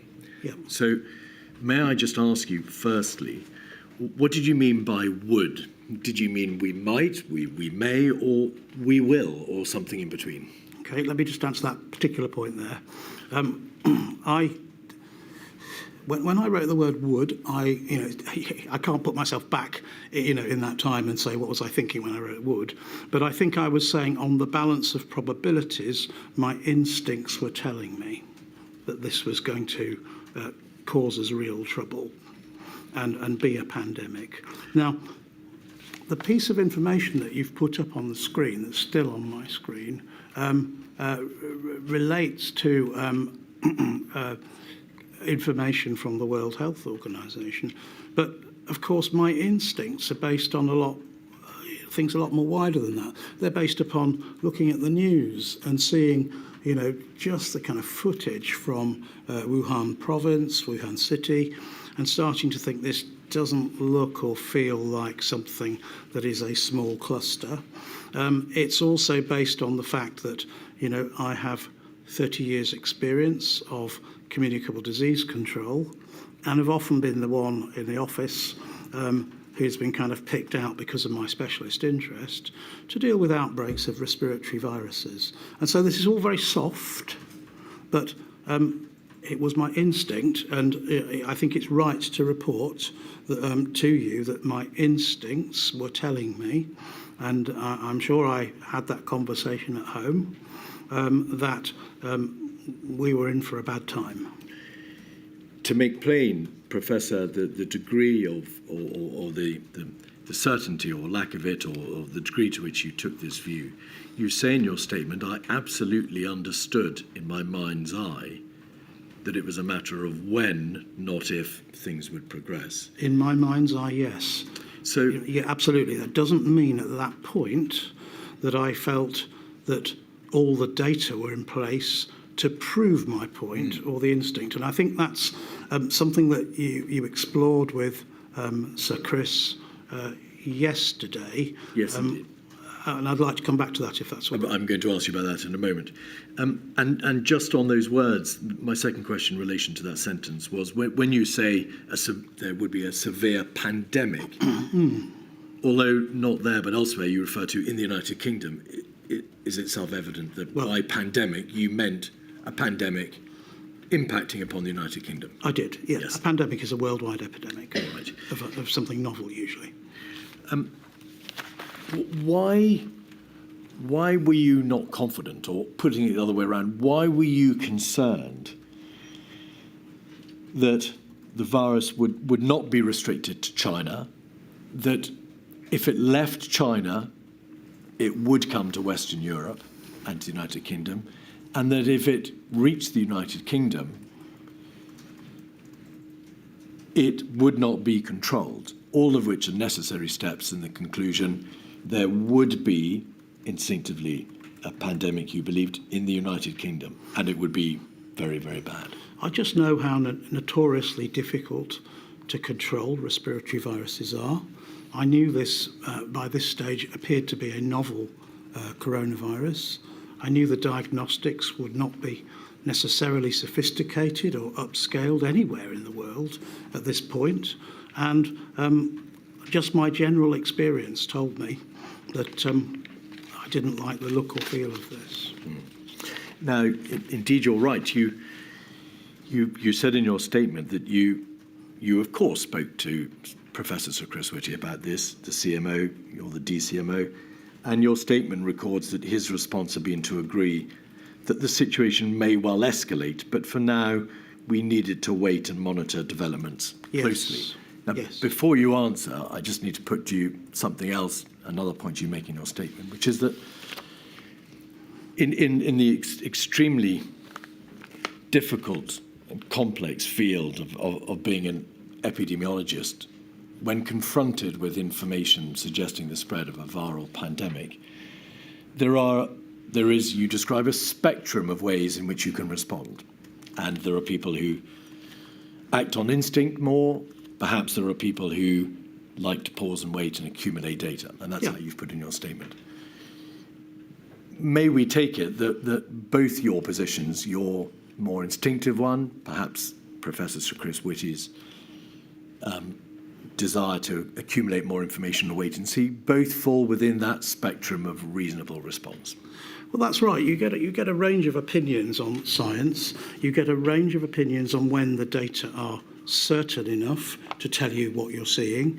And then you have to overlay on top of that personalities. And, you know, much as Chris and I are great friends and, you know, very dear colleagues, and I genuinely mean that, we are different personalities, and we both say we're different personalities.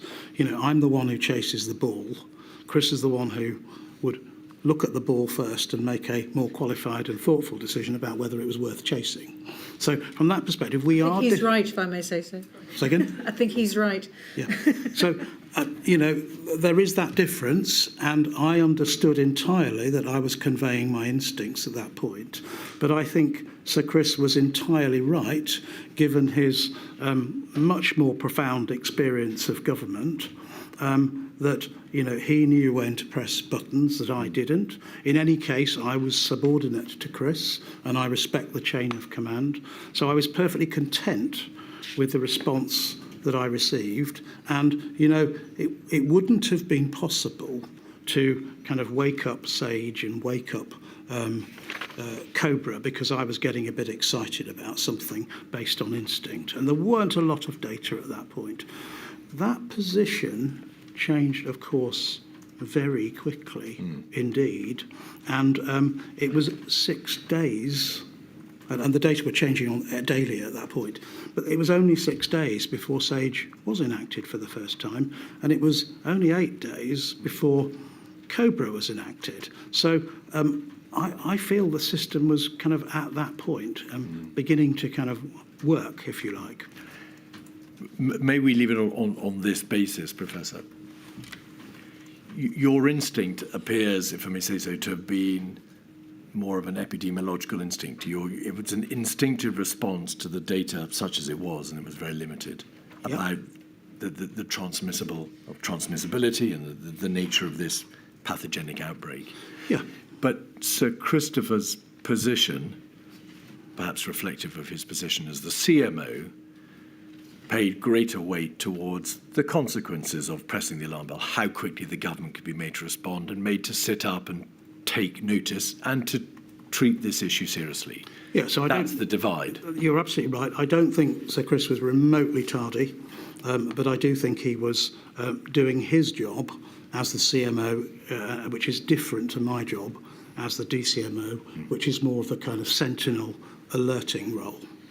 Well, to be fair to Sir Chris too, I mean, you're not going to get any government to move on the basis of Professor Van-Tam's instincts, are you? No, absolutely not. Absolutely not. And I didn't expect it. I was just, we have a very open office. We don't, we say what we think. We talk to each other as professional colleagues, and Chris has made that very clear that we professionally, that's how we should be. And so it's a safe space to say, look, I've got a bad feeling about this. And did you say earlier you were involved in the swine flu Yes. response? Wasn't the Chief Medical Officer at that stage criticised for pressing a warning button too soon or too much? I can't remember. Was there some I don't criticism? recall that, but I just don't recall it. I couldn't comment. Evidence has been received from other scientists and epidemiologists to this effect. Because of the characteristics of a viral pathogenic outbreak, viruses can explode, they can move extremely fast.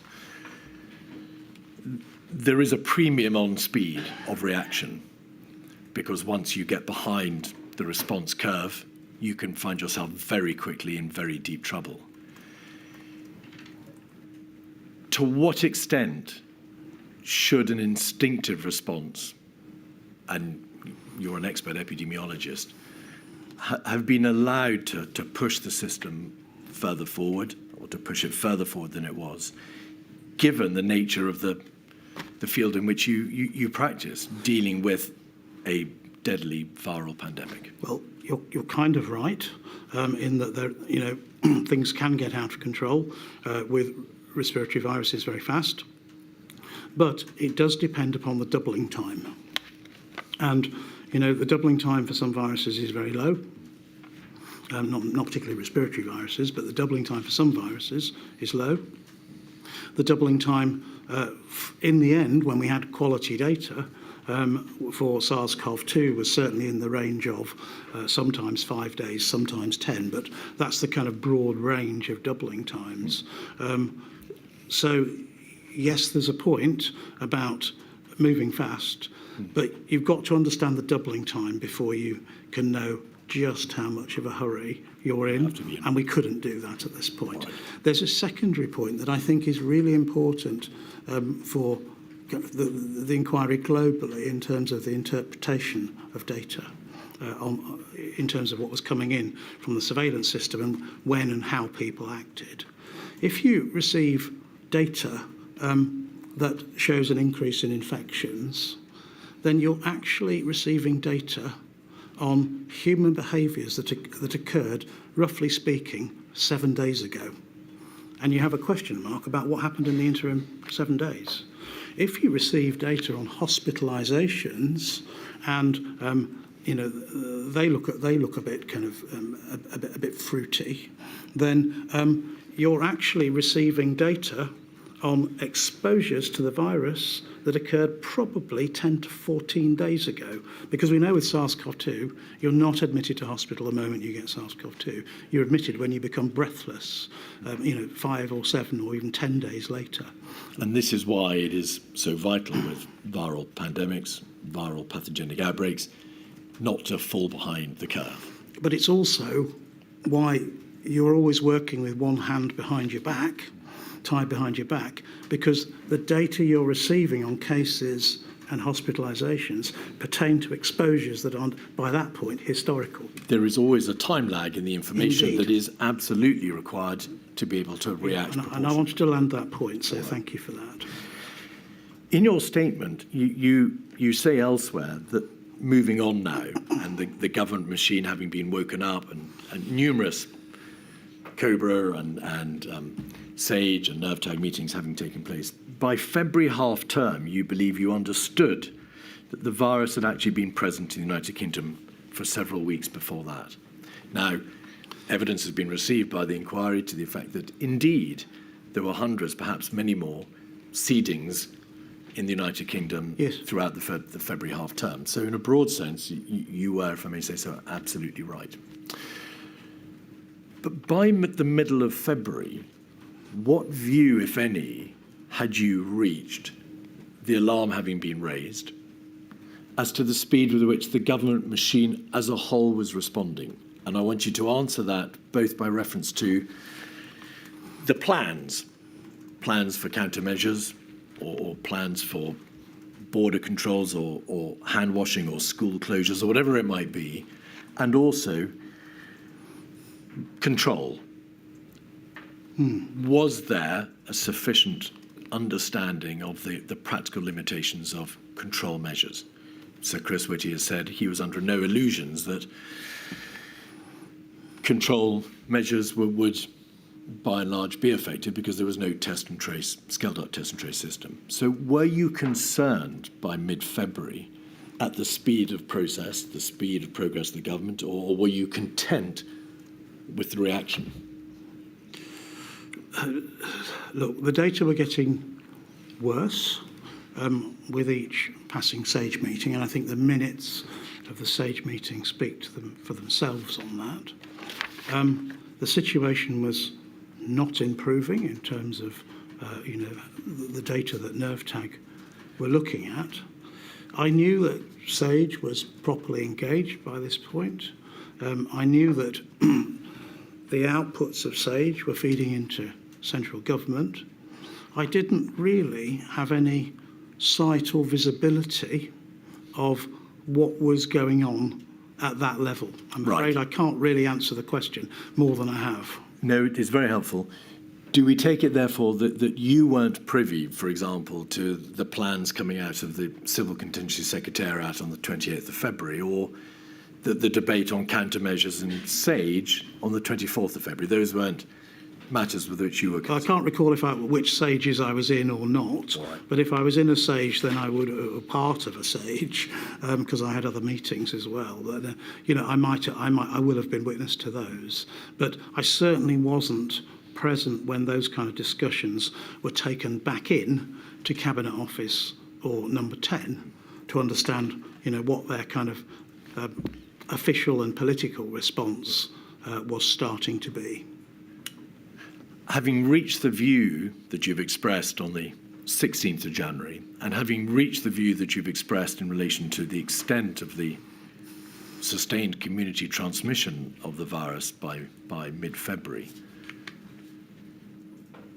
did you reach a view as to the timeliness or not, absolutely open-ended, the timeliness or not of the countermeasures that did in due course come to be imposed? So the measures of the 12th of March, the 16th of March and the 20th of March. So it won't really surprise you that I'm pretty aligned with Sir Chris on this. My kind of instinct reaction was not a day too soon. With the benefit of hindsight, I think I reflect that these measures would have all been better, kind of certainly 7 days earlier than they were, possibly a little longer than that. So somewhere in the kind of 7 to 14 day window, that would have been perhaps a bit more timely. And is that a reference to all the countermeasures, so those on the 12th and then the 16th and the 20th, and then ultimately, of course, the lockdown 23rd? So they could all have been applied a bit earlier? Yeah, I think that's fair. All right. Yeah, I think that's fair. But particularly, the move into lockdown. But I do appreciate that there were things going on the weekend before which made the data look suddenly much worse than they had previously looked. So I think, there was an element of a change there that really kind of galvanised hearts and minds. But not a change that, in fact, sweeps away your observation or your assessment that it could all have been earlier. Yeah. Yeah. If you had had any of the measures short of the mandatory lockdown imposed earlier in the 7 to 14 days, in your expert opinion, was there a chance we could have avoided the mandatory lockdown, or is it impossible to say? I think it's largely impossible to say, but I think for me, the balance of probabilities, looking at just how infectious this virus was proving to be in places like Italy, France, that there were just almost certainly no alternatives. And my view, I don't know if you're going to come to it, but I'll just say it anyway. My view is that Although there have been lots of expressions about the NHS overwhelmed, that was possible, overtopping, overwhelming, etc. My view is that we would, as is the same as Sir Chris, that we would have first run out of high-intensity care beds, and it is possible within a couple of weeks, if we had not acted when we did, that we would have reached in a position where the number of people requiring admission with COVID, severe enough to warrant hospital care, could not have been admitted. With some, pretty awful potential considerations at that point.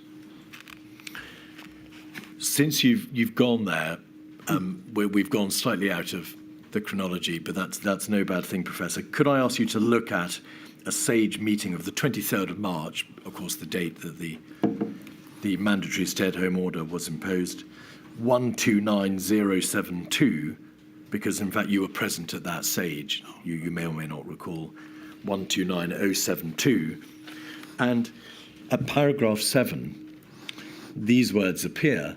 Or rather, perhaps let's start at 6. The NHS is surging bed capacity over the next fortnight with a focus on London. The data suggests that London is 1 to 2 weeks ahead of the rest of the United Kingdom on the epidemic curve.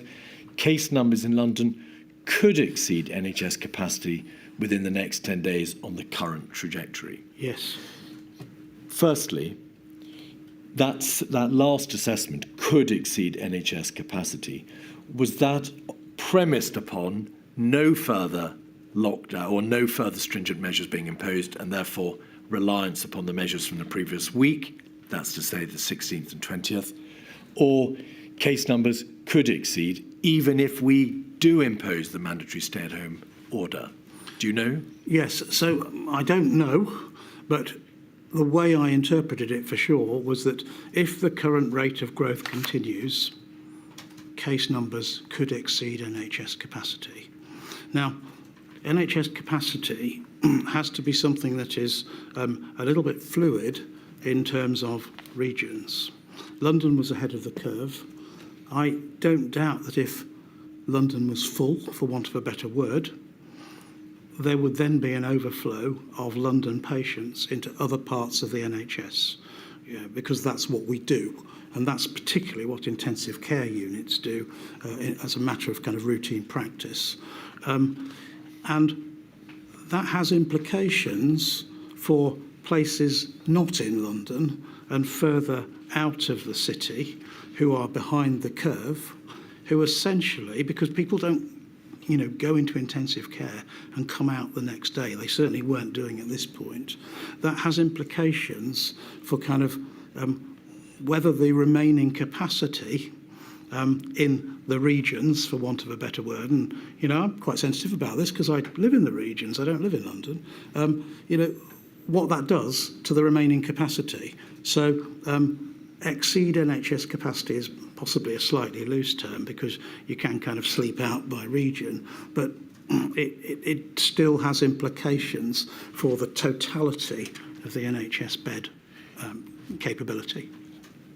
The material around this time uses, as you've already identified, a number of different ways of describing the impact on the NHS. Overwhelming, overtopping, exceeding capacity, straining the surge capacity, and so on and so forth. Is this the position, as you understood it at that SAGE meeting? There was no hard data saying there is a stop point, a hard date by which the NHS will be broken, but that instead, if the epidemiological trajectory or curve continues in the way that it has, it will inevitably be broken at some indeterminate point in the future. Is that the nub of it? Yeah, so hard stops are really kind of bad expression for the reasons I've given, that if you're short of capacity in one area, you kind of move out and ship out and sleep out into the other areas. But the NHS is nevertheless finite in the number of staff and the number of beds, and so I think that's right. I think that's the correct analysis. You did say something else, and I've forgotten it. No, I think that was all I said. Okay. And secondly, obviously on that 23rd of March,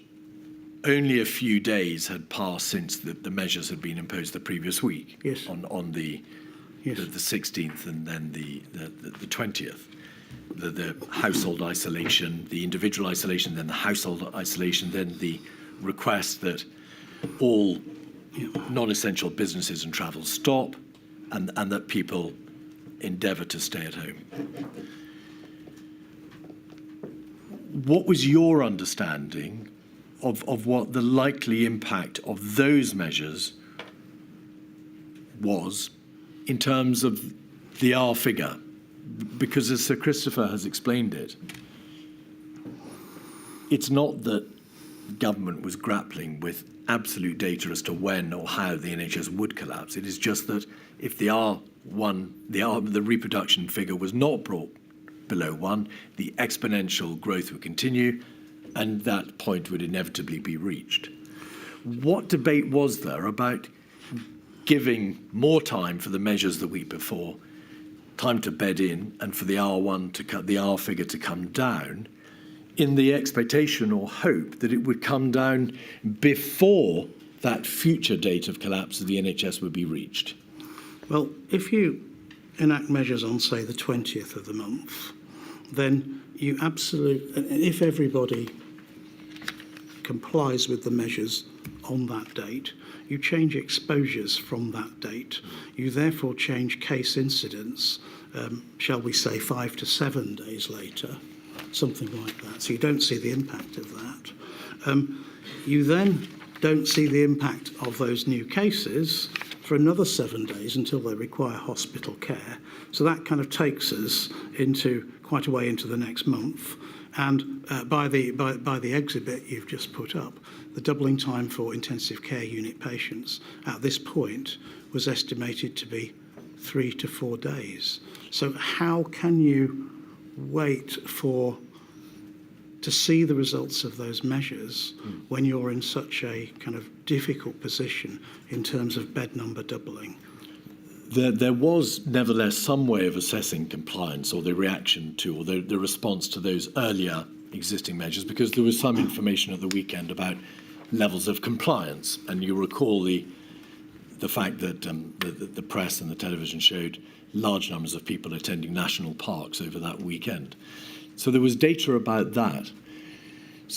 Is therefore the position that the quandary the government was in this, nobody could say for sure what the impact had been or would be of the existing measures.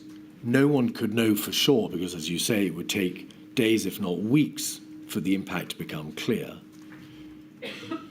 What, therefore, the impact would be, and that was an unconscionable risk to run. If you don't know what the beneficial impact had been of the week before, you cannot continue on the basis that you've just got to hope it will work, given the characteristics of the viral pandemic. So I understand the question entirely. What I don't think I can do is give you the kind of technical answer you require, which I think the modellers would need to give you about what their views were about the likelihood of those phase 1 measures, if that's the right word, having the desired impact. I just wasn't close enough to it at that point. I don't wish you to speak on behalf of the modellers. No, and I can't really give you an answer then. But was this not a debate that was taking place within SAGE on that day? How do we weigh up the prospect that the phase 1 measures are going to work to get us out of the hole against the risk that if we don't act now with further more stringent measures, it'll be too late? That's the crisis. That's the dichotomy. Yeah, I've pledged to be truthful, and I will, and I can't remember. All right. Can I now raise just some other separate, disparate areas? The Coronavirus Action Plan of the 3rd of March. Yes. Did you have a hand, Professor, in its drafting or its promulgation? I undoubtedly received a copy of it to make some kind of track changes and suggestions to. In fact, I think if you were able to kind of look at the email records, you'd probably see that that was the case. It was another job to do. I was rather more focused on specific jobs I had to do connected with fighting the virus than writing a glossy pamphlet about how I was going to play my role in it, or how the government was going to do it. So I'll be perfectly truthful with you. It was another job that probably wasn't very welcome at the time. And, I just thought, well, see it through. May I ask Let others do it. May I ask you this? You've told us how you'd already reached the view in mid-February that Yep. there was sustained community transmission, essentially containment had been lost. You must have wondered around about the 2nd of March when you were contributing to the final draft, why am I assisting in the drafting of a document which is based on the premise that containment has not yet been lost, and indeed the government didn't announce it was lost until the 12th of March. The drafting of government documents takes forever and a day, and it wasn't really something that I was focused on or really had the kind of mental and professional energy to worry about. All right. I've written down action. I was focusing on actions, not plans, not words. Yes, I was, I'm afraid. Yes. Well, that perhaps is a very useful description of certain publications. Milady, is that a convenient point? It is, certainly. We take a 15-minute break, Professor, so I shall return at 3:25. All rise. But we shall complete your evidence today, I promise.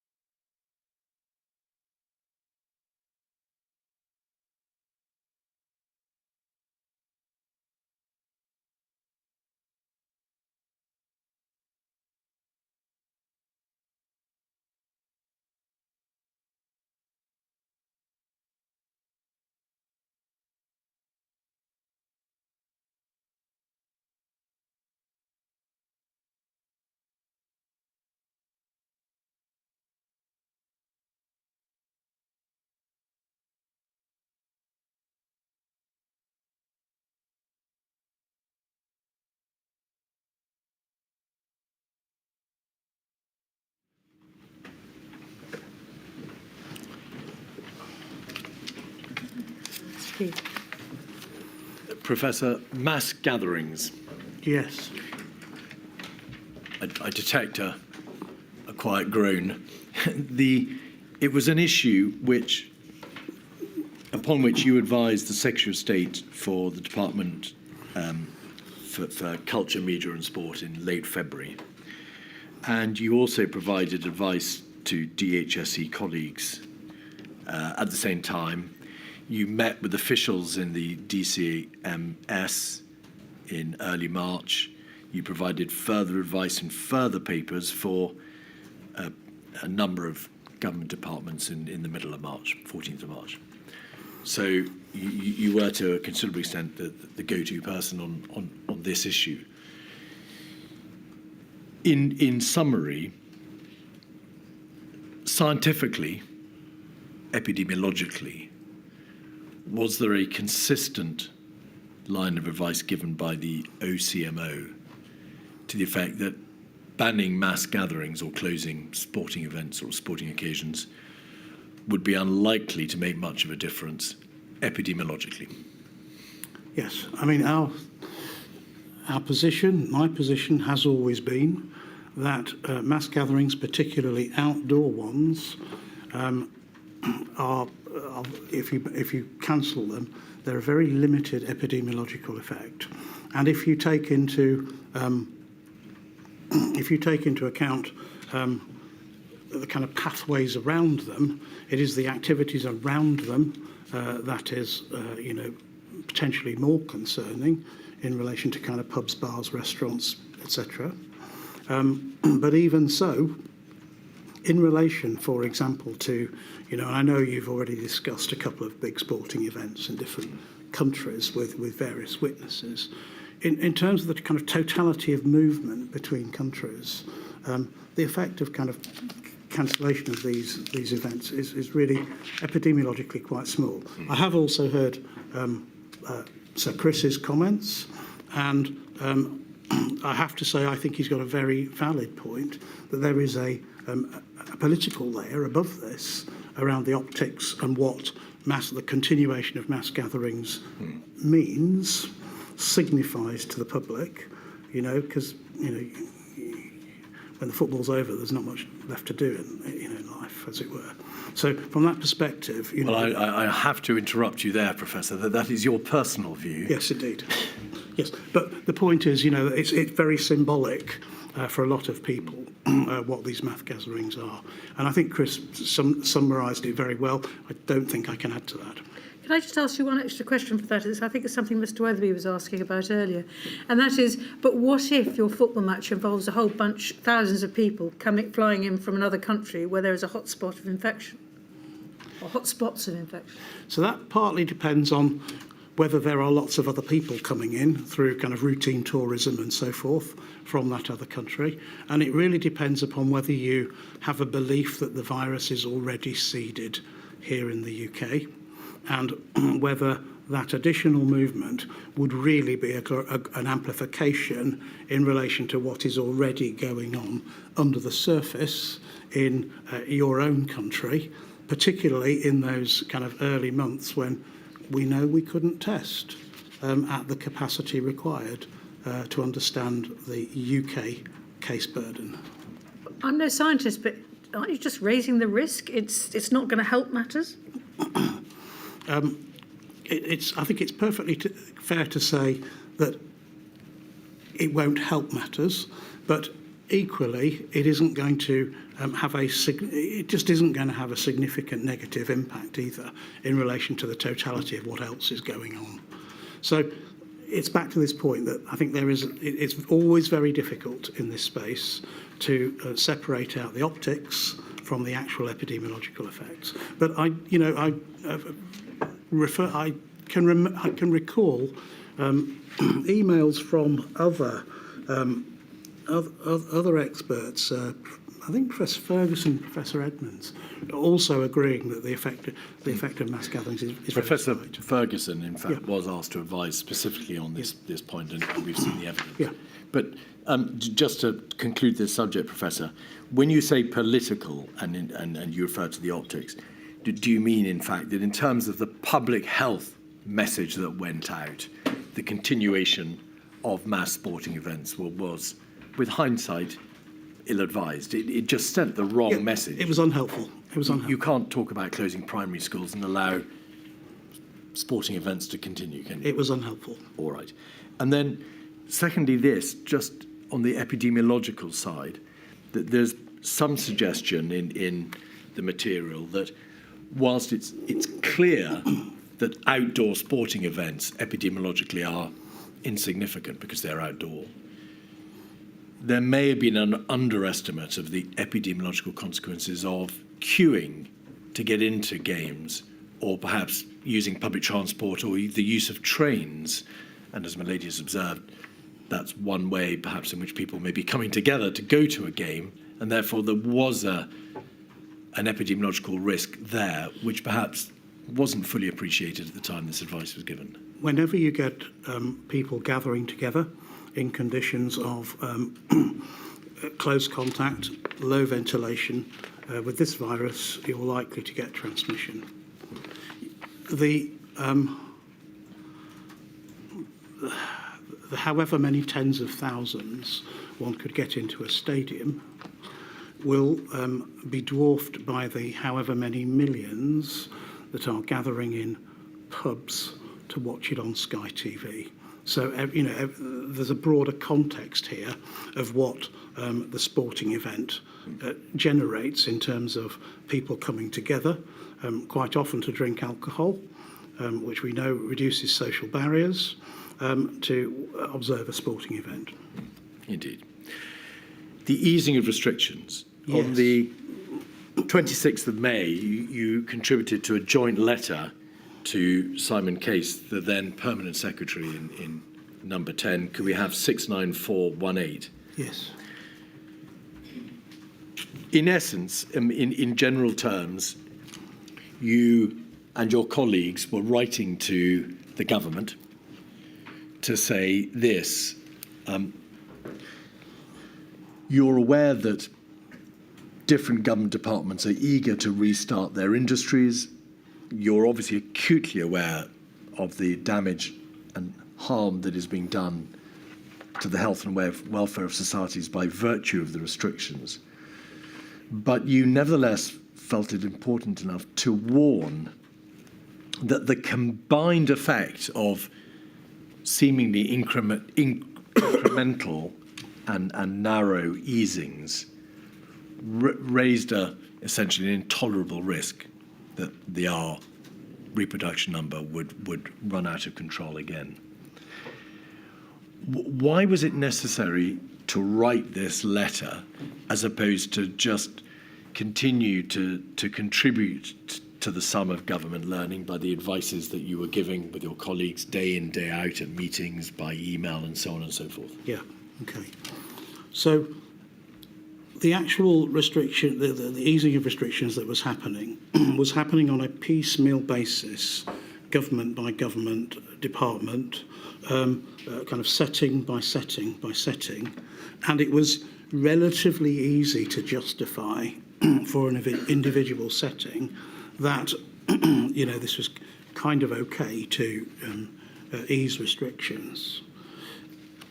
There when you put all of those together, there was a risk. Your words were intolerable, they're not mine, but there was a risk that this would all go too fast. Will you say severe risk, if I may observe, of a second? Intolerable's not a word I don't think I use. All right. Well, a fair point. But there was a risk that this would all go too fast. And there was a risk that we knew there would be further waves of infection. Epidemiologists knew that at some point. There was a risk that if you kind of let it go, let it kind of rebuild and get a lot of momentum, you would then enter the next wave from a fairly high level and therefore have less warning and therefore with more consequences. So that was the kind of science reasoning behind the letter. Why the letter rather than just continuing to cooperate? And I think that was about, certainly for me, and I can only speak for my signature on the letter, I wanted to leave a mark in the sand here. Why was it necessary to leave a mark in the sand if you were as you were, of course, the DCMO, giving advice on a daily basis to government with your colleagues? Because people like you have come back to it now, and it's kind of on record that I was concerned enough to write a formal letter to the CABSEC at this point because of those concerns that I've already relayed to you and the room. But they were concerns that you would have been ordinarily expressing in the course of your day-to-day meetings, because all of you were exclusively concerned, of course, with the pandemic and with the easing of restrictions and the debate that was going on. But sometimes a letter is needed. Why was it needed? As I said, to lay down a trail in writing that was incontrovertible, that we wanted to say that this needed to be taken very carefully. If that suggests you didn't think your oral advice was being taken sufficiently seriously. I think it could partly suggest that, but it could also partly reflect the kind of fragmentation of decisions across different sectors, and therefore possibly the CABSEC, not being an epidemiologist that I'm aware of, not being able to crystallise the net result of those individual sector liftings and frame that in terms of the national epidemiology. So, I don't think it was because we kind of felt we'd run out of road in terms of, getting traction with officials from other government departments, not at all. But I just think it was more about the totality, and somebody who's responsible for the totality actually being presented with that concern. Professor, it is common ground, it's well established, that as these things go, the level of prevalence remained relatively high, or at least not very low, throughout the course of the summer months. We came out of the restrictions with the prevalence still at a relatively significant level, and that didn't change. Then in September, there was a debate, which we're not going to go into, about the necessity for circuit breakers, then the introduction, or instead of a tier system in October, and then ultimately the lockdown in the beginning of November. Yeah. In general terms, do you assess that this warning, which is what it surely was, because the last paragraph shows what might happen if control is lost, was generally heeded?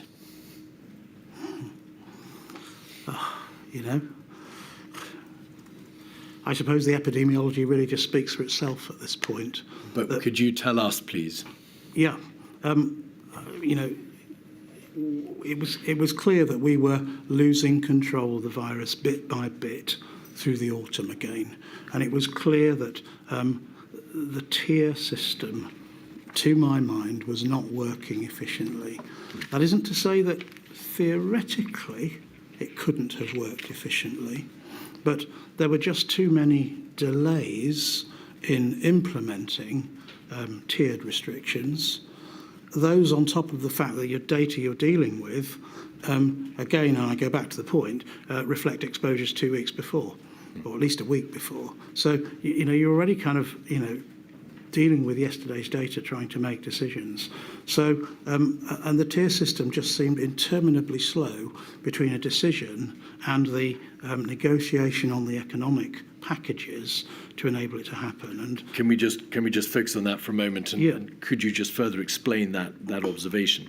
The evidence is that in the October tier system, not the December one, but in the October one, there was a process by which local authorities who were subject to higher levels of tiering could negotiate financial packages. I believe so, yes.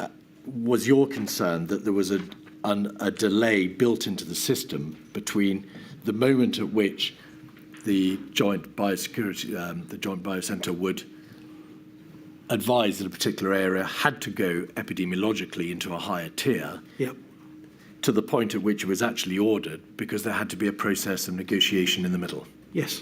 All right. And then because of your point about the importance of not falling behind the curve and not knowing what the data in fact shows, because the data is a bit old, that gave rise to a very real problem. Yeah, and the tier system led to some other problems too. For example, Liverpool did really well at one point and managed to kind of significantly to kind of turn their numbers down. Manchester got into more difficulty, but there were widespread reports of people from Manchester going to nightclubs in Liverpool to circumnavigate the kind of geographical boundary of the tiers. So at a practical level, I think it was very difficult to kind of make it work, and it probably looked better than it really was, which is why I just don't think the tier system served us very well at all. You focused on the events in October, Professor. My question, in fact, was designed to elicit from you an answer as to the general governmental response from the time at which you sent the letter in May. Was the reality that the warning was not heeded to this extent? Control of the disease was lost. The steps taken by government in September, by way of the decision not to impose a circuit breaker, the decision in October to have the tier system that you've described, failed to do that failed to perform the very aim, the strategy which you had identified as being necessary to ensure that there wasn't a new loss of control and a new second wave. Yes, that's correct. All right, thank you. Eat Out to Help Out. Yes. Did you, Professor, were you consulted on that scheme? We've asked the same question as Sir Patrick Vallance and Sir Chris Whitty. Were you involved in that? Absolutely not. The first I heard about it was Think on the TV. I think that indicates what view you would have taken had you been consulted. Say again? What view would you have taken had you been consulted? So, had I been consulted, I wouldn't have made any distinction between Eat Out to Help Out and any other epidemiological event that brought different households into close contact with each other for the purposes of socialising, eating and consuming alcohol. The net epidemiological effect, is kind of agnostic to what's on the menu, as it were. But I would have said this is exactly encouraging what we've been trying to suppress and get on top of in the last few months. So it didn't feel sensible to me. All right. Finally, two last subjects. Moonshot. Yes. You were on the Moonshot Scientific Advisory Group. Yes. The first meeting of which took place on the 25th of August. We've heard very little about the moonshot. What was, briefly, the moonshot idea or exercise? So I'll give you my best understanding of it, which may not be perfect. The understanding of moonshot was to try and restore the UK to a point where we had almost no COVID. And to do that, to detect every single case there was kind of cooking or ongoing in the UK at the same time. A mass test. So mass population testing in a very short window of time. Now, I never got to the point where I understood whether this could be done in one day or done in 3 days, but even 3 days would be, 20 million people a day. And so I never really kind of understood that concept. But it didn't make any epidemiological sense to me, because let us say that your testing day was Monday. Yeah. For a whole swathe of the population. For a whole region. Of people, yeah. And there would be a number of people who were exposed to the virus on the Sunday, who absolutely would test negative on the Monday because they were incubating the organism, who would get a kind of clear result, as it were, by Tuesday or Wednesday, but who, by Thursday, may well have symptoms. So actually, you would have to repeat this over several days and keep people in isolation from each other to avoid further exposure, to kind of get to the point where everyone was clear. And I just couldn't see it working. I was sent to the moonshot meeting. I can't remember who sent me, but I was told to go on to the moonshot meeting. And I went along. I tried to offer some, non-negative, constructive comments, but I couldn't see it working ever. That's the epidemiological answer. Practically, as at that time in August, do you recall whether or not the United Kingdom in fact had a fully scaled up system of PCR, antigen or free flow tests that would have allowed these sorts of numbers to be tested simultaneously? I mean that's a memory test, and I can't remember the figures. But my kind of gut feel is no. And of course, there were other far more important testing environments, such as hospitals and care homes. Indeed. Finally, communications. In your statement, you refer to the fact that there was a Japanese poster called the 3 C's: close spaces, crowded places, and close contact setting. The merits of which commended themselves to you, and you sent a copy of that poster to the Cabinet Office in mid-June, so not during the lockdown and not save the NHS time, but afterwards. No. Why did you send a copy of that poster to the Cabinet Office in mid-June? Well, I can't remember when I first discovered the existence of the Japanese 3 C's concept, but it immediately resonated with me. And, all I can say is it resonated with me personally, because I felt it would be a way, if we did it right, by which we could coach the public to look at any situation and just, remember 3 C's. It's pretty simple. Literally, is it closed? Corollary, and what's the ventilation like? Is it crowded? Are you putting a lot of people into that closed space? And is the purpose of them being there to have close contact with each other? And I felt that you could teach people to self-regulate almost and risk manage their own behaviours, their own exposures, if we could kind of make that concept work in the UK. And had it been very successful in Japan? I can't give you the answer to that. All I can say is, repeat what you said to me, that it absolutely resonated with me. All right. You sent it to the Cabinet Office. You were told that it would be considered, this type of messaging it would be explored as to how it could be integrated into the campaign. Did you hear any more? No. You were the DCMO for health protection in the face of this pandemic? Yeah. All right. Thank you very much. Mr. Weatherby.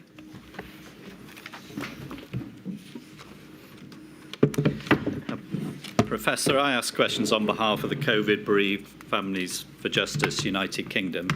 Represents many bereaved families across the United Kingdom. And for the purposes of the questions I'm going to ask you, it's important to record that some of them are bereaved of healthcare workers, and some of them themselves were healthcare workers during the pandemic, including on COVID wards. Now, on the 9th of January, you attended, so very, very early in the story, you attended a PHE strategic response group where it was agreed that COVID would be treated as a high consequence infectious disease, HCID, although I think it was formally classified as such a few days later. Is that right? Yeah. And I think it's right. Yeah. Okay. Well, I have the document. I'm happy to put it up, but I'm trying to work at pace. The minute of that meeting, I'll give the reference for the record. It's 119453. And the minute records that it was recognised that COVID, like SARS, was a virus with, quote, higher airborne transmissibility. And that would mean, wouldn't it, that it was recognised that it was transmitted either by aerosol or droplet transmission. Is that right? So higher airborne transmissibility does mean that it could be transmitted via the airborne route, which includes large droplets and also includes fine particles, Yes. also referred to as aerosols. Thank you. But aerosol or airborne transmission is not part of the definition No. of a high consequence infectious disease. Thank you for that clarification. I wasn't, in fact, suggesting it was. No. But that's what was recorded in the discussion, during which it was agreed between you and the PHE group that it would be, in fact, classified as a high consequence infectious. And the reason for that classification at that point was that primarily, I think at that point we really did not understand with any certainty the infection or case fatality rate. We didn't know how lethal this virus Yes. was.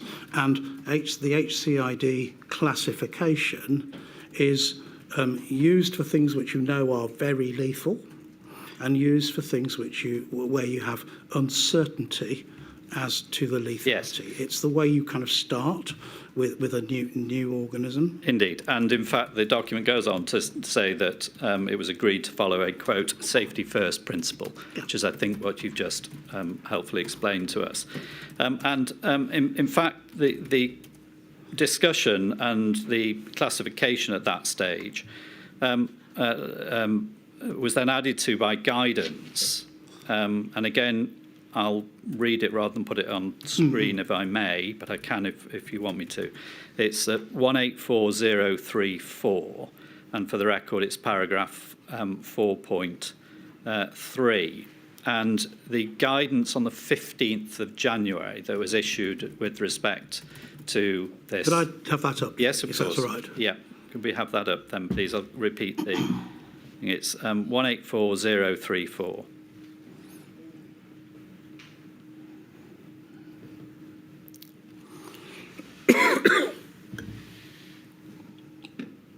Right. Sorry, but can we just have the first page up first, just so we can orientate us as to what it is? Thank you. So it's the Wuhan novel coronavirus infection prevention and control guidance, 15th of January. Yes. So can we go to the paragraph that you helpfully had already been put up? Thank you. 4.3. Page before, I think, yeah, 4.3.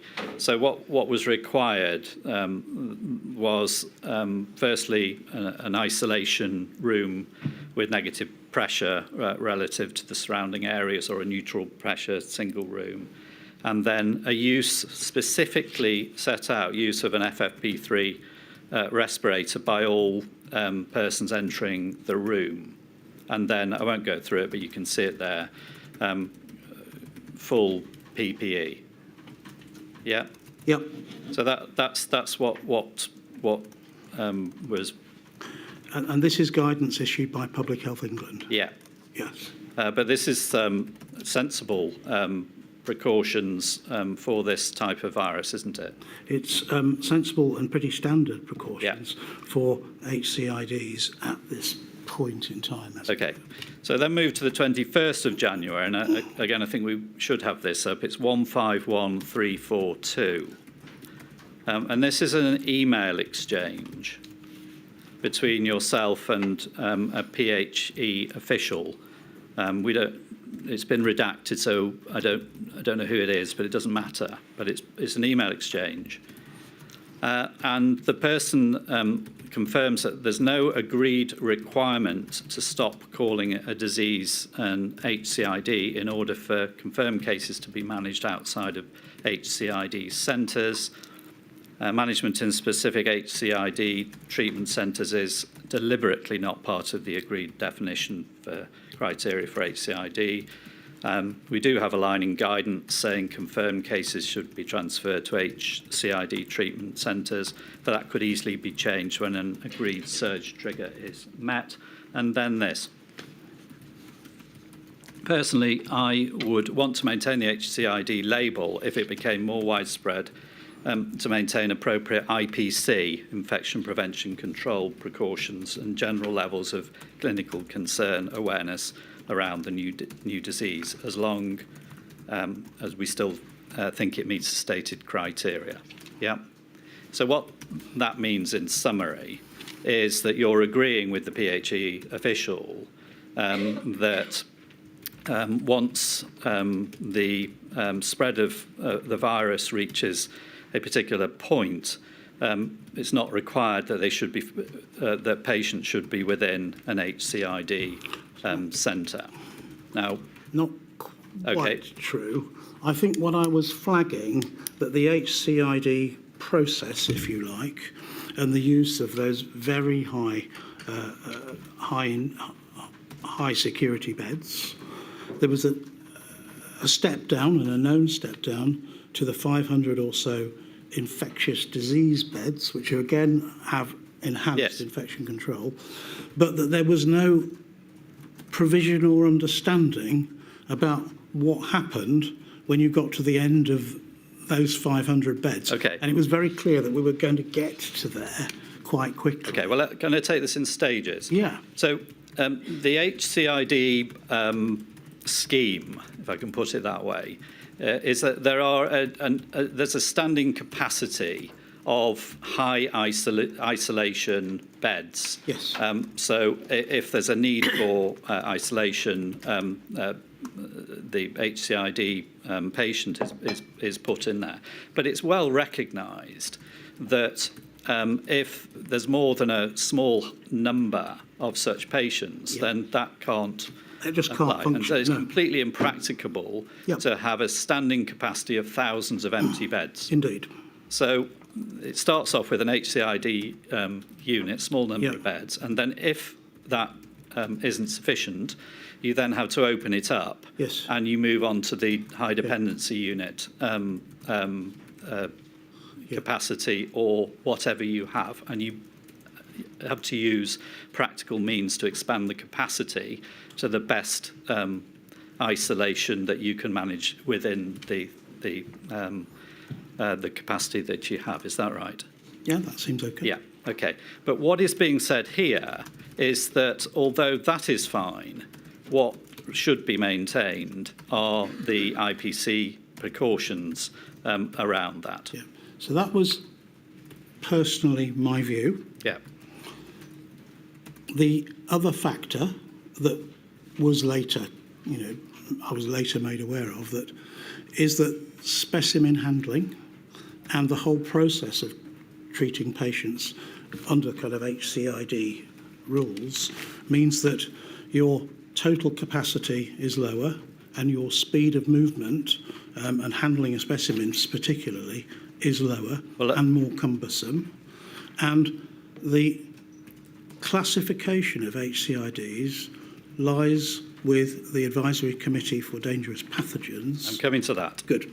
So the point is that it's recognised that you have to be flexible about capacity, and therefore the HCID classification allows for a surge, a trigger which opens up the capacity, and you have to do the best you can with the capacity. So I don't think it allows for it in the sense of it has always allowed for it. Yeah. I think this was new thinking. Okay. I think this was a new situation.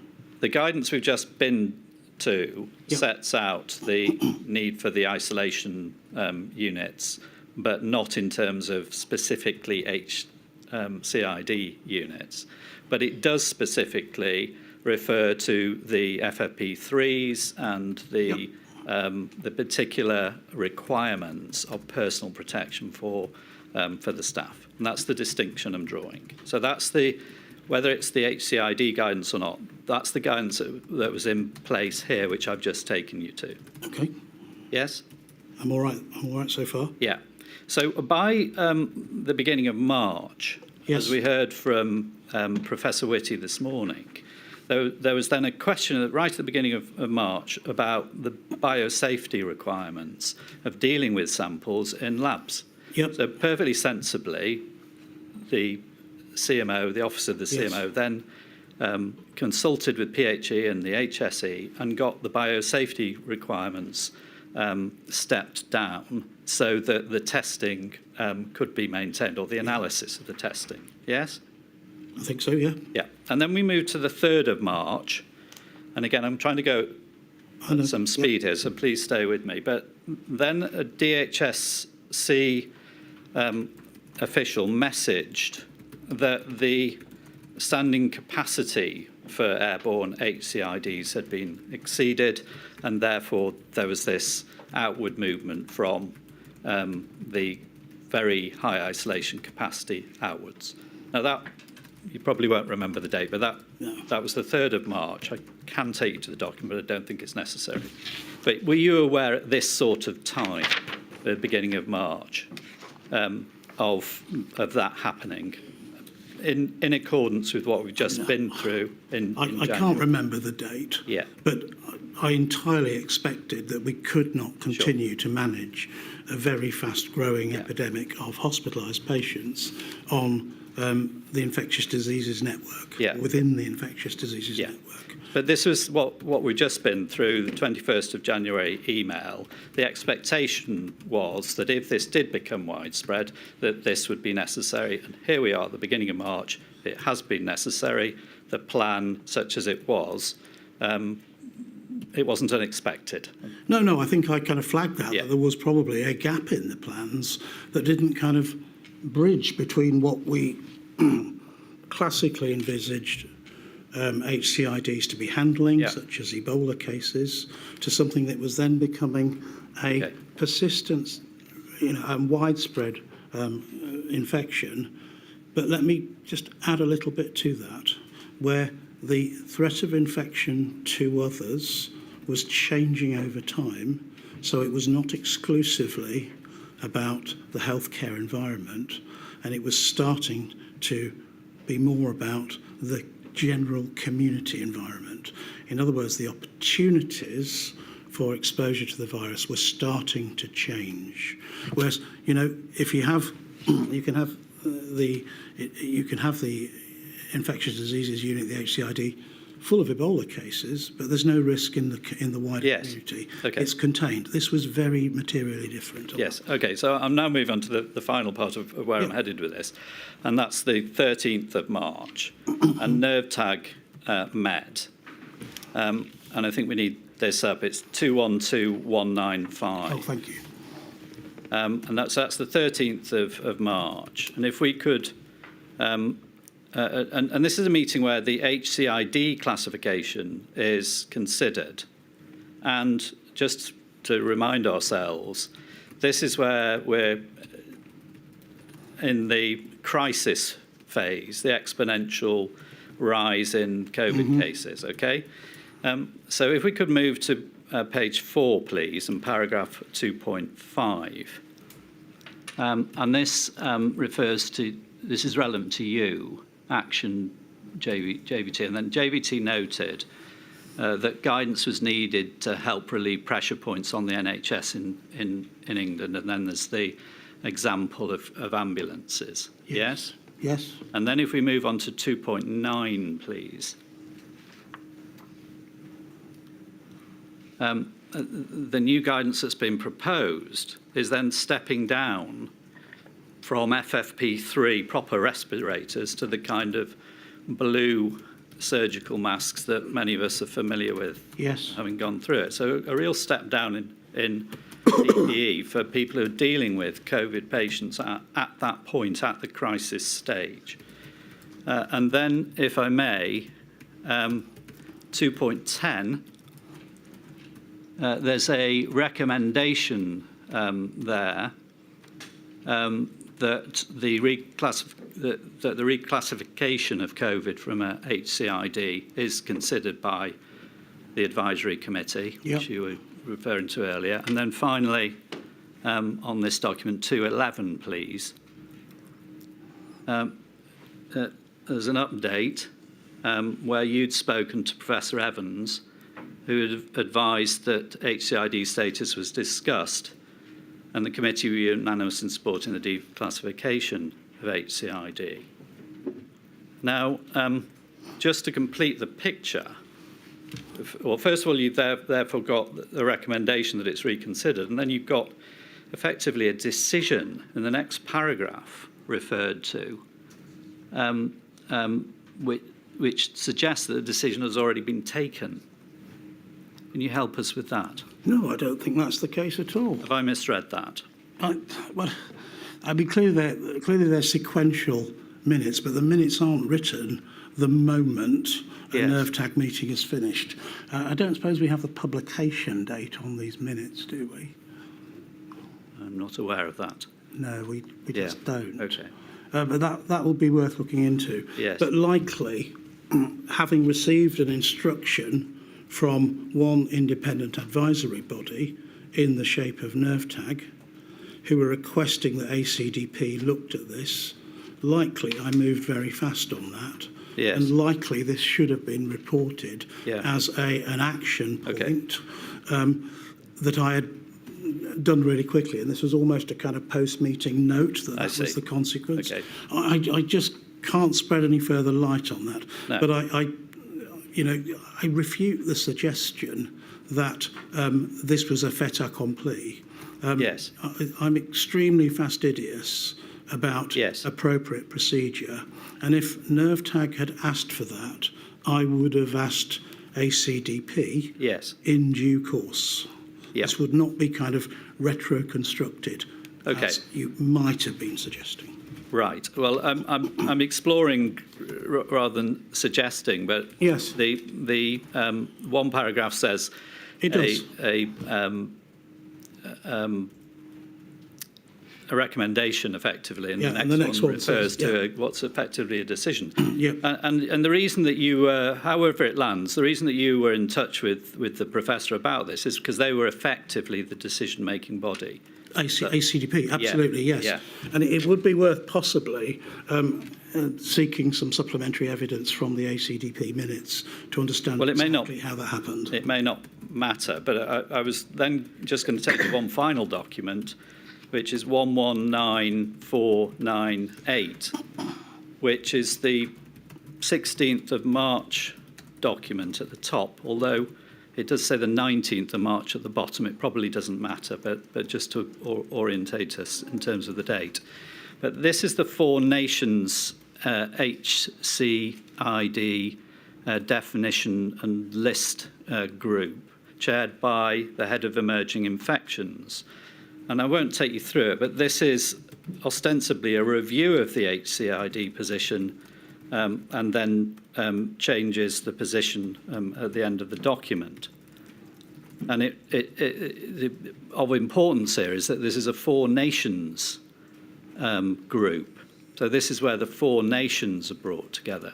So in terms of this, first, I've got 2 points on this just to finish with, but who's actually making the decision here? Is it the professor from the group that you were in touch with on the 13th, or is it the Four Nations group? Were the Four Nations CMOs involved in this? I mean, what was the process here?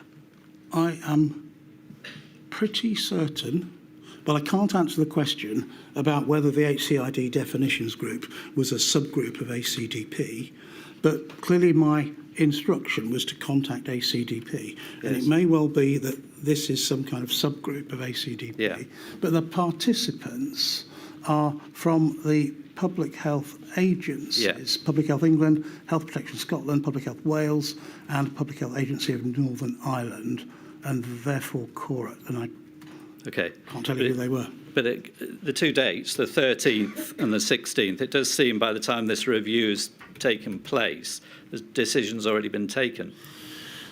Look, I just can't give you any clarity on that. If I could, I would. Final point. The upshot of this is that right at the crisis point, the classification of COVID is being downplayed. And one of the key points, perhaps the key point here, is that healthcare workers, there's now no requirement for them to have respirators. The requirement is for them to have simple surgical masks. Why is it that that happens in the eye of the storm, when the cases are going exponentially and healthcare workers are at the highest risk? Why is that happening now? There wasn't the clearest understanding at that stage that there was that fine droplet transmission was dominant, And I can only surmise that the people who wrote the guidance, Public Health England, felt that the predominant route of infections was droplet, and therefore a surgical face mask was adequate. But I can't give you a better answer than that. Well, I mean, you were involved in these discussions. Let me just put this to you. Was this decision to reduce the protection for healthcare workers because there simply weren't enough FFP3 respirators? Not by me. Thank you. Mr. Wetherby, I appreciate you've been trying to stick to your time, and I'm very grateful. Did you want to ask the question about why did it take so long for medical masks to be recommended? I wasn't going to go there, but thank you. Thank you. Right, I think it's now 7.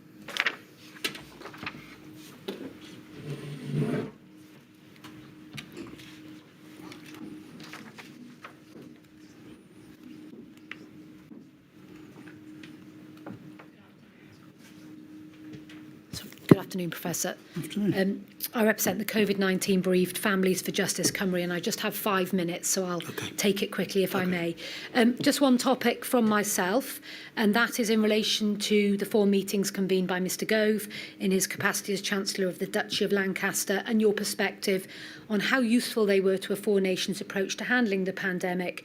We understand from your witness statement that you attended some of these meetings. So if I can take it in a staged approach, please. Yeah, okay. We understand they started around May 2020. That's the evidence we have. I'll have to go with that. I can't tell you. And in terms of the purpose of these meetings, you say in your witness statement, ma'am, this is paragraph 5.12, that they were chaired by Mr Gove, and the purpose was to exchange information and to coordinate across the devolved administrations.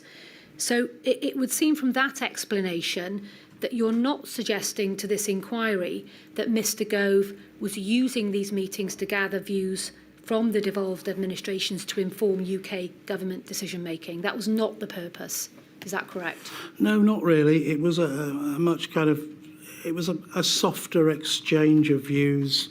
I think really mainly by the ministers who were on that call about kind of what was happening and literally exchange of views and information. And I was there in the room really in case there was a technical question.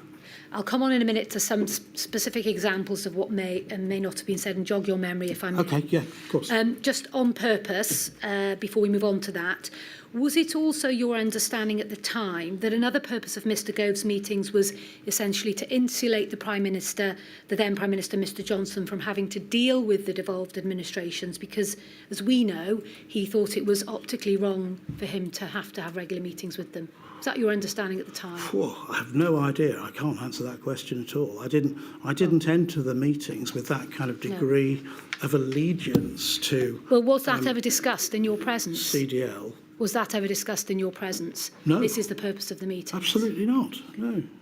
So on usefulness, you say in your witness statement that you did witness effective communication between core decision makers and the devolved administrations, and you cite an example of the meetings with Mr Gove.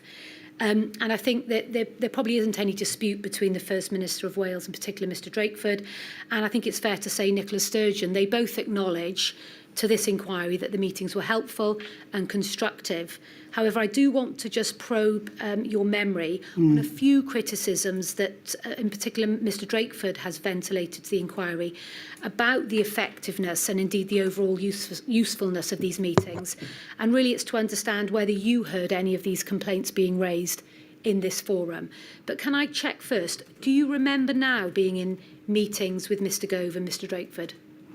I definitely recall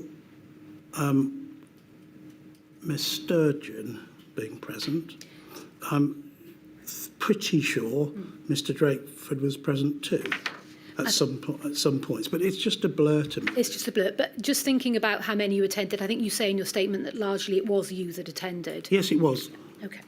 So these are some of the concerns or complaints that Mr Drakeford has given to the inquiry, and I want to ask you if each one or any of them, if any of them, you heard him saying that, or indeed any member of the DA saying that. So the first one is this: there was a lack, or the meetings were ad hoc, and there was a lack of formal structure to when they happened. Did you hear that complaint? No, and somewhere in my dim and distant memory, I recall these were Wednesdays at either 5 p.m. or 6 p.m. They weren't a terribly sociable time, in terms of family life. And I do, somewhere I think I'm recalling that they were Wednesdays. Okay. Next one, please. That there was a concern, and it might be fair to say that this was held quite strongly by Mr Drakeford, that these meetings, whilst helpful, were no substitute for high-level ministerial meetings. Did you hear that complaint? Nothing heard.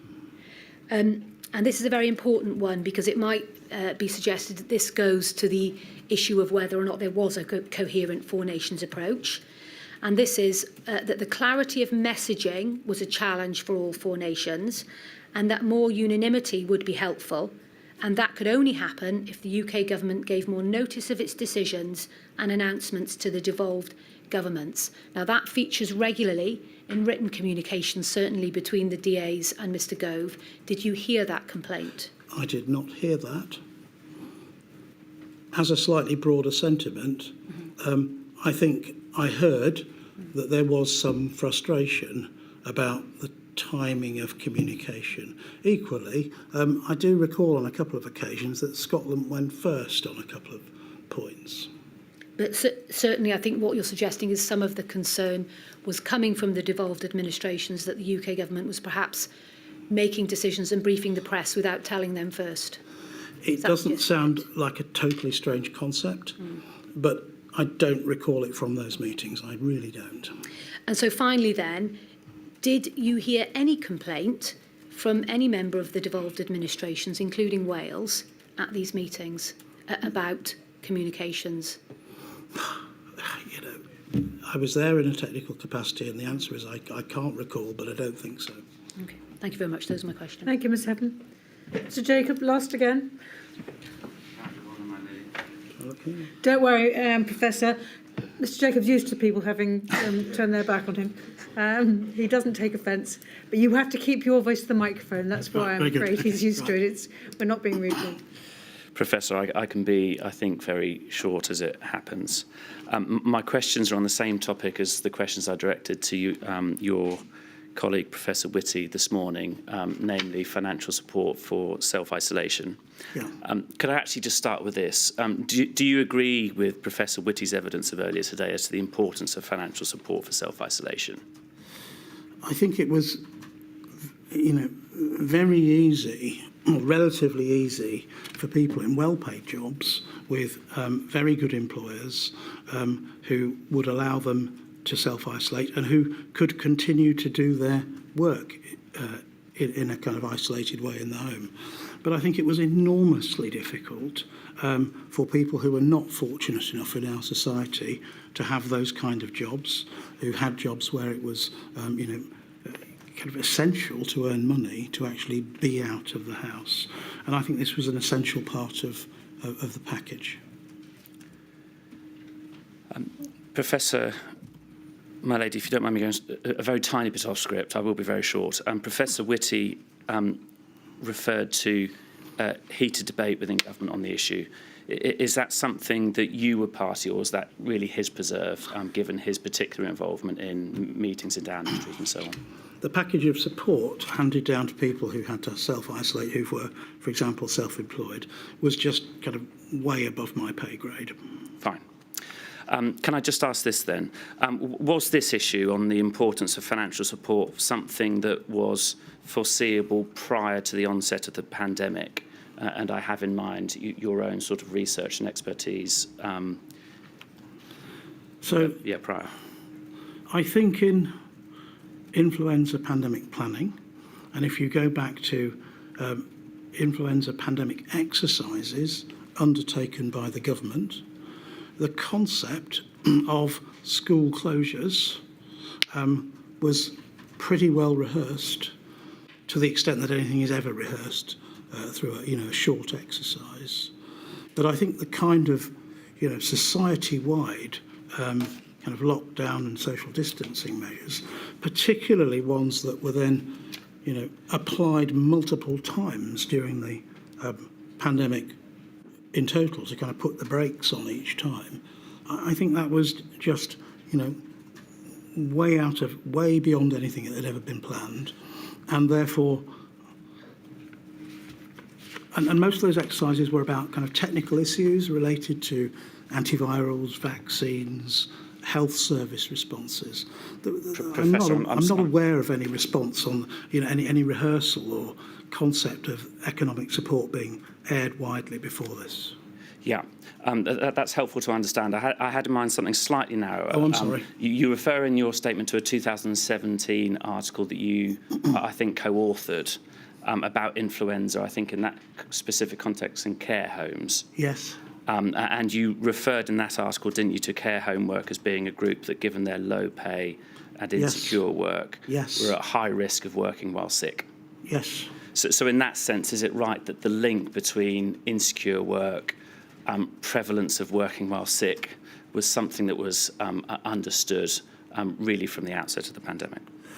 I think it was quite narrowly understood in the context of care home workers, and in the context of that being a very historically low pay sector. And in particular, there's a point there you didn't mention about the care home worker who works in 2 or 3 different care homes because they can get a shift here, a shift there, and together, by going to 3 different homes in a week, that makes up the family income. And of course, that's kind of epidemiologically not a good idea when there's a respiratory virus circulating widely across the community.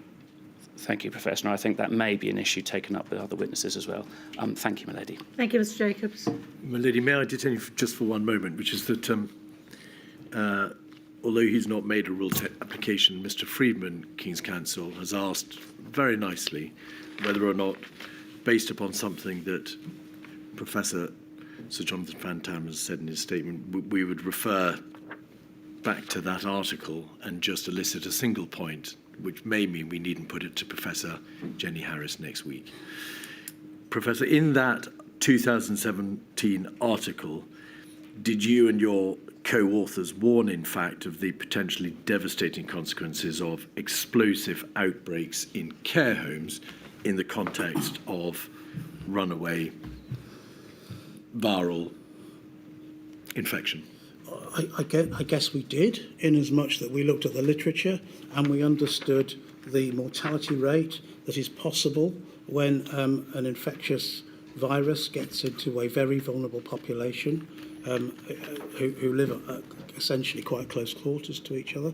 The literature was all about influenza rather than SARS-CoV-2, so there are differences there. But that these were vulnerable populations, extremely vulnerable populations, I think has been known for a very long while.